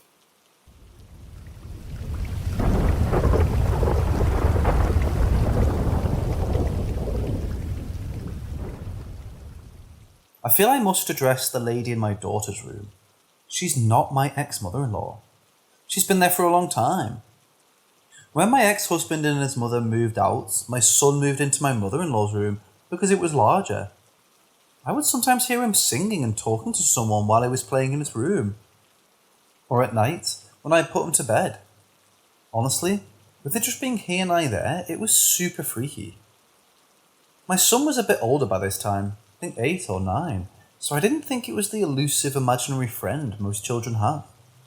I did end up asking him about it when I put him to bed and heard him chatting. He told me it was the lady in his room. She doesn't answer. She just sits there and keeps me safe. Okay, Spookosaurus Rex. As long as she isn't scaring you, then she can stay. Later, when my niece and nephew moved in, my nephew reported seeing her. Now he was 11 going on 12 and wasn't prone to flights of fancy. As far as I know, she's always been there. Mother-in-law died before I could ask her though, so I don't know if she ever saw her, but I don't think so. We were not shy when it came to telling each other our experiences. I'll never forget sitting her down on the couch that faced the hall to the bedroom, because I'd wanted someone else to see what I was seeing. I had been sitting there watching TV some weeks after the cat thing, when a flicker caught my eye. I looked down the hall and noticed the hall bath light was on. No big deal. Little man must have left it on, or my ex. I walk down the hall and flip it off, shut the door and go back to my show. A short while later, another flicker catches my attention. Now, the hall bath door is open and the light is on. A little freaked out, I stroll down the hall, flip the switch, shut the door hard, and go back to the couch and watch the bathroom. Minutes tick by and I've just about convinced myself little man had gone to the bathroom when I see the door slowly start to open. I knew I had shut it tight. There was no reason for that door to move at all.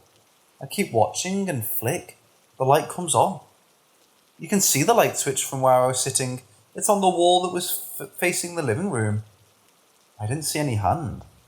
I can't say I saw the switch move because it was dark, but I was sure I would have been able to see a hand. At this point, the third time's the charm and I get the mother-in-law to sit on the couch. Walk to the bathroom, turn off the light, shut the door. This time giving it a push to ensure it was shut correctly. Walked back to the couch and waited. Sure thing, the door starts opening and I think mother-in-law is going to lose her mind as we both sit there watching as the light flicks on. Best to leave it like that then, was the ultimate consensus. I went back to my show, and she to her game. This still happens, although now it's harder to pinpoint when it does because of the trove of people in my home. I almost never know if it was a forgetful teen or a spirit. I say almost because there are times when it's just me out in the living room, and my new husband is at work and everyone else is fast asleep.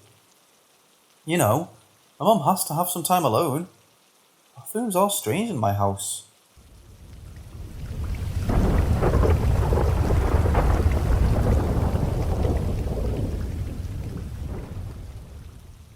This first one takes place early to mid-80s.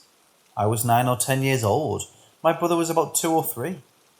It was late at night, late for a pre-teen that is, in the big family farmhouse my dad and his 6 siblings grew up in after World War II.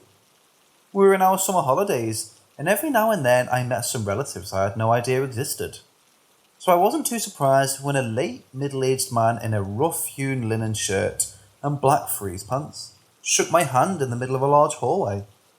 We had a chat. He was friendly in a gruff sort of way, asked questions, and nothing was strange or out of the ordinary. That's when my uncle, the eldest sibling and owner of the farm, walked into the hallway and went pale. The other man walked off into the sauna area. This is Finland. Most houses have saunas, either in them or attached. My uncle retreated into the kitchen at the end of the hall and couldn't get a word out for a while. As we sat in the open-plan dining area, he gathered his thoughts and told me, and later everyone, that the man was their father, who had died of a heart attack just down the same hall in 1960, aged 50. To this day, I don't know what to think of this incident, as there were two of us witnessing it. Nothing was odd about the man. I could feel his warm hand and firm handshake. We discussed the incident later on occasion, but my dad seemed incredulous, as he did not see it for himself.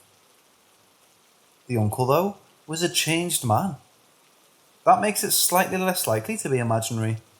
On the plus side, I think I got to meet my grandpa. On a side note, on the day that my uncle died, aged 75, the lights in my parents' living room kept going on and off. They couldn't find the reason. Less conclusive, but a comforting thought.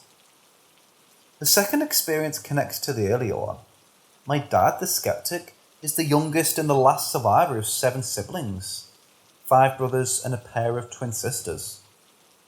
After the third eldest brother had passed away in 1992, and already been buried and was looking up the doors at home, when he felt the need to glance out to the peephole, lo and behold, there was his recently deceased half-brother outside. Dad quickly banged the door shut and went to bed. Where in the middle of the night, he saw the brother standing at the foot of the bed. No contact was made. Dad was too scared. He didn't previously believe in the supernatural, and he still has some trouble with it, but that experience opened his horizons quite a bit. Mum has always been a strong believer, so he felt he could tell her, and they told us together later on. We were still living with them at the time, but it took them days to talk about it. I found both the event and the idea comforting. Dad, not so much.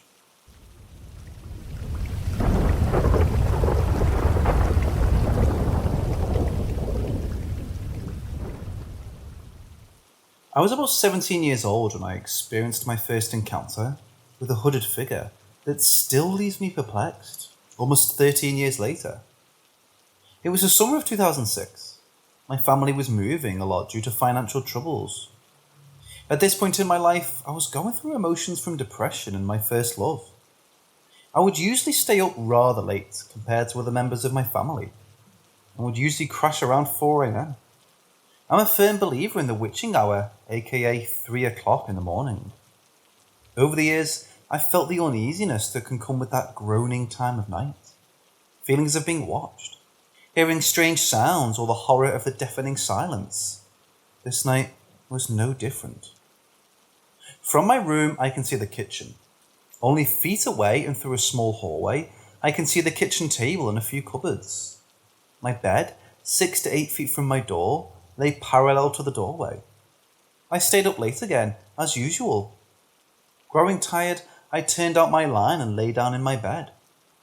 I cannot recall how long I had actually fallen asleep, and to be honest, it was so long ago, I can't remember if I had even fallen asleep by that point, but something came over me, an uneasiness. The strange silence in the night caused me to turn over onto my left side, now facing the doorway. That was when I saw the hooded figure. What started out as a mere shadow or fade in the night began to take shape before my eyes. Sitting at the kitchen table was this dark, clothed figure. The area where her face would have been was glowing. Not too bright, but just enough to accentuate the hood and robe. It sat there, just staring at me, or at least that's what I thought it was doing. It never moved. The oddest thing, though, I wasn't scared. I simply felt okay. I was definitely intrigued and puzzled, so much I couldn't look away. For what felt like eternity, we were locked in on each other. Then I fell asleep. To this day, I don't know what it was that I saw that night, nor why I wasn't scared of this being. It seemed so odd that I was just okay with this thing sitting and looking at me, that I just simply closed my eyes and went to sleep. I haven't ever really told anyone about what happened, and I've searched online for some similar experiences with other people, with no luck.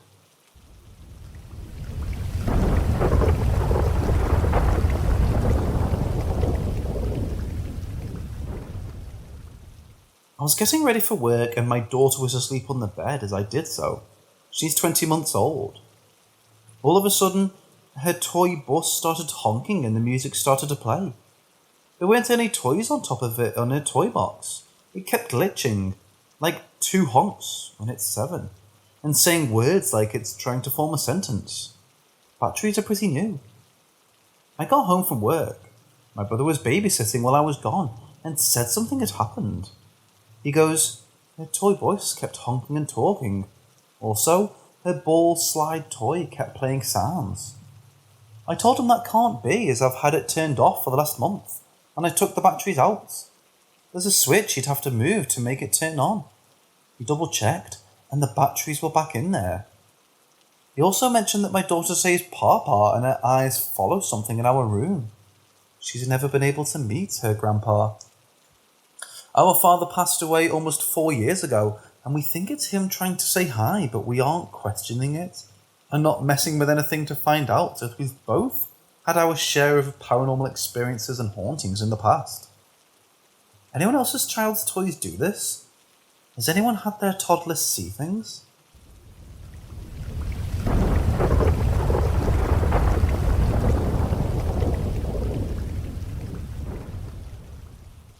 So let me start off by saying that I've had an immense amount of paranormal experiences in my life, from age 15 to present day. My brother has also had things happen where he's lived, and now we live together and are experiencing things again. Firstly, my daughter has this play and is learning a girl pup toy. You can press its ears, paws, and the heart on its chest, and it will play various songs and phrases. Well, she was in her crib the other day while I was cleaning, and she was playing with her toys and books, and the pup was in the corner of her crib away from her, and it started singing. I was like, okay, she must have pressed the paw that plays Happy and You Know It. To play another song, you have to press one of the other paws or ears. It kept playing different songs and looping. It kept talking. I could hear her down the hallway and went to check on her. She was on the other side of the crib, about a foot away from it, and she rarely plays with it. It still continued to sing for another 5 minutes without touching it, and it had new batteries. So, creepy, right? Yesterday, my daughter, 16 months, was playing in the living room with my brother and his fiancée. We have this large, sterilite container that holds all of our candles for our home business. My brother saw it get pushed and fall over. He had to clean up the glass right after a few candles had got broken. It's 10:33 p.m. here in Orlando, and about 5 minutes ago, we had my brother's Gundam, I don't know how to spell it, figurines fall off the bookshelf along with some photos of him and his fiancée, and a light-up block that has a photo on it. One figurine had a missing head that you literally would have to rip off to remove it, and it was gone. We set everything back on the bookshelf, and we're just watching TV. We did a few EVPs in our dining room last night and had quite a bit of activity. My brother asked how old a spirit was, and right after he said it, you heard a female voice say, 15. We've always had very clear EVPs in the past, and we're going to try to capture some tonight. Wish us luck.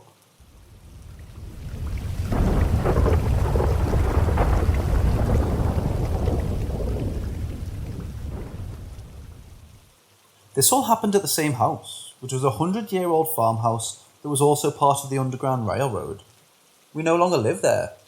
The house isn't there anymore. It's a very expensive neighbourhood. My parents said that they were sitting on our couch and watching TV. The fireplace shutter opened and closed several times on their own. My mum was sitting in the same living room. Towards her front was a large wooden deck that had a fireplace in the centre and 2 large windows on either side. To the right was a concrete porch that ran the length of that side of the house. It had a door off to the side and had several large windows on it as well. To her back was a bedroom that us kids shared in the winter because it was easier to heat half the house. To her left was the blue room. The whole thing was blue, but it was just a central room where our computer happened to be and had access to the basement. Anyways, on the wooden deck, my mom saw a black figure that was as tall as a bear, but too thin to be human. She said that she looked at it and had a feeling that it was watching her. It wasn't completely dark outside, but it was on its way, The figure then started doing laps around the house. It would pass the windows in front of her every few seconds.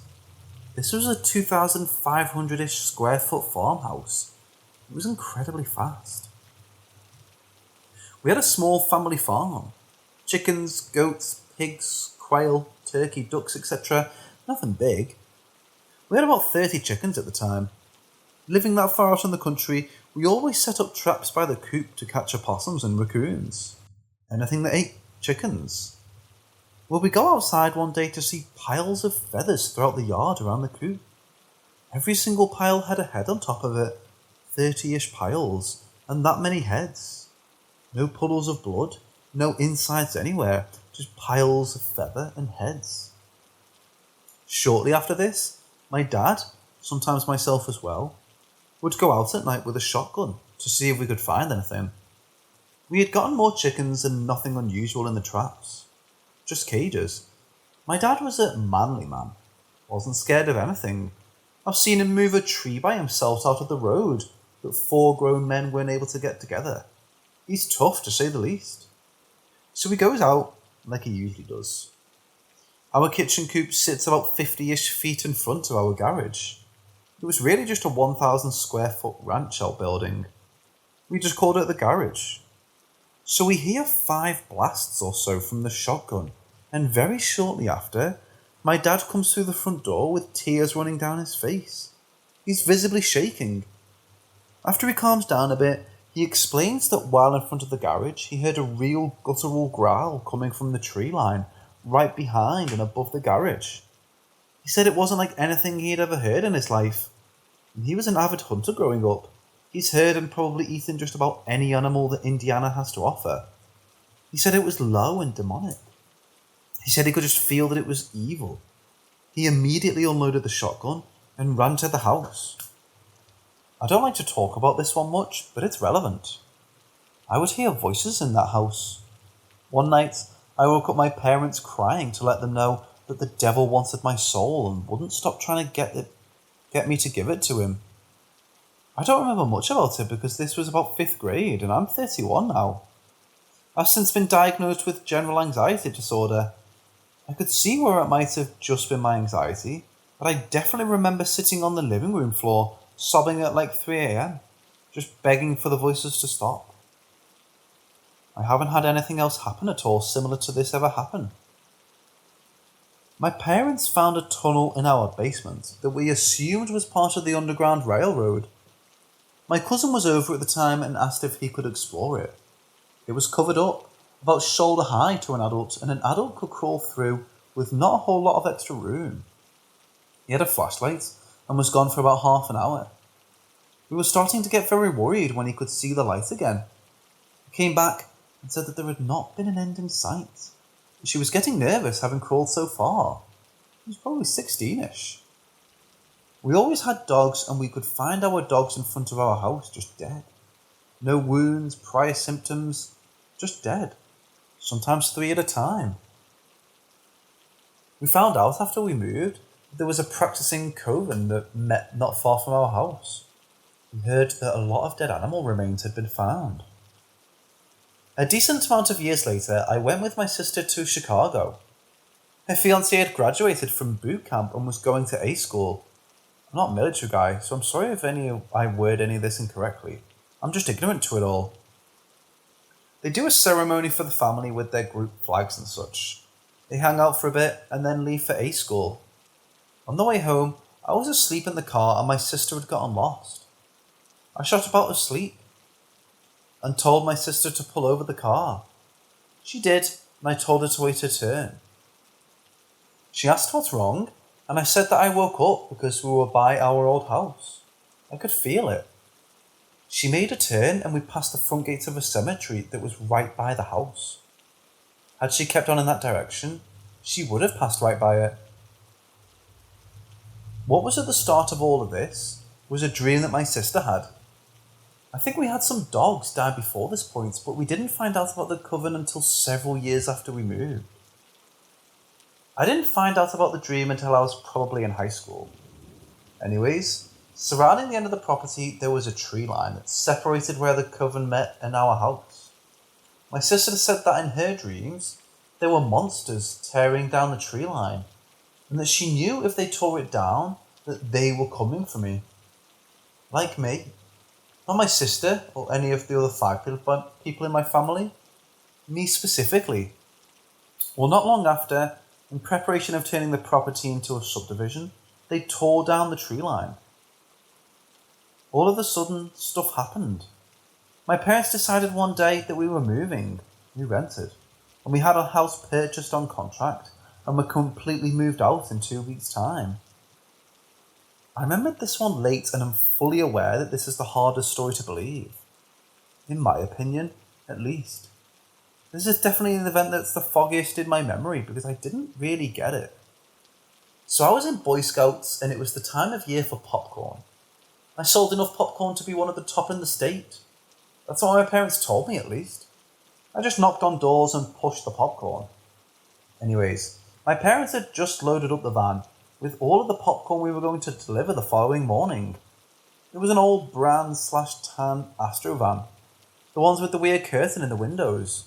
This thing was completely stuffed with popcorn. We all go to sleep and I remember being outside with my family looking at our van on fire. The fire department came and everything. This thing burnt completely. Well, my dad had a Polaroid camera and took a picture. My dad takes the picture with him to show people because it's a crazy story. My dad is showing a guy the picture and the dude asks him if he sees the face. My dad looks at the picture and sees the face. It's kind of summarised because I don't want to make up details that I don't remember. Things started to appear in the picture. Like in the flames. It started with a face that turned into a demonic looking Grim Reaper figure. The sky than all. The people started to notice more things as my dad showed it to more people. My dad would hand the picture and say, "What do you see?" Everyone saw it. Then, people noticed that the Reaper figure was holding a chain that was attached to a torn apart dog. And finally, a burning cross behind it. As soon as people started seeing that, my dad stuffed the picture in a Bible. It was one of the Bibles with a built-in zipper. He didn't tell any of us about him stuffing it in a Bible until after we moved.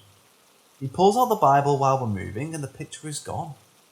If I remember right, he freaked the hell out. I remember my dad always handing the picture to people and then being all creeped out. I remember seeing the fire. I saw the picture once right after it had been taken, and I remember playing on the burnt up van because it was the late 90s and we were kids. The rest of it is what my parents have talked about. My dad was a server at the same restaurant for about 25 years, so he showed it to a ton of people. This wasn't just a few buddies. He literally started handling it to his customers. Everyone saw it, and everyone started to see more things as he showed more people.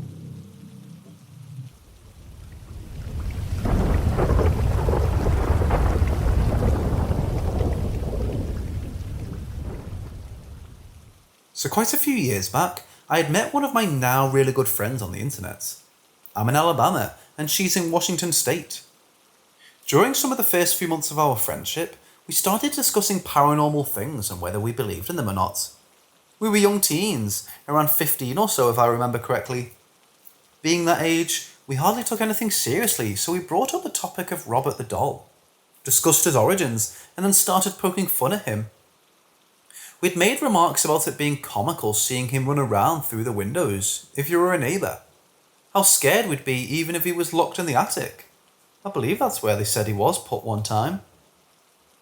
It's been a really long time since I've researched him, but he was a fresh study in my mind at the time. And how his footsteps would have thrown us into sheer panic. However, as teens do, we kept laughing about him and making comments about how much we'd stop him if he haunted us and such. All of a sudden, my phone started messing up. We were texting all of this back and forth, and my screen started blacking out her texts. Right as I was typing my text to tell her I wasn't able to see her messages, a message from her actually came through, saying that her phone was messing up. I cannot remember what her phone did, but I do know we were very frightened and immediately apologised to Robert. It honestly seems crazy, him being in Florida and us being in two completely different states. But to this day, and according to her every 6 months when I bring it up again, I really feel like Robert didn't take too kindly to our teenage stupidity and interfered with our phones at the same time as a warning to stop. And we did.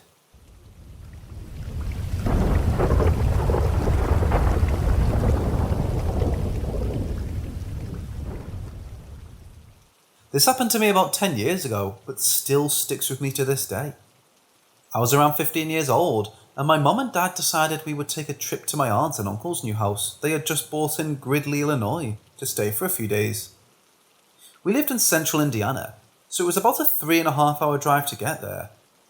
The house was an old farmhouse, probably built in the early to mid 1900s, and sat very isolated, basically in the middle of a cornfield. I have a very large family, and a few more of my mum's siblings travelled to the house as well, so they were going to have a big party. My uncle, who owns the house, has a son about a year or two younger than me. We'll call him Steve. So my cousin Steve and I had been hanging out all night playing video games, spending time with our families, etc. Everyone was up fairly late, and as people started going to bed and the party was dying down, Steve and I decided to go to his room and crash for the night. Steve has a pretty small bedroom, I'd say about 10 by 10, but he did have bunk beds, so there was plenty of room for both of us to sleep in there. He normally slept on the bottom bunk, so I climbed up to lay down for the night. As I did basically every night, I would pull out my phone and check my MySpace or Facebook, whatever I was using at the time. I can't remember if MySpace was dead by then. So after laying there for about 5 minutes, Steve gets out of bed and said he needs to go use the restroom. The head of the bed is right next to the door, so I look down and watch him leave the room and shut the door behind him. His room was basically pitch black dark, but there was some light in the hallway, so I clearly saw him leave. So at this point, I'm laying on the top bunk in his room by myself in basically pitch black darkness, besides the light from my cell phone. He was gone for maybe a minute, and all of a sudden the bunk bed started slamming into the wall behind me, like there was someone at the foot of the bed, rocking the bunk bed back to the wall. As it's slamming into the wall, my first thought was maybe one of Stevie's older brothers is playing a prank or something, so I say, cut it out, that's not funny. The bed continues to slam into the wall. It did it probably 10 times total, probably once every second or two. I wait for it to stop and hop down off the top bunk to turn on the lights, expecting someone to be standing at the end of the bed and laughing at me. I turned on the lights and nothing. Nobody is in the room, just me. Like I said, it was a very small room and I made sure to check everywhere. Under the bed, in his closet. I was the only person in the room. At this point I'm just completely terrified and I'm trying to rationalise what just happened. I decided maybe the bed is just rickety and I was rocking it somehow. I go to the foot of the bed and try to recreate what just happened to me. Not happening. This bed is one of those old metal bunk beds, bolted together, and it wasn't budging. The only way to get the bed to move the way it did would be to slide the entire bed back into the wall and then slide it back. This thing was on carpet as well, so it wasn't moving. I tried with all of my strength to mimic what I felt, and it just wasn't happening. At this point, I'm in total panic mode. I run out of the room down the hallway to the bathroom and asked my cousin what the hell he was doing, and he told me he had to poop. I asked him if he was just in the room fucking with me, and he asked what I was talking about, and I explained what happened. And once he was out of the bathroom, we went back to his room and talked about it. He said him and his family have almost all experienced some kind of paranormal happening since they moved into the house. Safe to say that that night, I didn't sleep in his room. I went and slept on the floor next to the bed where my parents were sleeping. This is the only time in my life I've ever experienced anything paranormal.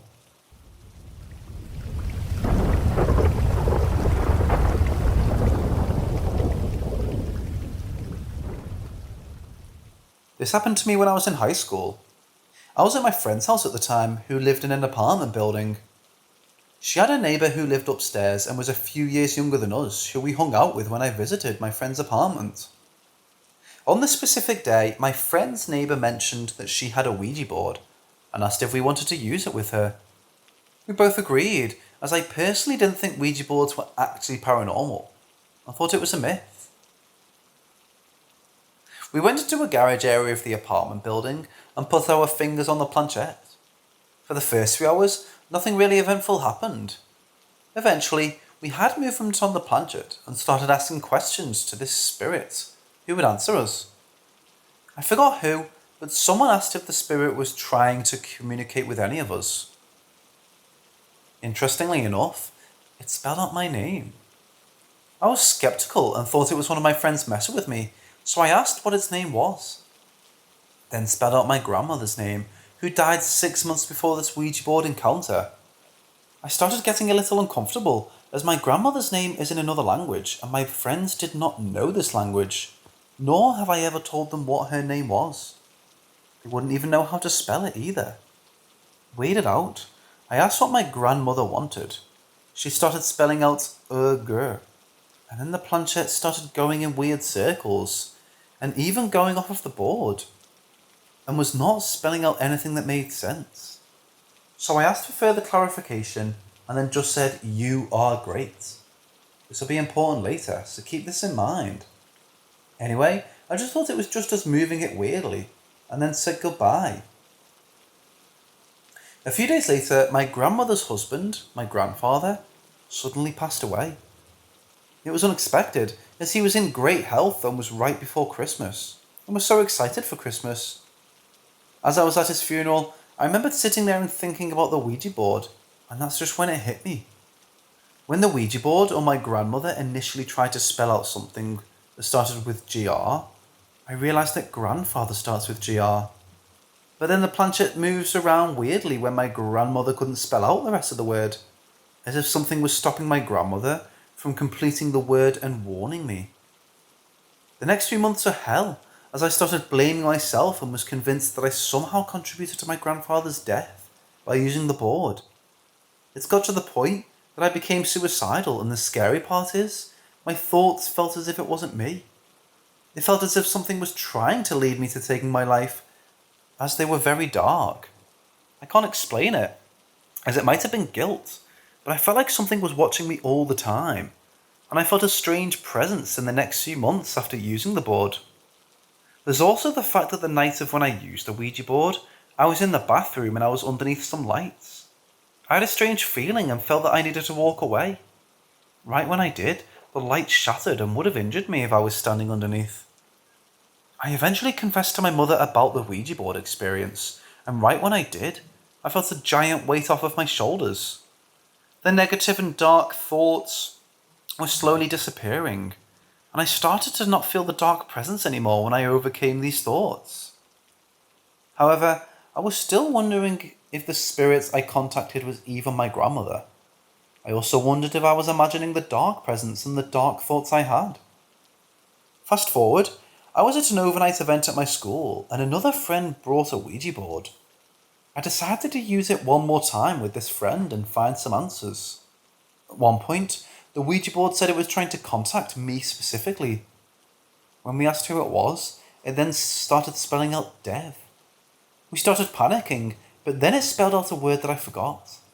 I dismissed it and thought it was nothing, but my friend decided to look up the word. A few weeks later, she told me that the word meant devil in another language. It was then it was confirmed to me that it might not have been my grandmother who was contacting me the first time. There's also the fact that there may have been something that was trying to get to me, and it didn't have good intentions. To this day, I'm convinced that the spirits only tried to warn me about my grandfather, so that when he passed, I would have felt guilty-free. By feeling guilty, I was more vulnerable to the spirit's influences, to the point that I would almost take my life. I do not know if this actually happened, but it's the only logical explanation I have.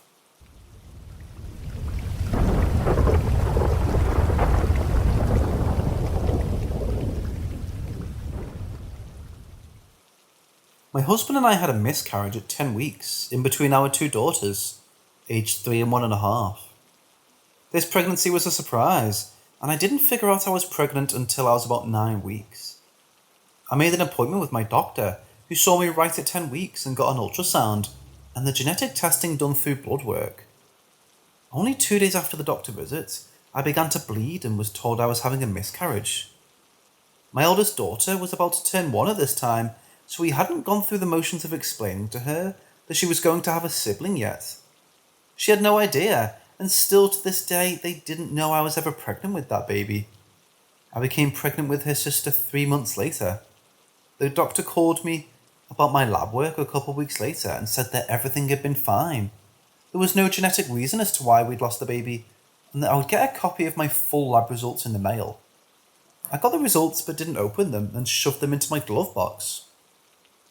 Fast forward about almost 2 years, and I finally opened these test results. They revealed that I had been pregnant with a little boy. I cried new tears knowing that I had lost a son, especially seeing as I'm not able to have any more children, and having a boy isn't something in store for our family. I told my husband, we cried and came to terms with it all over again. We moved into a new house, and since then, my oldest daughter's been acting a little odd. At first I would hear her talking to herself, or so I thought, in her room. I just assumed she was playing pretend and never thought to ask her. One day I did, because it was time for bed and she was talking very quietly. Her little sister was already asleep, so I poked my head in and said, "Baby, who are you talking to?" She looked up at me and said, "Ollie." When I asked her who Ollie was, she said, "My brother." My heart leapt into my throat. We had had the name Oliver picked out for a boy, Ollie for short. Since then, every day, she tells me she's talked to her brother. When I ask her what her brother is, she tells me he's a ghost, but he plays with her. Then today, probably just by coincidence, my 1.5-year-old said Bubba and pointed over to where my 3-year-old was, playing by herself.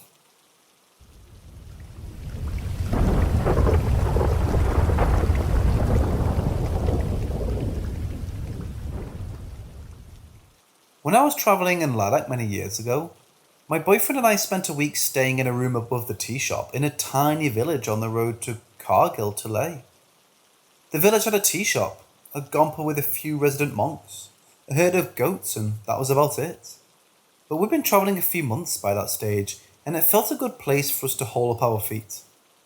Anyhow, our first morning there, we were abruptly woken by a young monk knocking at our door who announced, in very limited English, and a lot of hand gestures, that he had come to take me on a tour of the Gompa. I hadn't met this monk before, but despite the language barrier, immediately felt comfortable with him, and although it was a bit odd at first, as despite my boyfriend tagging along with us, the monk's focus was clearly on me. To cut a long story short, we spent much of that week in his company and got to know him well. Although in private, my boyfriend would jokingly refer to him as my suitor. There was never any creepiness, and we both felt the monk's obvious devotion to me was more in the way of an old and dear friend who hadn't seen me for years, and who was clearly very excited to see me again. Anyhow, after a week, we decided to say our goodbyes and continue on to Leh. After a month or so in Leh and exploring the surrounding countryside, we eventually decided it was time to head back down to India, and so caught the bus. When our bus made a quick stop in the monk's village, we didn't have time to get off the bus, but the young monk suddenly appeared at my window and grabbed hold of my hand. He quickly told me not to worry and that he would see me again.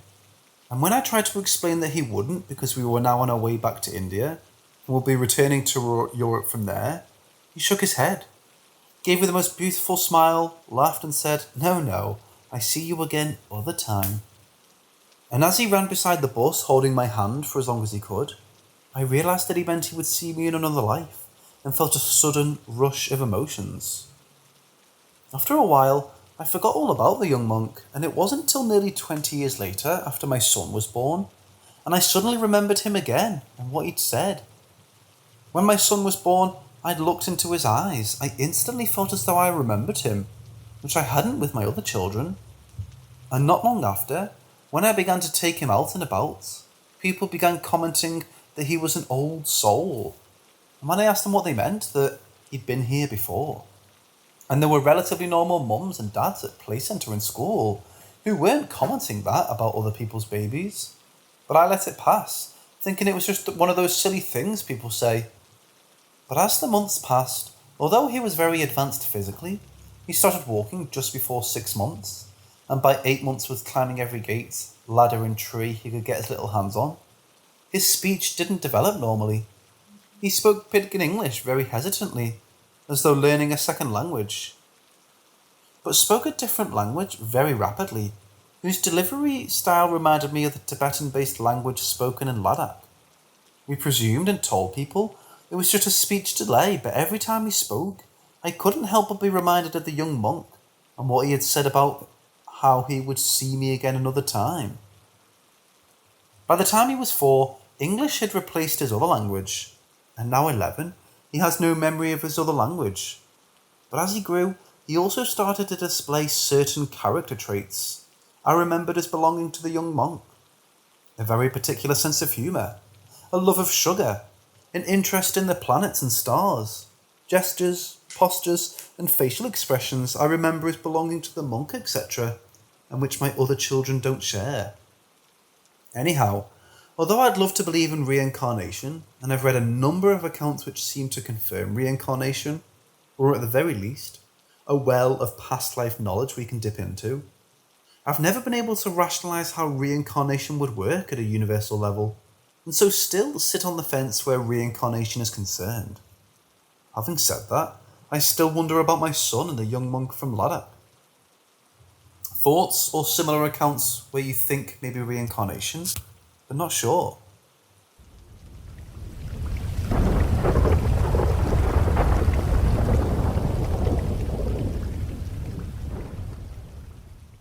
Norwich is an old medieval city in England and has lots of beautiful and interesting old places to visit. One of its most famous buildings is the towering Norwich Cathedral, opposite Tomland, which sits down by the River Wensum. Anyhow, busy exploring my new city one Saturday, I visited the cathedral and after wandering the building, decided to explore the cathedral close. It was a late sunny afternoon in October, with lots of autumn leaves on the ground, and I was really enjoying my walk when I stumbled upon a cobbled alley at the end of some houses, and decided to see where it led. The floor and walls were cobbled and the walls were maybe 10 foot high, so that I couldn't see over them, but at first could hear people in their gardens on the other side talking and children playing, and so, although I was on my own in the alleyway, I didn't feel alone. But as I walked on, the alley began to twist and turn, and although the sky was blue overhead and the sun still out, I began to feel increasingly uneasy. I could no longer hear voices coming from the other side of the walls, and when I thought about it, realised that in fact I couldn't hear anything. No birds, no traffic, not even wind, and yet the cathedral is in the middle of a reasonably sized city. I began to feel nervous, and my scalp started to prick, and so I picked up my pace, telling myself that I'd been walking a while, and that the alleyway couldn't go on forever. But as I turned each blind bend, hoping to see the end of what was beginning to feel like a maze, I was only met with another stretch of alleyway. I began to jog, and although I hadn't seen anyone since entering the alley, and couldn't hear any footsteps on the cobbles behind me, I had the growing sensation that someone or something bad was following me close behind, and that the walls were pressing in. I started having difficulty breathing and realised I was also beginning to feel dizzy. I didn't want to pass out alone in this alleyway, and so decided to run. After what seemed like forever, I turned another corner and suddenly sprinted out into a perfectly normal-looking street down by the river, and the city sounds returned. I realised I was shaking, my hands and forehead dripping with sweat, and I didn't have a clue where I was. I sat down on a wall and had a cigarette, and pulled myself together, and then stopped a passerby and asked for directions back to the market square in the middle of town, from where I could find my own way back to campus. It didn't take long to walk back to the market square, but when I checked my watch, it turned out I'd been in the alley for nearly an hour.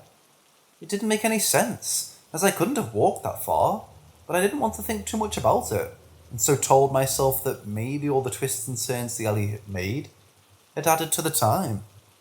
At class on Monday, I was telling a few people about the alleyway in the cathedral grounds, and how it had suddenly turned really spooky, when one of the mature students on our course, who'd lived in Norwich for years and knew a lot about its history, overheard me. She asked me if it was an alley. It was an old cobbled one with high walls that led off the cathedral close, and I said yes. She took me aside and quietly explained to me that she wasn't surprised I'd felt what I did, because that was the alleyway they dragged people accused of witchcraft along before burning them at the stake. Norwich has a huge history with witches. But the kicker to this story is that, though I lived in Norwich for a number of years and often visited the cathedral, I never walked that alleyway again because of what had happened the afternoon, until one day when a friend from overseas was visiting. I took her down to the cathedral and while there, told her about the alleyway and what I'd experienced. She insisted that we walk it, and when I stalled and started to make excuses, promised me that if things started to go bad, we'd just turn back, and she would stay with me at all times. Reluctantly, I agreed. The alleyway was just how I remembered it at first. Dry cobbled floor and high cobbled walls backing onto people's gardens. But after perhaps 10 minutes at most and only a handful of turns, suddenly we found ourselves back out on the street. It didn't make any sense to me back then and still doesn't to this day.